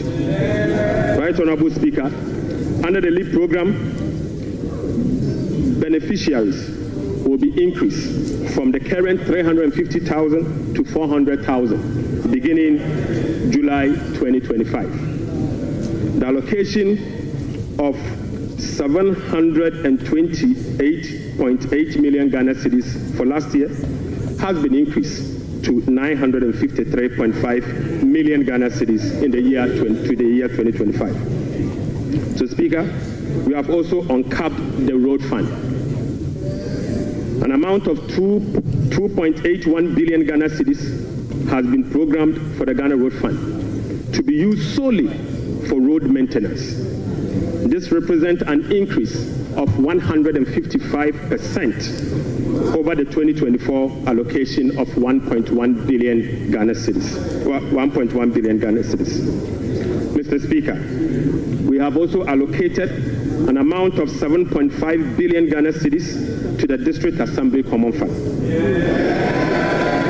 In accordance with our decentralization policy, we propose to Parliament that a minimum of 80% of the funds allocated to the District Assembly Common Fund should be sent directly to the district assemblies to spur economic growth and at the district level to deepen decentralization. Right, Honorable Speaker, I repeat, we have allocated an amount of 7.5 billion Ghana cedis to the district assemblies common fund. Mr. Speaker, in accordance with our decentralization policy and objective, we propose to Parliament that a minimum of 80% of the funds should be sent directly to the district assemblies to spur economic growth at the district level and deepen decentralization. Mr. Speaker, it is worth noting that in a stark contrast to what has happened recently at the District Assembly Common Fund, where only 50% of the released amount are sent to the District Assembly for the purposes of running the assemblies. Mr. Speaker, we have also allocated an amount of 1.5 billion Ghana cedis for Agriculture for Economic Transformational Program, of which Feed Ghana, Ghana Grains Development Project, vegetable development project, and Nkoko and Ketenkete are all key components of the program. Right, Honorable Speaker, we have also allocated 51.3 million Ghana cedis as seed fund for the establishment of the Women's Development Bank. Mr. Speaker, we have also allocated 300 million Ghana cedis to the National Apprenticeship Program. Mr. Speaker, I repeat, we have also allocated an amount of 300 million Ghana cedis to the National Apprenticeship Program. Right, Honorable Speaker, we have also allocated an amount of 100 million Ghana cedis to the Ejumewura program. Mr. Speaker, an amount of 100 million Ghana cedis has been allocated to the National Codes program. Mr. Speaker, another amount of 100 million Ghana cedis has been allocated for the payment of monthly allowance to all assembly members.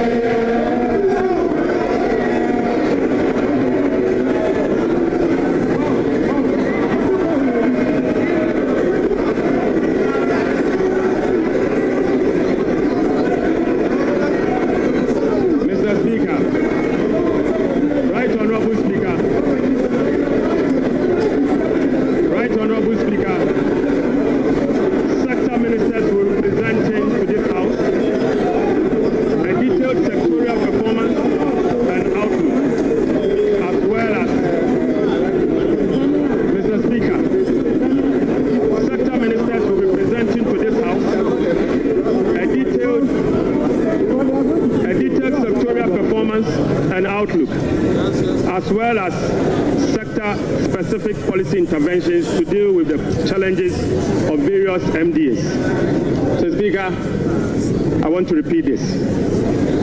So, Speaker, sector ministers will be presenting to this House a detailed sectorial performance and outlook, as well as specific sector interventions to deal with the challenges of various MDAs.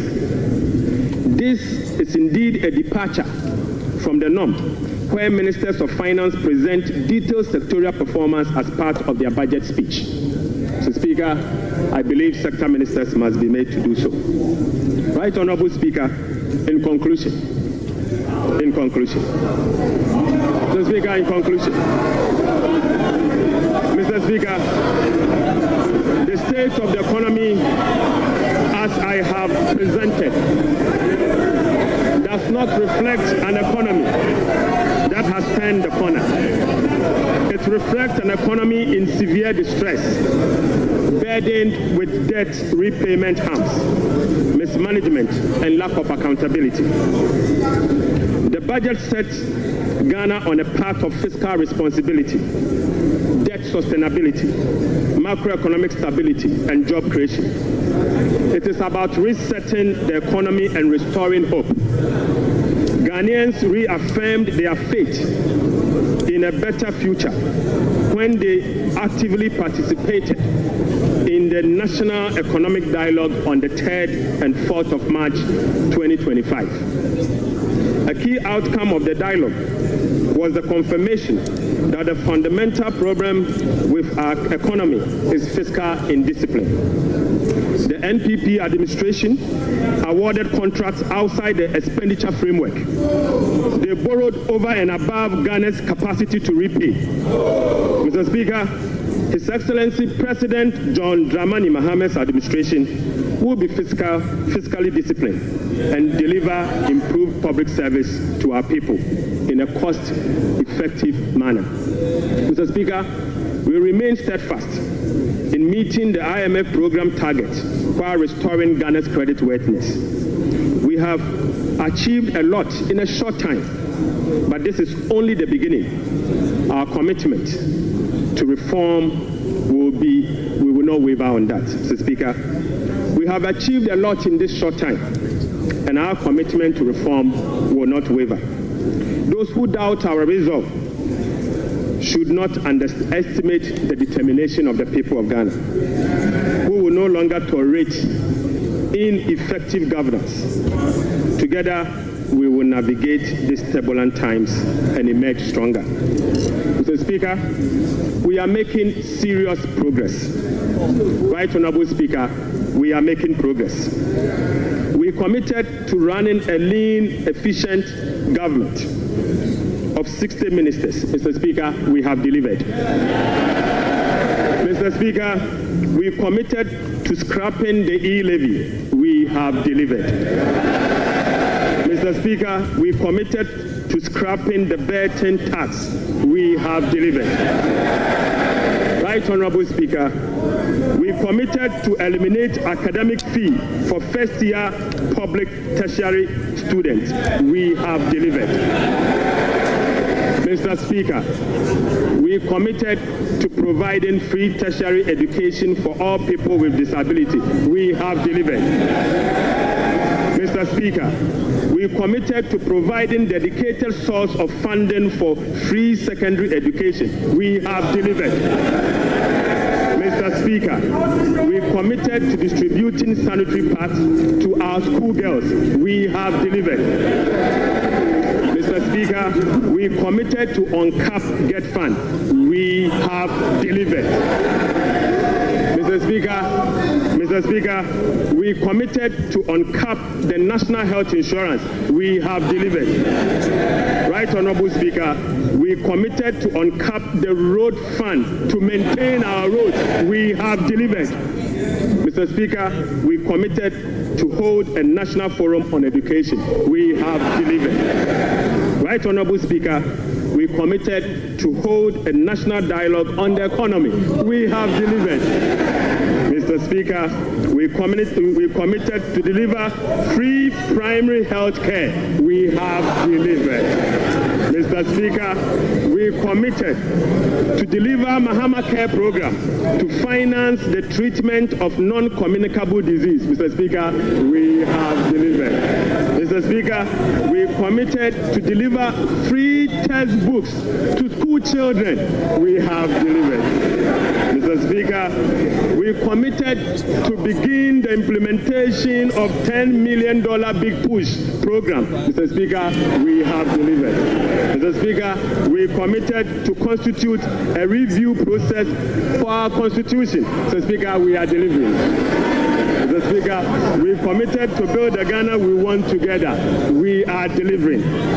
Right Honorable Speaker, we committed to recover all looted state funds under our Operation Recover All Loot program. We are delivering. Mr. Speaker, we committed to reset Ghana. We are delivering. Right Honorable Speaker, I call on Parliament, the business community, civil society, investors, and all citizens to support the bold reforms outlined in this budget.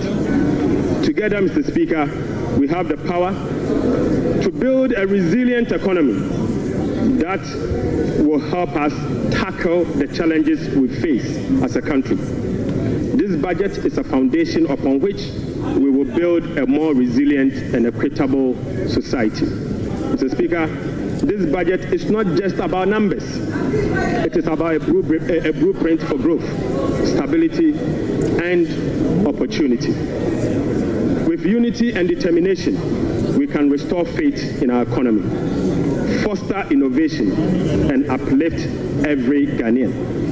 Mr. Speaker, with unity and determination, I repeat, we can restore faith in our economy, foster innovation, and uplift every Ghanaian. Right Honorable Speaker, on behalf of His Excellency the President, I invite this House to join hands with us as we work to build the Ghana we want together. Mr. Speaker, I thank you so much. Idebi Eke.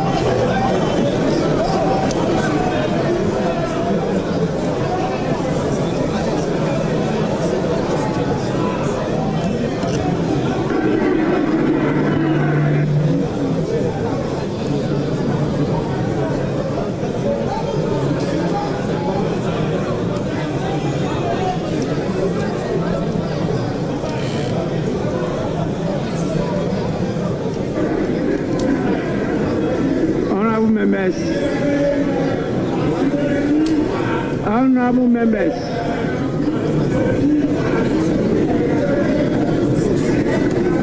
honorable members,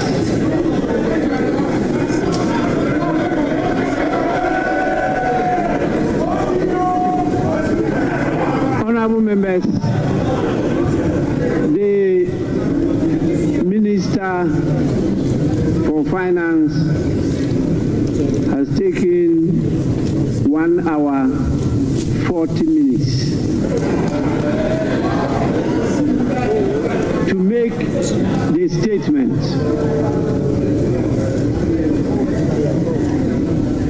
And I believe by our standing orders, the statement time is ended. We now move on to the commencement of public business. Item 8, presentation of papers. The following papers to be presented.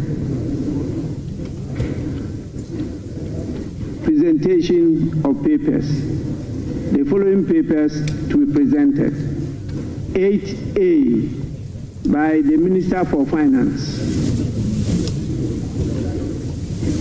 Annual report on the Petroleum Fund for the 2023-24 fiscal year. Honorable members, this refers to 8A Roman 1, and this has been presented and is referred to the Finance Committee for consideration and report to the House. We now move on to 8A Roman 2. Annual report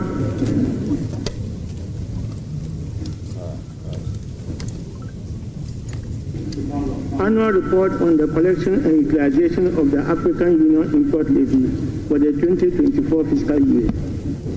Honorable members, this report is also duly laid and is referred to the Finance Committee for consideration and report to the House. I would now want to hear from the leaders. I saw the minority leader give an indication that he may want to have a word. Yes.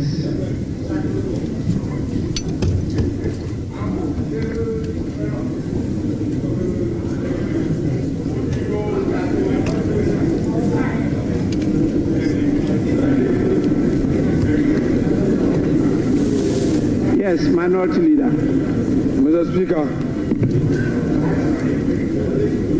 this afternoon we have been presented with part 2 of the lamentation series.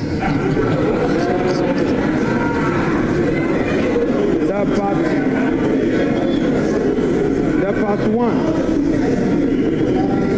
Mr. Speaker, the part 1 was Mahamanomics. The part 2 is Forsonomics. And it's very clear, Mr. Speaker, that under the economy that they complain about, the growth was 5.7%. And under the research economy, the growth is rather going down. You are projecting a 4-point-something growth. That is what you are doing. Mr. Speaker, the economy that they complain about left us with 4 months of import cover, and they are projecting under reset 3 months. Mr. Speaker, these are the very people who manage the economy up to 2016 and left us with some IPP debts. Today they are telling us that they are coming to renegotiate the very disaster they left us. Mr. Speaker, Honorable Minority Leader, Honorable Minority Leader. Mr. Speaker, we are not debating today. We are giving an indication. Honorable Minority Leader, please be guided by Order 91. Mr. Speaker, exactly so. Very, very guided by that. Mr. Speaker, I may read Order 91. Your statement was that you are not debating today. Oh, Mr. Speaker, we are not making comment on it. We are not going to make comment today. 91, Mr. Speaker, when he makes a statement, we are supposed to comment on it. Yes. Yes. So I'm saying that we are not going to engineer the comment today. Because, Mr. Speaker, they are not ready. We are ready, but we think they are not ready. Minority so I'm only going to give an indication. Mr. Speaker, let the minority leader enjoy his bona fides for this minute. Just relax, Mr. Speaker. I only want to draw your attention to the fact that you can only make comments. Very well. And the comments not more than 5 minutes. Mr. Speaker, in commenting on this statement by the Finance Minister, it is clear to all of us in this chamber that today they decided to populate this chamber.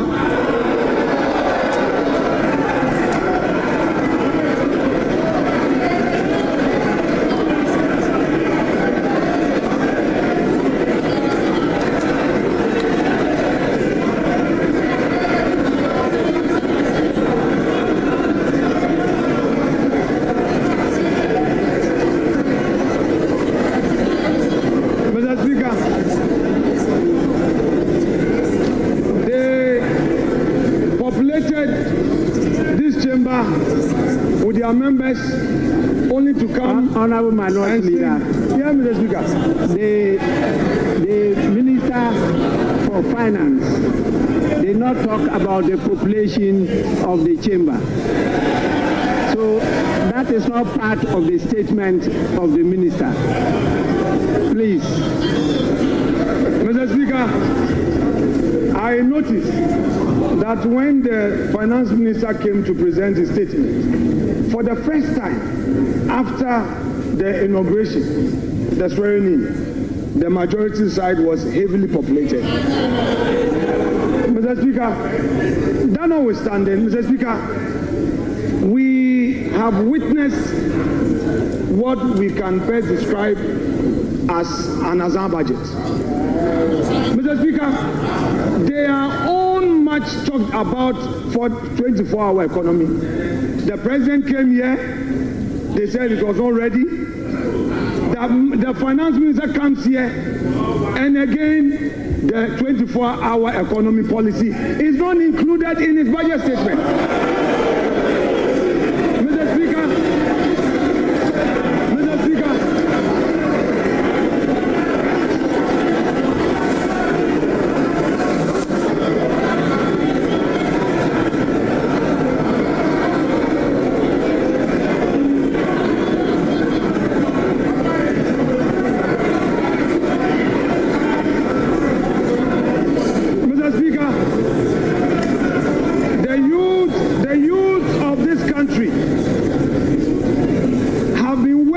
for this 24-hour economy policy. The minister tells us the policy will be brought later. Hey, Ato, the policy will be brought later. Mr. Speaker, it is clear that all the jobs they promised the youth of this country was merely an Azan promise. Mr. Speaker, there is no inspiration from this budget. There is no hope in this budget. The repetition of the social intervention programs, Mr. Speaker, and then the minister complained that some contracts at the road sector had no commencement certificate. Go to the Chain Homes Road. There is a road construction on the Chain Homes. There is a new road being constructed to the 10 rooms with a new runabout. There is no commencement. We did a search. There is no commencement. There is no PP approval. You are doing, Mr. Speaker, you have started construction. Minority Leader. Honorable Minority Leader. Honorable Minority Leader. Honorable Minority Leader. Please, comments.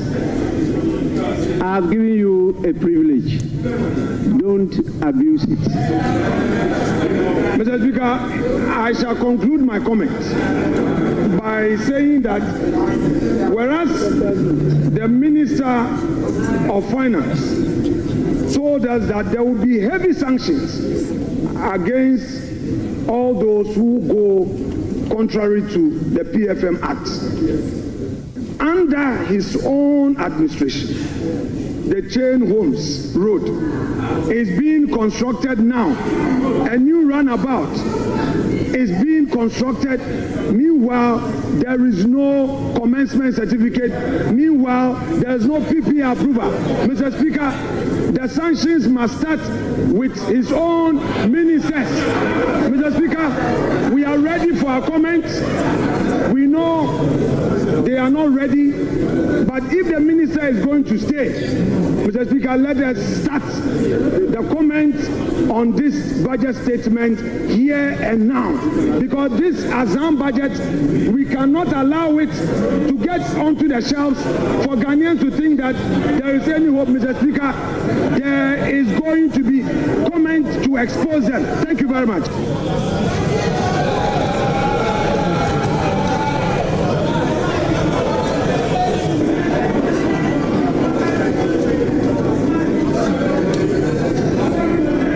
Honorable Majority Leader.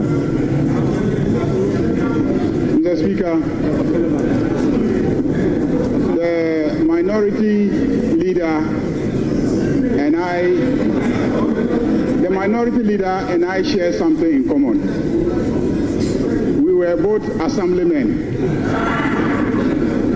And when the Minister of Finance made the unprecedented announcement of a gargantuan sum of money for assemblymen, I saw the gleeful smile on his face.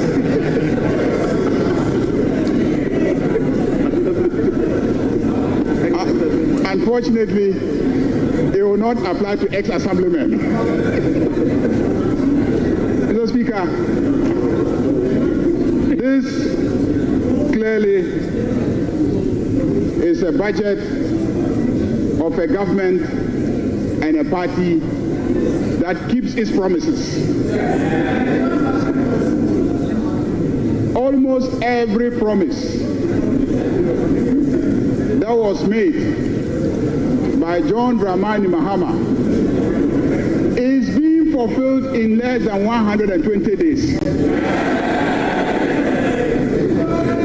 This budget is a budget for Makola women. This budget is a budget for assemblymen. This budget is a budget for girls. This budget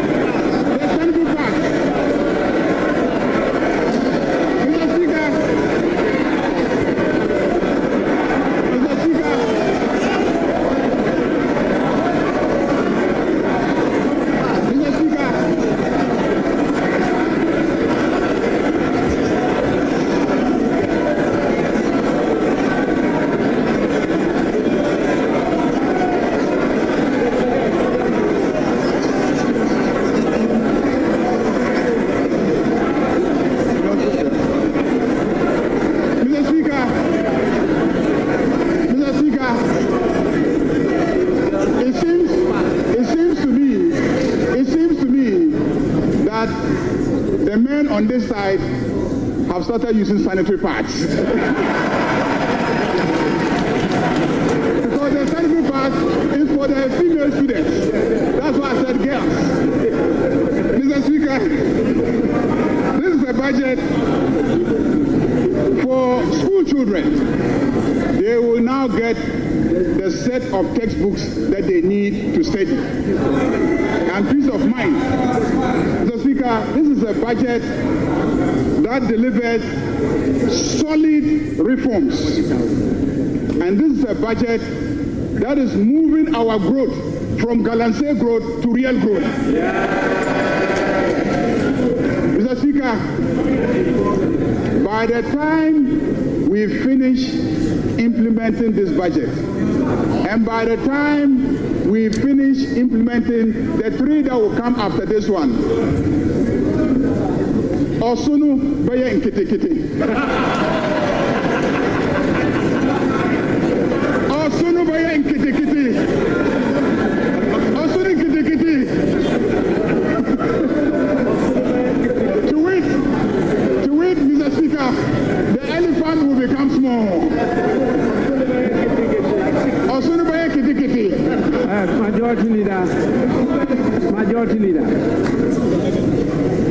Majority Leader, the Minister for Finance did not talk about Osunu. So Osunu is not part of the statement.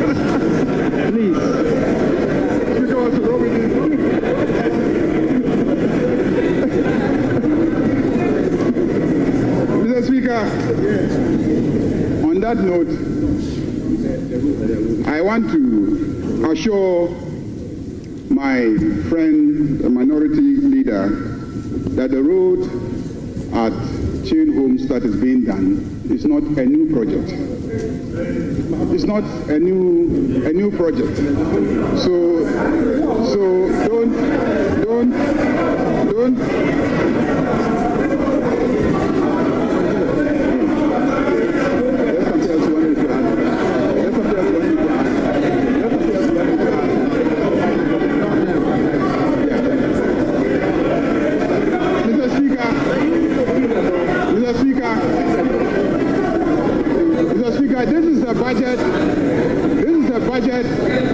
That gives hope to Ghanaians. This is a budget that will stabilize the economy. This is a budget that will create jobs for the youth of this country. Because this is a budget that will stabilize the economy and provide the enabling environment for the private sector to thrive and create jobs for the youth of this country. Mr. Speaker, fishermen, Okada riders, taxi drivers, students, and the energy sector is going to be salvaged by the implementation of this budget. Mr. Speaker, I want to thank the Minister of Finance for making the statement and to assure my friend, the minority leader, that we are ready to debate their records and our records, and we are ready to demonstrate that the proposals contained in the statement of the Minister of Finance will indeed reset Ghana. Ghana is being reset. Thank you very much, Mr. Speaker.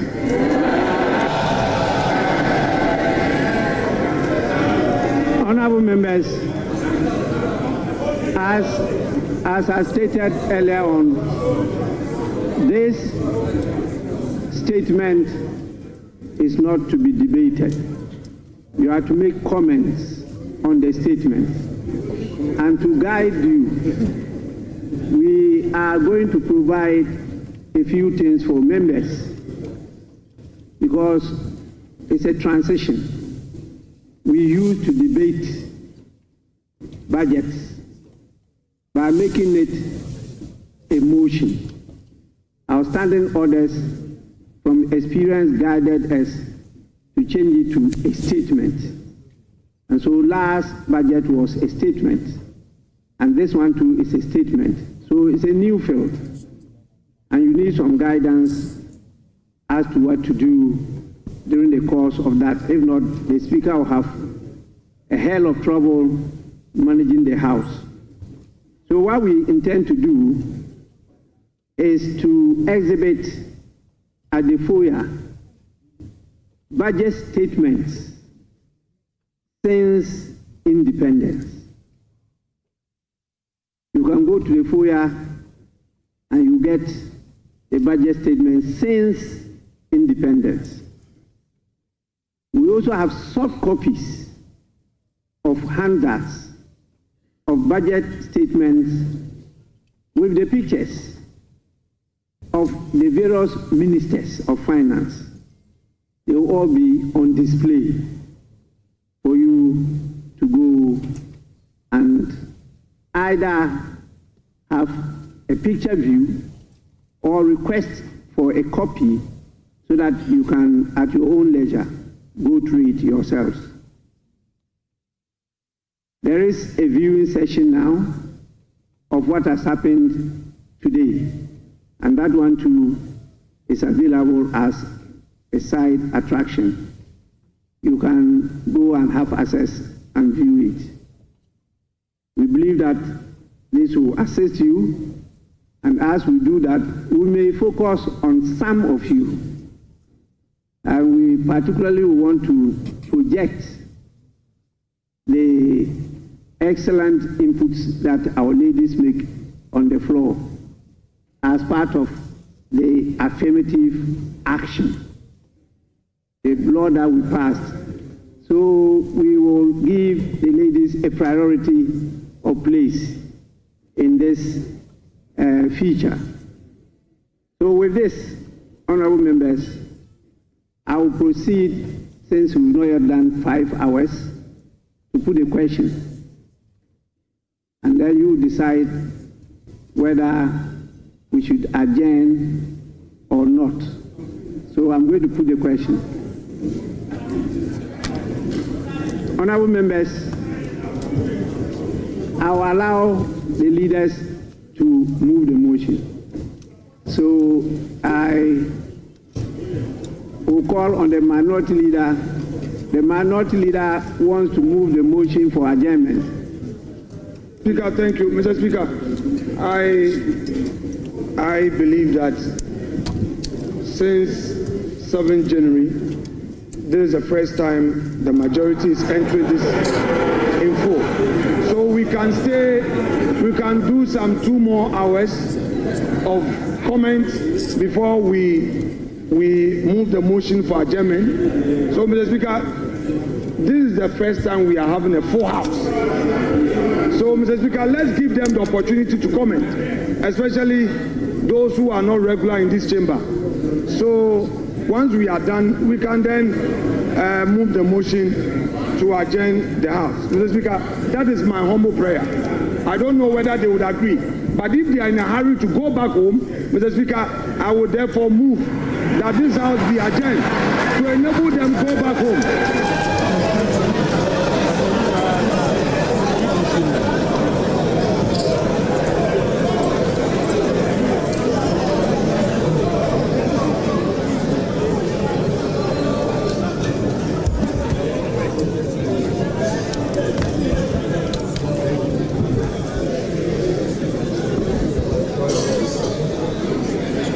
Yes, Majority Leader.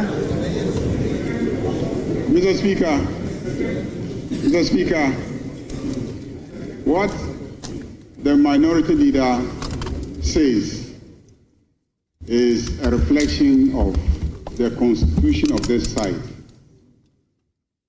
It's testimony to the fact that when they are needed, they will be here.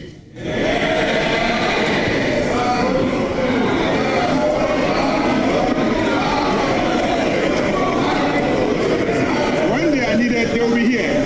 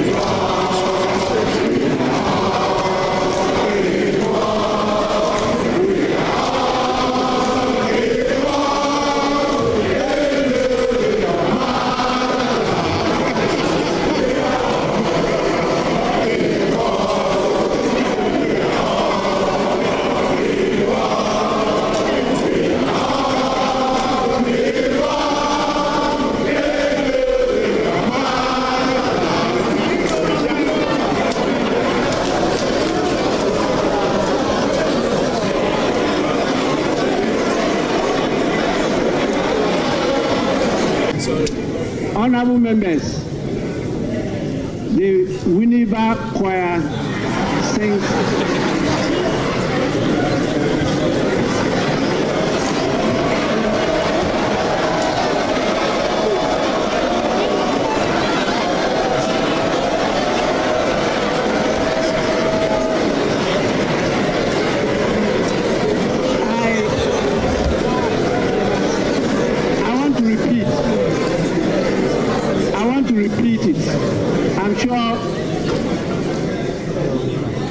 What I was trying to say. The Winneba Choir sings better than you all. Majority Leader, you may now go. Mr. Speaker, it is obvious that the minority have withdrawn from participating in the involvement in the development of this country. They started it and then they got the response. Mr. Speaker, on that note, I second the motion for adjournment.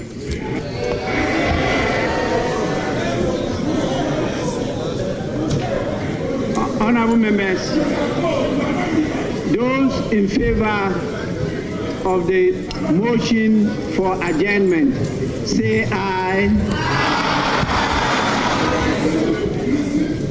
Those against the motion for adjournment, say no.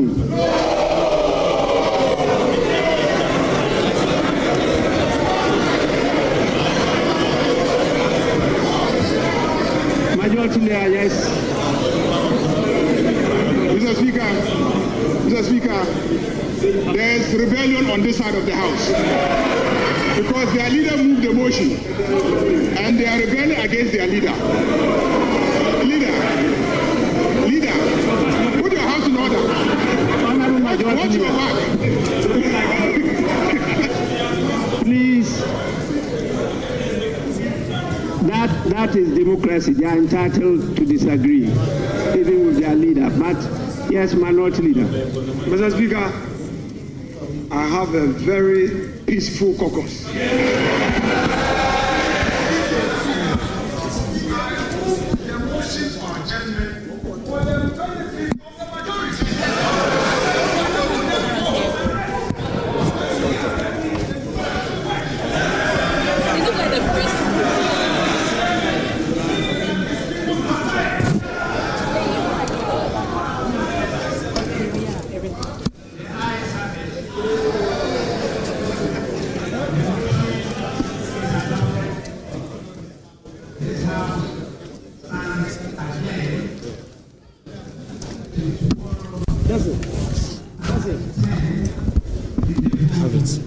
I have it.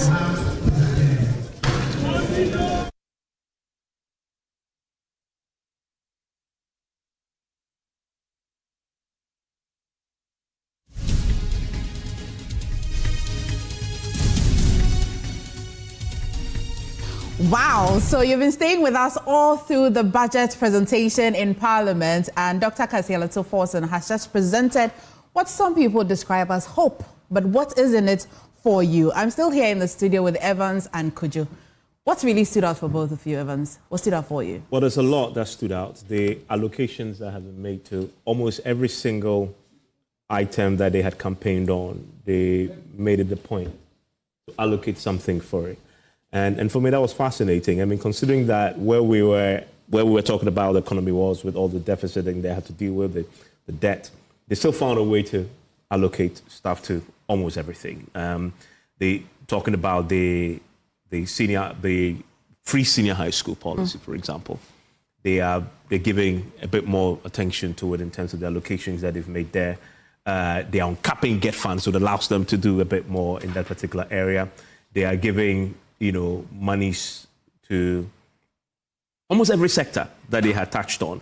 And there was one that resonated with a lot of people when he says, if I look at the 100 million to the Ejumera program, but then also they give 100 million has been allocated for the payment of monthly allowances to all assembly members, and everybody sort of went up. I remember when this policy was first proposed in the budget, and we're doing a manifesto tracker, and the fundamental question was, why are you going to pay assembly members? Where are you going to get the money from to pay assembly members? At the time, they didn't have answers then. It was obvious when I was doing that show with the sector rep, spokesperson for them in opposition. They didn't have the answers as to where, but he's now told us where. So it's one thing to allocate. It is one thing to actually disburse, right? But yeah, they're ticking the boxes. Kujo, if I had a stone here, I'll say, Jiwobo, collect your stone, right? But stay with me. I'll go to Abosoka and then I'll come to you for what really stood out for you. Mami, see if you can hear me. What's the reaction in Abosoka currently? So the finance minister just finished presenting the budget a few minutes ago, and I'm here at Abosokai near the Presby Church. They've been listening in. We'll take the views of some of their watchers here at this enclave and guess what they'll be talking about. Hello, how are you? I'm fine, thank you. Okay. Tell us your name and what you've also gleaned from the presentation. My name is Samuel Alote Mengo. Samuel, what did you take from today's presentation? Please, can I speak my local? You can speak your tree. Actually, we are a second independent Ghana. I say for so many years, assembly members omunya pay, but budget we are assembly members. After assembly members ka. And betting tax and e-levy COVID tax in Yamana. Ya yini fio afina Ghana ya babe di or Ghana say. And a 24-hour economy na mama diabano me sure say ebeboa youth for nyina mama wa ya dia pa Yankopon Shirano. Saniama we na wa bobosi ne we na ebeboa o kese. Yeah, I want my ebeboa me kese. Me sumi executive member e wa Ablekuma man ya. Our assembly office into the ebeboa me kese pa o mo assembly for a eba beti o mo sese ano. Bidamase. Na say na ya mo jeje. Assembly. O say assembly ya. Assembly say na etua. Assembly na entua but mama say ya fi we do obetua but me ni actually month a month ebeba enti ya champagne for no. Na juma be na we wa. Baso me wo abaso kan ye ton spare parts bibia ya shop near fair Ojosco Motors enti upe shows bia obetumi anya bi wa So for this 24-hour economy no abaso kan for nyina ya sham boss mama e di baby aba ase ya mmanya bia. So you heard there. He's excited about assembly members. He's excited about assembly members to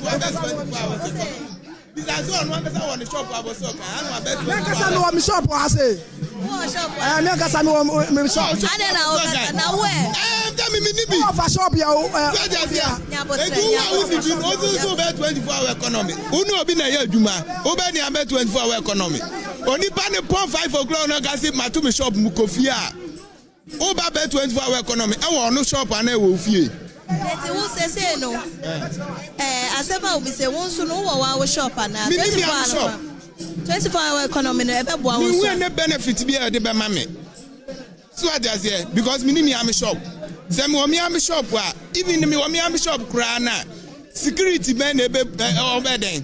Obe provide for me say me run 24-hour economy. And beside that kra no say enipa na hia no ama me baby am shop to her midnight ya wan e ba beto ade waka say 24-hour economy ne de on me shed that tomobo e de nema toto akwemu na o maye eno mom de mo shed that ka ho bibi popuye bia e wo ayi budget ni mu omo yi taxes na o ka so be yi no we yi free so na wa mo ye adwuma wa boso kan ha no sen kwan ben so en eboam tax na so far we yi no benefit be anywhere the man boso kan for say we yi levy free ho and also we betting tax free ho the betting tax no e wo direct impact e wa boso kan for so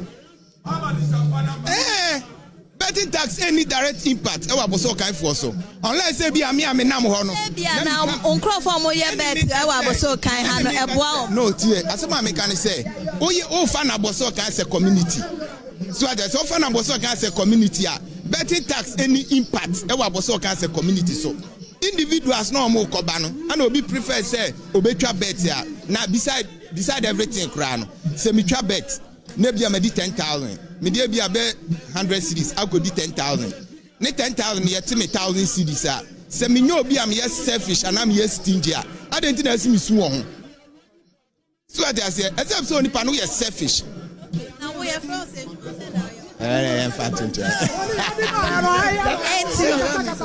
me come in. So I'll talk to you.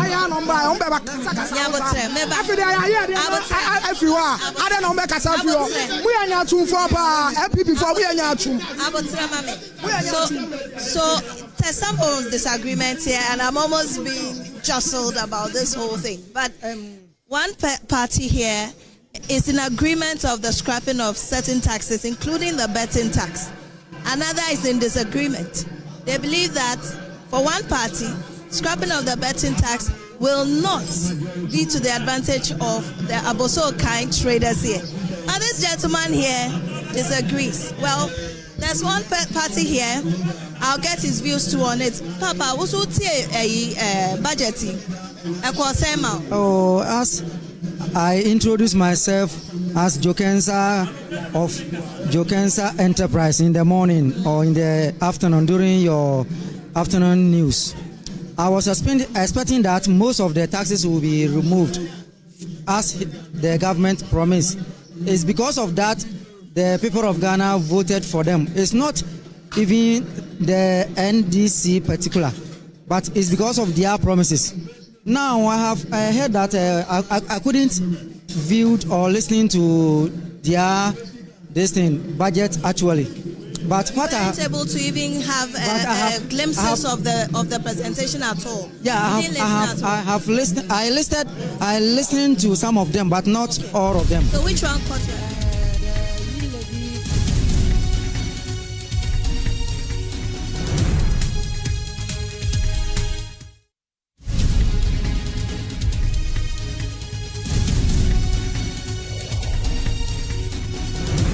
Indicator that you see. Ask yourself.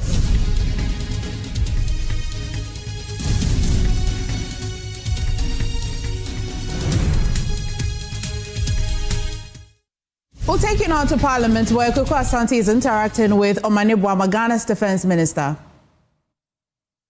This budget, you see hope. This is a budget that has, for the first time, found a dedicated source of funding to fund secondary education. This is a budget that is uncapping the GET fund, as we promised during the elections. This is a budget that is uncapping the National Health Insurance Fund, as we promised during the campaign. This is a budget that is uncapping the road fund, as we promised during the campaign. This is a budget that is dedicating over 200 million Ghana cedis to purchase sanitary pads for girls, needy girls who will sometimes have to be truant, not because they don't want to go to school, but because it is that time of the month. This is a budget that is dedicating 100 million Ghana cedis to the 1 million coders program to ensure that the youth of this country are well versed within the IT space to take advantage of the opportunities that ICT provides, the many jobs that can be generated. This is a budget that is funding the National Apprenticeship Program. This is a budget that is funding the Ejuma RA. This is also a budget that also looks at structural reforms, which also includes enabling legislations such as amending the GIPC Act, such as amending the labor law, as part of our overarching goal of implementing a 24-hour economy. Because we have thought through the 24-hour economy deeply, and as the finance minister said, already presentations have been done to cabinet. Very, very soon, as the finance minister indicated, that full presentation will be given to Parliament for the 24-hour economy also to be rolled out. No one who is really construing this budget from a purely nationalistic viewpoint will call it the kind of names that they are calling it. This is a budget of hope. The truth is, we are in a deep mess. The Ministry of Energy alone, over 60 billion debt. Ministry of Defense, 3.7 billion debt.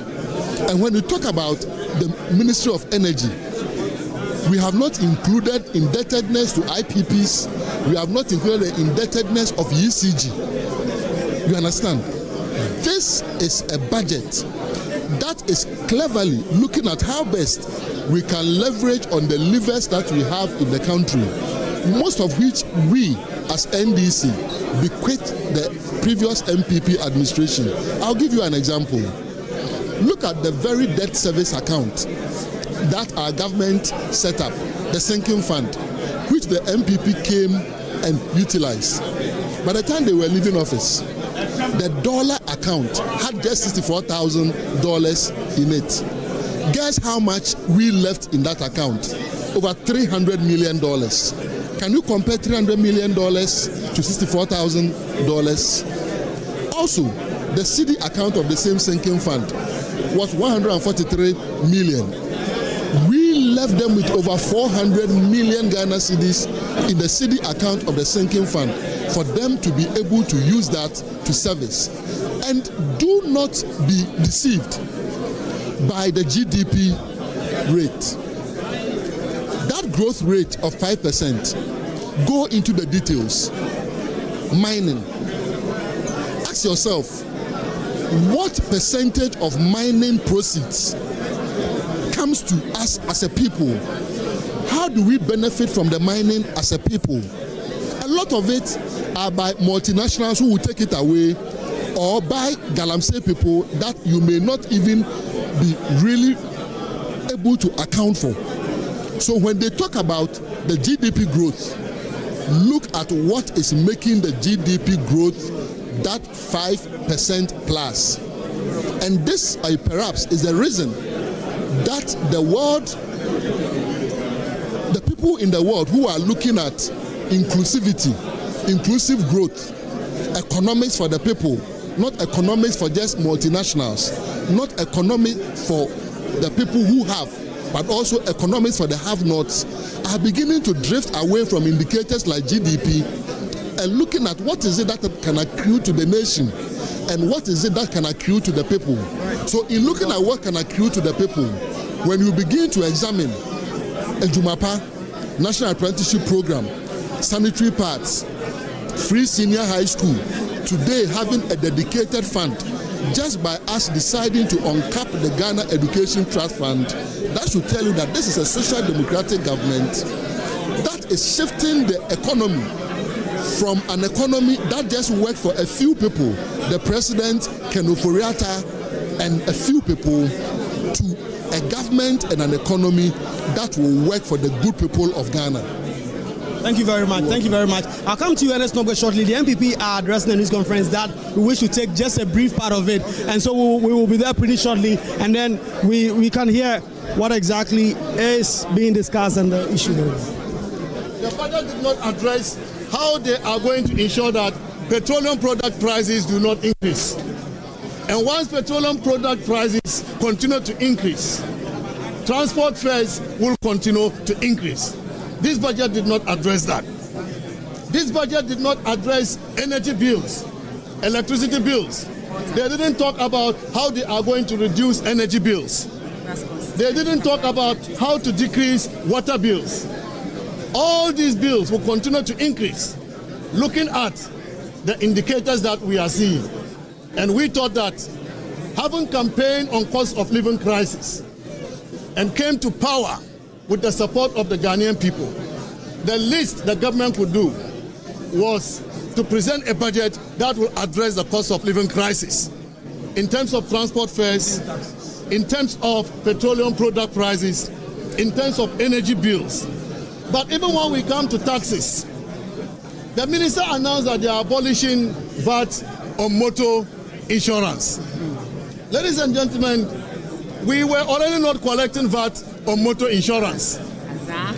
VAT on motor insurance was exempted. Rather, the minister was trying to be smart. They have reintroduced VAT on non-life insurance, with the exception of the motor vehicle insurance. So all other insurance, given that the penetration of the insurance industry is just 1.1%, we are so shocked that the minister will reintroduce VAT on non-life insurance, except motor vehicle insurance. So let us not rejoice over the removal of these taxes, which we expected. What we did not expect was the reintroduction of VAT on insurance. They've also increased the growth and sustainability levy from 1% to 3% for the mining sector, and extended the sunset period from 2025 to 2028.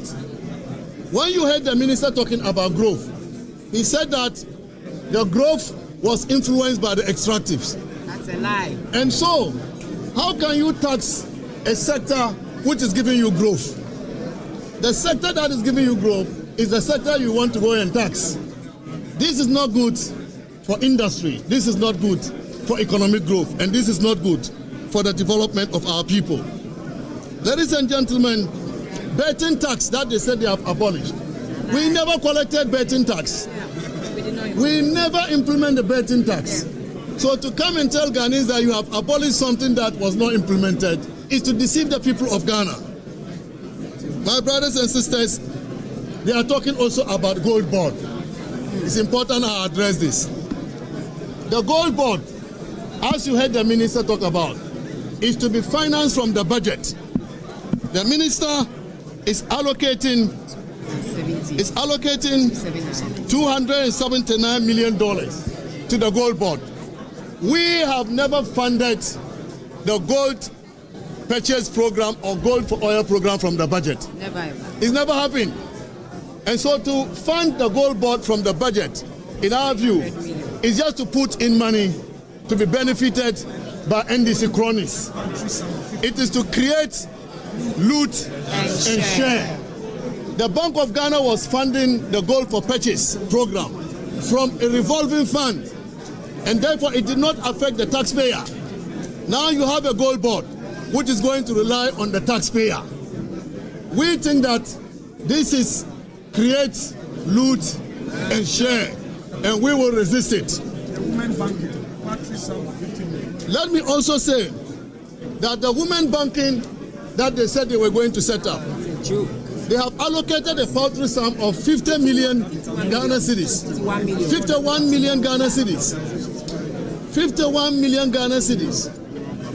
And the capital requirement is 400 million for banks to be set up. So what are you telling Ghanaian women?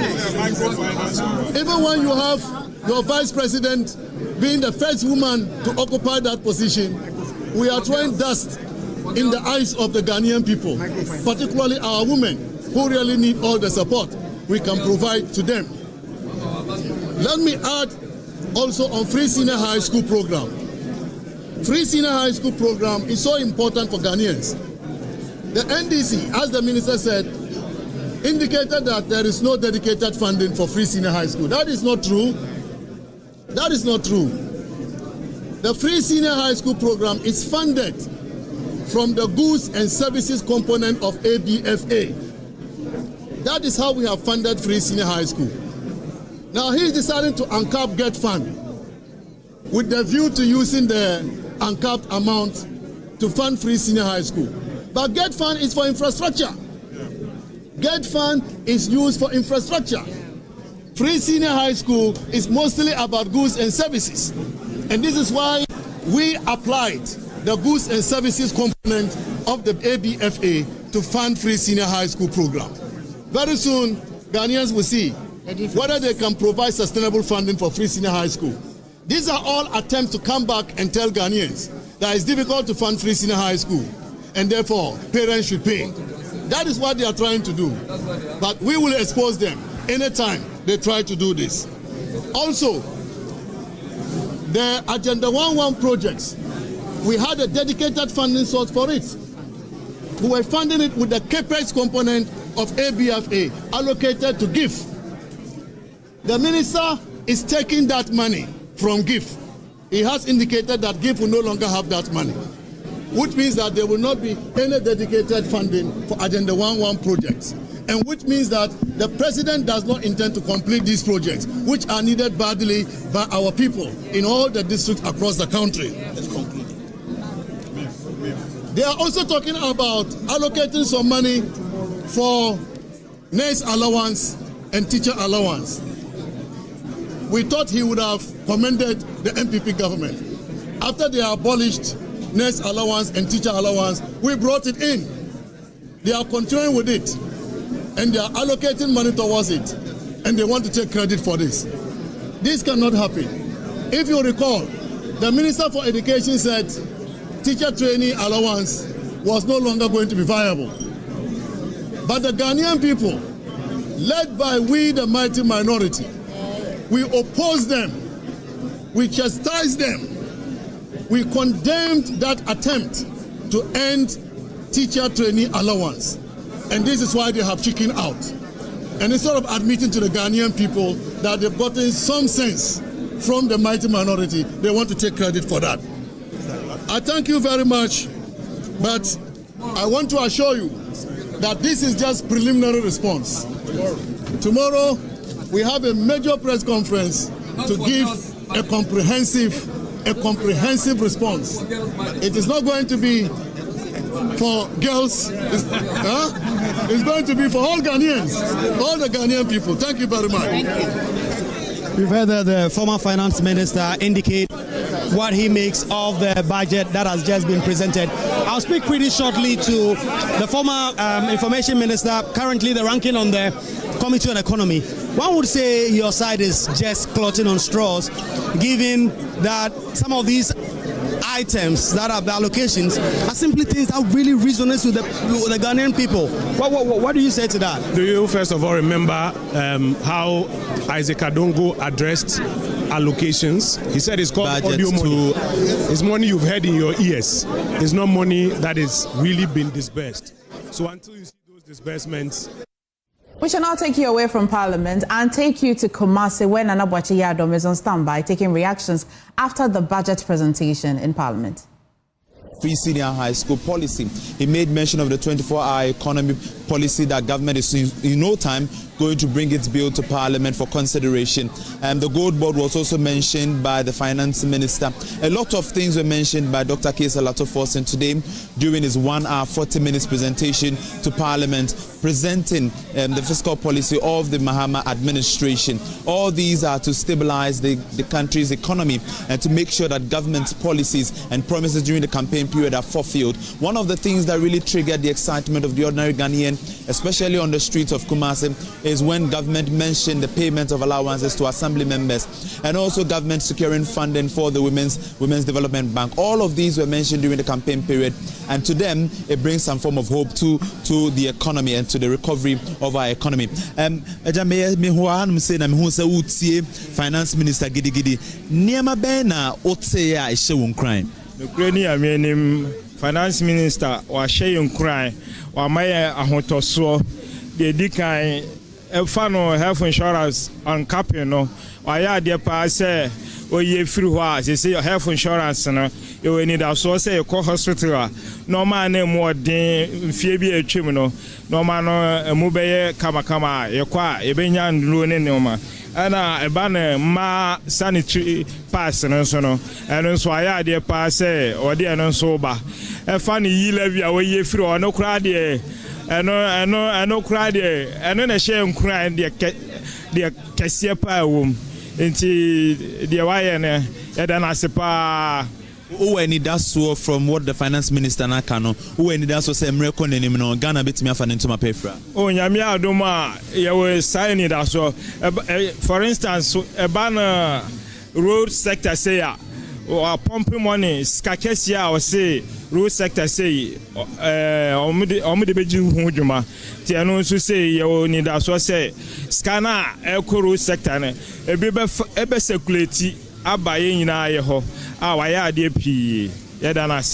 right, thank you very much. And these are the reactions of some traders in the KGTR market, picking up their reactions as to the budget presentation that was made by the Finance Minister, Dr. Cassiel Ato Forson. He says that the ministers on capping of the road fund would really help in maintaining our roads. The removal of the e-levy, the betting tax, amongst others, is what gives him hope that very soon Ghana is going to get to the path of recovery. Let's pick another reaction from here. Utie Finance Minister no e-levy free honom, betting tax free honom, minu di kan kasa no okase enu hia opa to say ni nyina free honom ohwa eni daso aba eni daso aba ye da na senya mi hira no but mpa ya bone senya mbema na hoden ni nkwa obetumi da ya adwuma ndi amaye because won say aba dada no saa ne ma we no de ba ya na ndwuma ni ho no mu ntino yen youth no de ya ni age saa de no so da say me adwumini adwuma bi mokro no but bikuta me smartphone a me fa na me ko na me beti me di kakra but kakra na me nya adwuma se ma me ba me sika se mfa nto da ndi a me di kakra na me kakra to me phone so na me di ko twa bet wa wo me adwuma me wo so a wo say teme me who was so be an also. It is a wabano be from my idea. Yadana say, Yamishano, the pioneer was a man of hoarding. I'm more to the humanity at Yamae. And aside, there no cramp, never be on my insurance, free school almost about 20 the day, but in your own say, Oba no wencham, Wabishumukina, what just got one more best and money in our nursing training. Me had about 7 years a disabled for us, disability for no. Omomuko school near that science 2 years, Oba so free. Hey, come on. And some military personnel for no so no next year. Almost no amaya always say, Omoko free. Ubi and Chow say, Bia, a boy, and you to the Nia Ken in Janeboa. And start and Nanix, yeah, near the Hontoye, Namishano, so I said, Thank you very much. He's also excited about some of the taxes that the minister removed, and also about some of the initiatives that going forward government is also going to introduce or make sure that it takes effect immediately. He's particularly excited about the removal of the betting tax as a youth, saying that the scrapping of the betting tax gives him hope as a youth, because that is what he's engaged in, and going forward he's not going to have to pay taxes on the winnings that he's going to gain from betting. Ute Finance Minister no meno kasa earlier kasa betting tax hu hia opa ti say wa chere say obeyi ni nyina afri ho wo gidie say emreko nenim ne be fa yento ma pefra panyi wo yidie bebebe if say na dey ha me betting tax say wo Reactions from Kumasi after the 2025 budget presentation in Parliament, and it's almost time for the pulse. And Elton Brobe is on standby to continue the coverage. However, before I go to Elton, yes. No, not before. How are you, Elton? I'm good. I'm sure that you were keenly following the presentation. Of course. And knowing that you're an honorable, you're going to bring us some deep conversation about it. Right. What stood out for you, though? Right. I mean, I'm just trying to understand it. I mean, the NDC says it's a budget of hope. The MPP says it's an Azam budget. We don't know. But what is clear is that a lot of tax measures that were introduced in the last administration, they are in the process of being taken off, because it will require parliamentary processes to get the laws amended before we can say that it's off the books. But for now, I think it offers hope for those who were desperate to see these taxes off.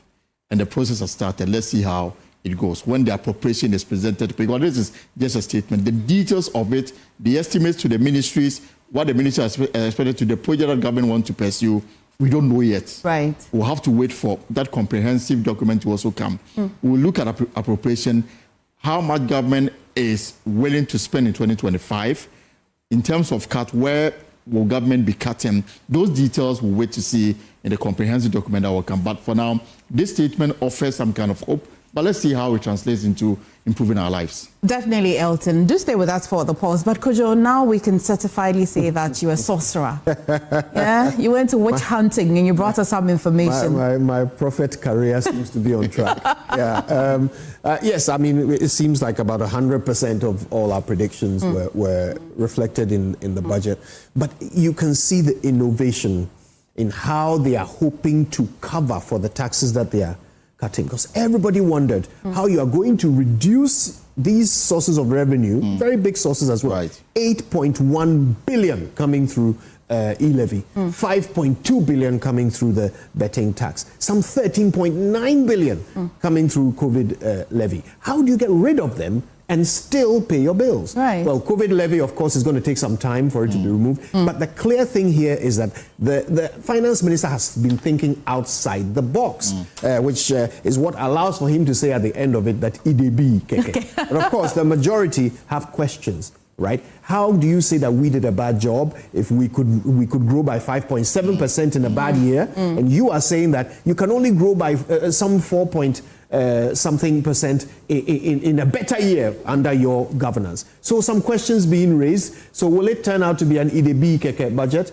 or will it be an Azar budget for girls? Well, I'm sure that you'd want to stay with Kojo tomorrow morning on SMS, as he really would go into details properly with his budget presentation. However, at 9 p.m. later today, Evans Spencer will sit with the Finance Minister, Dr. Ato Cassiel Forson, to also go into details, asking the question, what really is in this budget for you? I'm excited for every young girl out there who gets to get a pad at the end of the month for free. With Elton.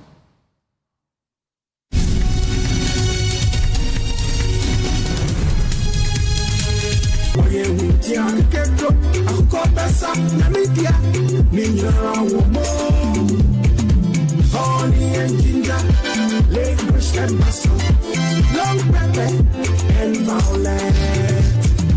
New honey cough, never cough, syrup, class away, class away. Effective for relief from cough, sore throat, and throat irritation. New honey cough, class away. Manufactured and distributed by NS Chemist Limited. This advert is FDA approved. Every day, people have money emergencies. Ma, I need my school fees emergency. Mommy, chop money emergency. Emergency. Catch it.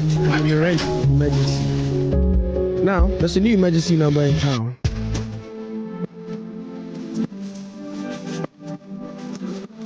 Dial *770# for all your money emergencies and chop life. Dial *770# for money emergencies and get easy and quick access to your money, loans, and other banking needs. EcoBank, the Pan-African Bank.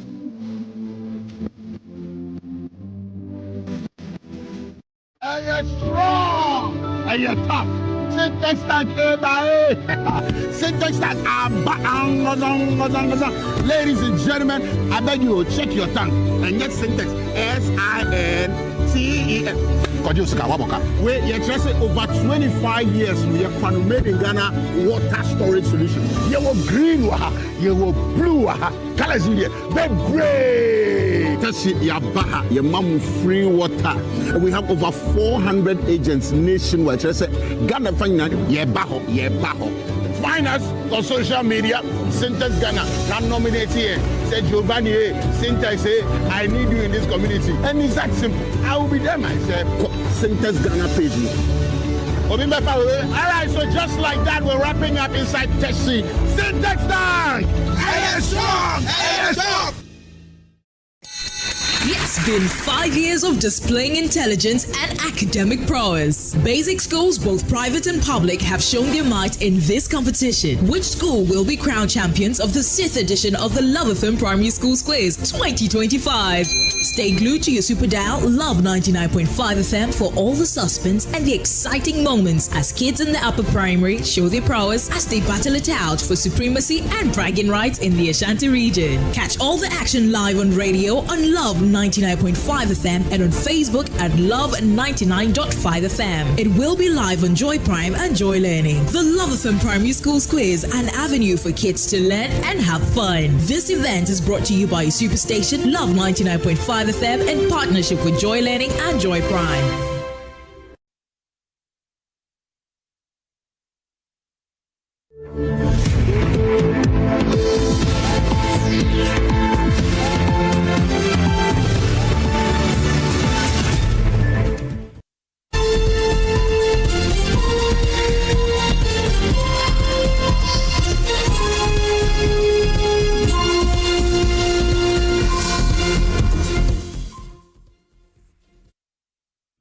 Of course, this is Joy News, independent, fearless, and credible. Wherever you are watching us from, this is our continuous coverage of the 2025 budget presented to Parliament some few minutes ago. We are live on DSTV channel 421, GoTV 125, on all our social media handles, on X Spaces. The conversation has already started. We are also streaming live on YouTube, Facebook, and of course, myjoyonline.com. Now, the state of our economy is weak, but we will fix it. Those are the words of Finance Minister Dr. Cassiel Ato Forson, as he abolishes the e-levy and betting tax, among others.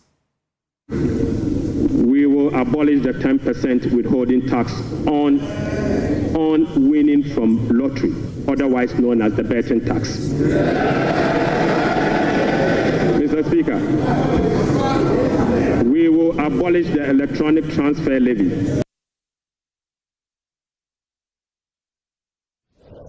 Also, government uncaps the Ghana Education Trust Fund as GET Fund, unlocking 4.1 billion cedis to finance the free senior high school program, as it ingests additional 3.5 billion Ghana cedis to further boost the initiative this year of 2025.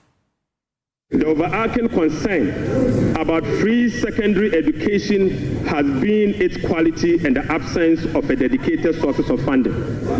His Excellency President John Dramani Mahama has resolved the funding challenges by uncapping the GET Fund.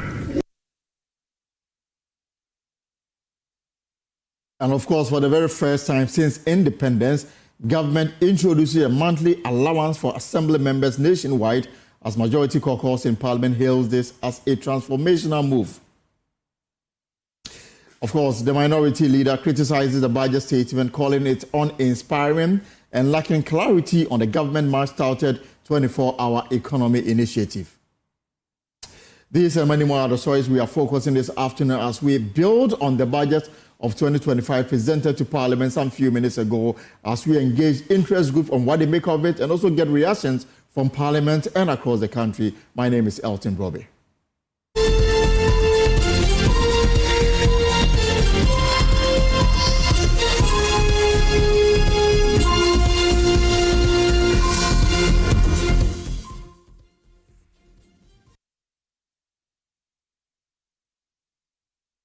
Right, some are hailing it a budget of hope. Others are describing it as an Azan budget. But what really is in this 2025 budget for you? We'll have details for you pretty shortly. But let me take you back to Parliament now, where members of Parliament are giving their reaction to the 2025 budget presented by the Finance Minister a while ago.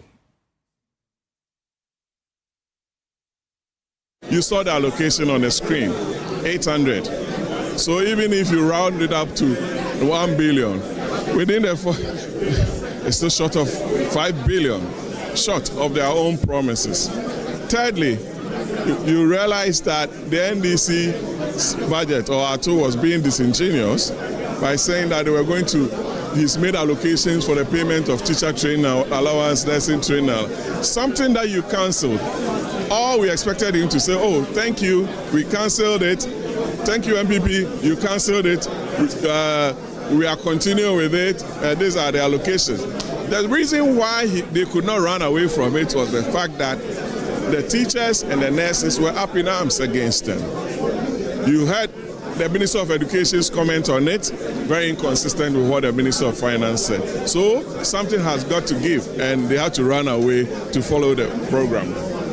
On capping Get Fund, he's saying that he's going to use some of the proceeds from Get Fund to fund free SHS. Free SHS is funded from the goods and services budget of the government. It's from the ABFA. You understand? So if you uncap, we expect that you use the proceeds to continue with some of the infrastructure projects, especially the dotted school projects and infrastructure on our campuses. Then you can achieve an overall objective, because that is the aim and the principles underpinning the setting up of the Get Fund. Thank you very much. Thank you very much. Honorable Lawyer Bachman, I mean, you've also heard from the MPP side. They believe that this is not a budget, anything in it to be excited about. I don't think that you expect anything short from that, because they have destroyed the economy. They have brought the economy to a halt, and the government has come and said that I am going to reset the economy. You see, if you want to see that a government is a good government and is on course, the government should be transparent, should be honest, should be pragmatic and meritorious. And that is what His Excellency John Dramani Mahama stands for. You could see that the promises that His Excellency John Dramani Mahama gave about scrapping many of the nuisance taxes, he did so. He has promised that he's going to ensure that teachers' allowance, nursing training allowances are restored. Even that which they were touting, that he was going to cancel about the free SHS, this is the time that it is even going to be enforced, and enforced very well, that our children are going to enjoy a better education.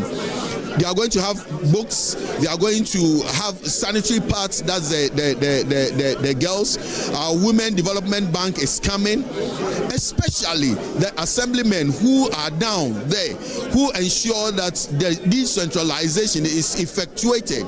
He says that they are going to be given allowances, and he has given it to them.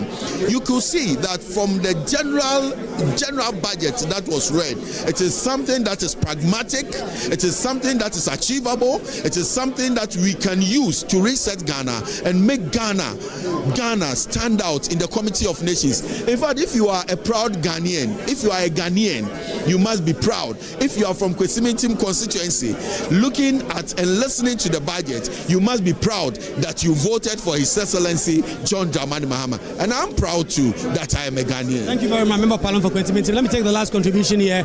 Honorable Ampofo, yes, I always forget your name.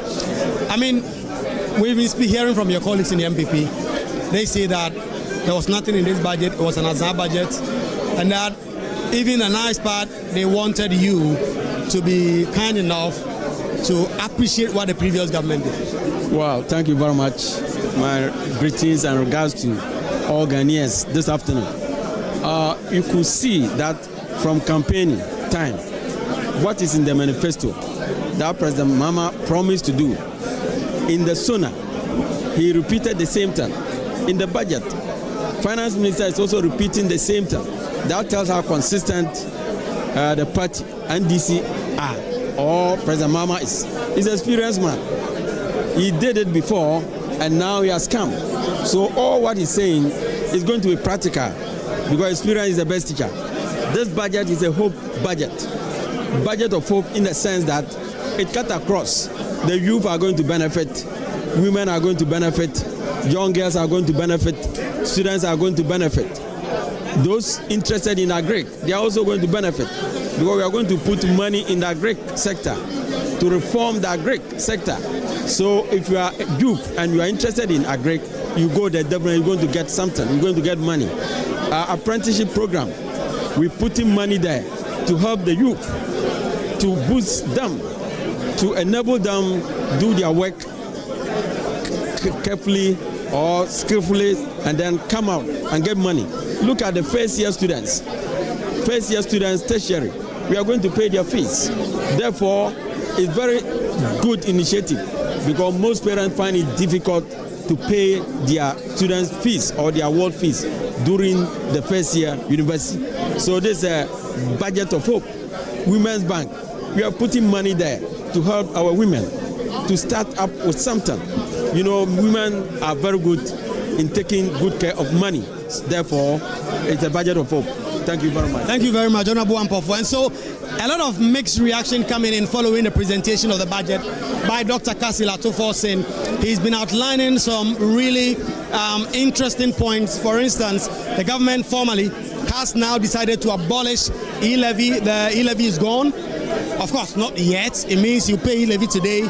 But ultimately, at the end of this month, when the Appropriation Act is passed and all the enabling legislations are dealt with in Parliament, you will see e-levy gone. You will not see the betting tax. You will not see the emissions levy. You will also not see VAT on motor vehicle insurance. And then they also have a comprehensive strategy, according to the Finance Minister, to reform VAT and a structure that will lead to the abolition of the COVID-19 levy. He's also been talking about allocating $242.5 million to support victims of the Akosombo Dam spillage.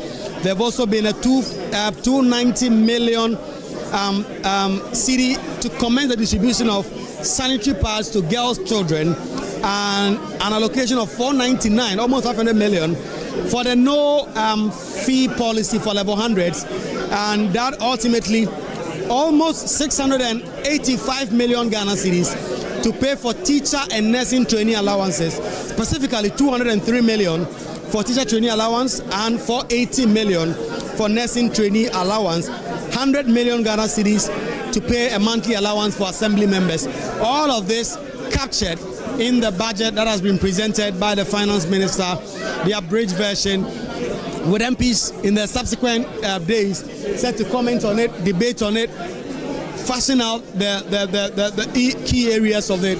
We've heard from the former Finance Minister, Dr. Mohamed Amin Adam, who is now the ranking member of the Finance Committee for the NPP side, explaining why he believes that this budget did not realize some of the key issues. Speaking to Kojo Ponkruma also, he says Ghanaians should not be so excited about the allocations, because in his words, these are audio money. Until these monies are disbursed and the funds get to the appropriate agencies, people should not be excited about amounts of money that have simply been allocated. And ultimately, what will matter most is the disbursement and the releases that will be made. So it's been a day of varied responses, varied interpretation. The minority and majority side putting political spins to what has been an interesting day in Parliament, with both the minority and majority leaders also ultimately commenting on this, which has led to the adjournment of the House the House will return tomorrow at 10 o'clock a.m. and then ultimately we'll get to see whether the House will decide to start commenting on the budget, or perhaps we'll take some time for now. My name is Kweku Asante from Parliament House, and we've been giving you all the details from all that has been happening. Right, let me speak briefly to the Deputy Minister for Roads, designate Suhuyini. Alastair Suhuyini, yes. I mean, we've heard from your colleagues in the majority side who said that this budget does not inspire hope, and that the allocations, despite being nice and all, these are audio money until you actually release these funds to go to the people. That's certainly a genuine point, because you've served on committees, you've been ranking. Well, you presented reports to the House on budget and you say little has been actually released to these ministries and agencies. Yeah, you know, they will know more about audio money because they actually spent a lot of audio money. Unfortunately, they left behind, you know, unimaginable debts, you know, in various sectors of the economy. So they know more about audio money. But I can assure you that the NDC government, led by His Excellency President Mahama, is determined and will plug all the loopholes and raise the needed revenue to cater for some of these most important issues that influence the people of Ghana in the decision that they made on December 7 last year. Look, I am inspired by this budget, one, because for me, it provides hope for the teeming youth to realize that it's not all politicians who say things simply because they are politically sweet to win elections, and that there are some group of politicians like His Excellency John Dramani Mahama and the NDC that when they say things on the political platform, they actually mean to carry those things through when they have the opportunity to govern. And that is why I am particularly excited that the e-levy has been scrapped as promised, the betting tax has been scrapped as promised, there's provision made for the Women Development Bank, there's provision made for the Youth Apprenticeship Program, there's provision made for the Big Push. I mean, these were things that were germane, you know, in the last campaign. And many were of the view that we may come, especially as a result of the indebtedness that we are having to deal with, to, you know, amend the promises and renegotiate the terms. But His Excellency President Mahama, through the Finance Minister, has given the strongest indication yet that all these were important issues and they remain important and they will be implemented. So we will raise the needed revenue. Look, when we talked about removing the betting tax and others, many projected that it was going to lead to revenue losses, and that those revenue losses may impact on the government, intention to spend on other projects. But see how the Finance Minister answered that question with the issue of tax refunds. Many economists didn't see it coming. I bet you. I have spoken to some colleagues on the minority side who have admitted quietly that that is a smart thing to do, and that if these tax refunds, we take advantage of that, we will make up for the shortfall that would have come as a result of the repeal of these taxes. Roads, big. You see the questions Agboja has to answer just to a month and a little over a month in office. There's been a good allocation. Of course, the minister talks about how to deal with the debt at the roads ministry. But are you satisfied that your ministry has the needed revenue to be able to deliver? Because every day there are people all over the country complaining about poor state of roads in the country. I mean, you are right. I mean, and the saddest part is that many of our trunk roads were left unattended to, not regularly maintained over the period. And so roads that were done 4 years ago, 5 years ago, 6 years ago, 8 years ago, in some cases, have so deteriorated that you wonder, what went into the decision not to regularly and routinely maintain these roads. And so when you look at the ministry's budget over the years, you question, what they really did with the amounts that were allocated for road maintenance, for example. And that is why I'm again excited that the Finance Minister is uncapping the road fund. And this will make available about 2 billion Ghana cedis for the road fund. And he has also indicated that that must strictly go to, road maintenance. And I'm happy and excited about that. I'm very confident in the leadership of my minister, Honorable Kwame Agbodza. And he is someone who is also very passionate about preserving, state assets. And so he's going to ensure that these monies are actually put to good use in maintaining some of these roads that have been left abandoned for a very long time, leading to massive deteriorations. I'm also excited about the 10 billion Ghana cedis, the 13 billion or so that is made available for the Big Push. Because if you look at the Big Push projects, many of those projects are road infrastructure projects. It will enable us to start some of the most important routes across the country. For example, the orbital routes and some of the trunk routes linking some of our regions. And I'm very hopeful that investors and other developers will take advantage of the invitation to partner government through the PPP program to build some of the very needed routes across our country. Thank you very much, Honorable Sweeney. Before we go, let me speak to the Honorable Member and get his thoughts also on the budget. A lot has been said about this budget and political division, both sides, whether it's a good budget or not. Much has been said. Thank you, my brother. I'm Emmanuel Kofi Ntekune, MP for Pro West. Yes, you were here when they presented the budget. For me, just like many Ghanaians today are inspired, and we have a greater sense of hope now and for the future. We have never seen this before, and His Excellency John Dramani Mahama has proven to Ghanaians through presentation of this budget that politicians are not the same. Some say one thing, and when they come into power, they abandon what they promise. If you listen and watch carefully, you will have realized that all the policies that we championed during the campaign time, all those policies have been touched. I'm particularly happy because you today should be rest assured that jobs are coming on their way. All the sectors, health, primary health care was touched and allocation has been made. When we talk of Mahama cares, some section of Ghanaians were saying that it will never happen. Today, it is seen.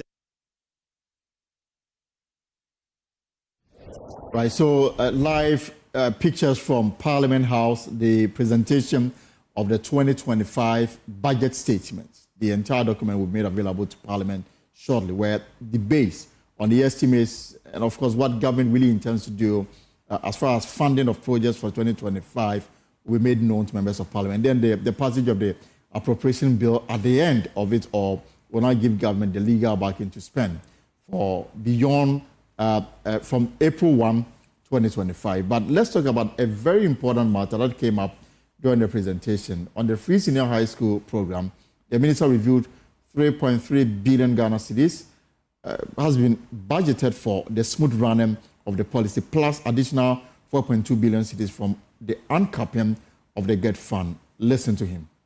Speaker, the overarching concern, Mr. Speaker, the overarching concern about free secondary education has been its quality and the absence of dedicated sources of financing. His Excellency President John Dramani Mahama has resolved it. Mr. Speaker, let me take this again. The overarching concern about free secondary education has been its quality and the absence of a dedicated sources of funding. His Excellency President John Dramani Mahama has resolved the funding challenges by uncapping the GET fund.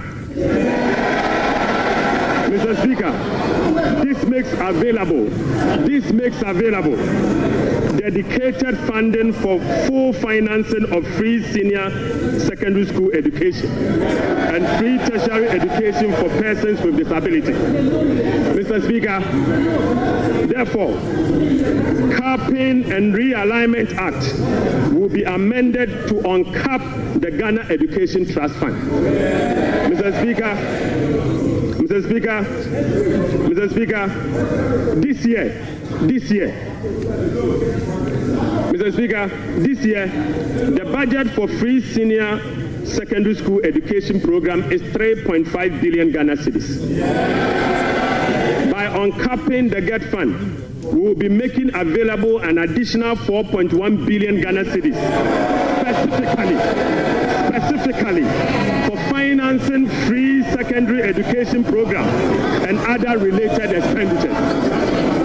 Mr. Speaker, aside the uncapping of GET fund, we have also absorbed the debt service made up of interest and principal from the Dutch bond that GET fund contracted. Right, Honorable Speaker, we have also allocated an amount of 564.6 million Ghana cedis for the provision of curriculum-based textbooks covering the following. 1, 4 sets of KG books and workbooks for about 2.8 million learners. Mr. Speaker, we have also provided for 4 sets of primary textbooks for about 800,000 learners. Mr. Speaker, we have also provided for 9 sets of SHS textbooks for about 540,000 learners. Right, Honorable Speaker, under the school feeding program, budgetary provision has been increased from the 1.3 billion Ghana cedis last year to 1.78 billion Ghana cedis. Mr. Speaker, representing a 33% increase. The allocation for 2025 reflects an increase in feeding costs per meal, per child, from the 1 cedi 50 pesos to 2 cedis, representing 33.3%. Mr. Speaker, government has also allocated 145.5 million Ghana cedis to the capitation grant, up from 84 million Ghana cedis in 2024. This is an increase of 73.4% over the previous year. Mr. Speaker, we have also allocated 203 million Ghana cedis for the payment of teacher training allowances and another 480 million Ghana cedis to nursing training allowances. Right, so that is the bite on the education sector, not the entire sector, because we don't even know how much in terms of allocation is going to the Ministry of Education. Those details will come up soon. And we're going to make meaning of all the figures that we've been told today by the Finance Minister, Dr. Cassiel Ato Forson. But let's stay a little longer on the education sector.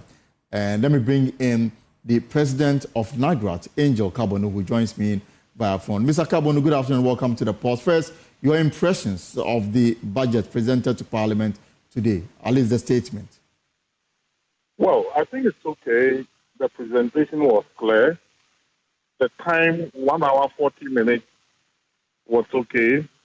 And I thought Parliament was also very composed, so we all could listen to the details clearly. Because you are from the education sector, we are yet to be told how much in terms of allocation is going to the ministry. But the Finance Minister took interest in the controversial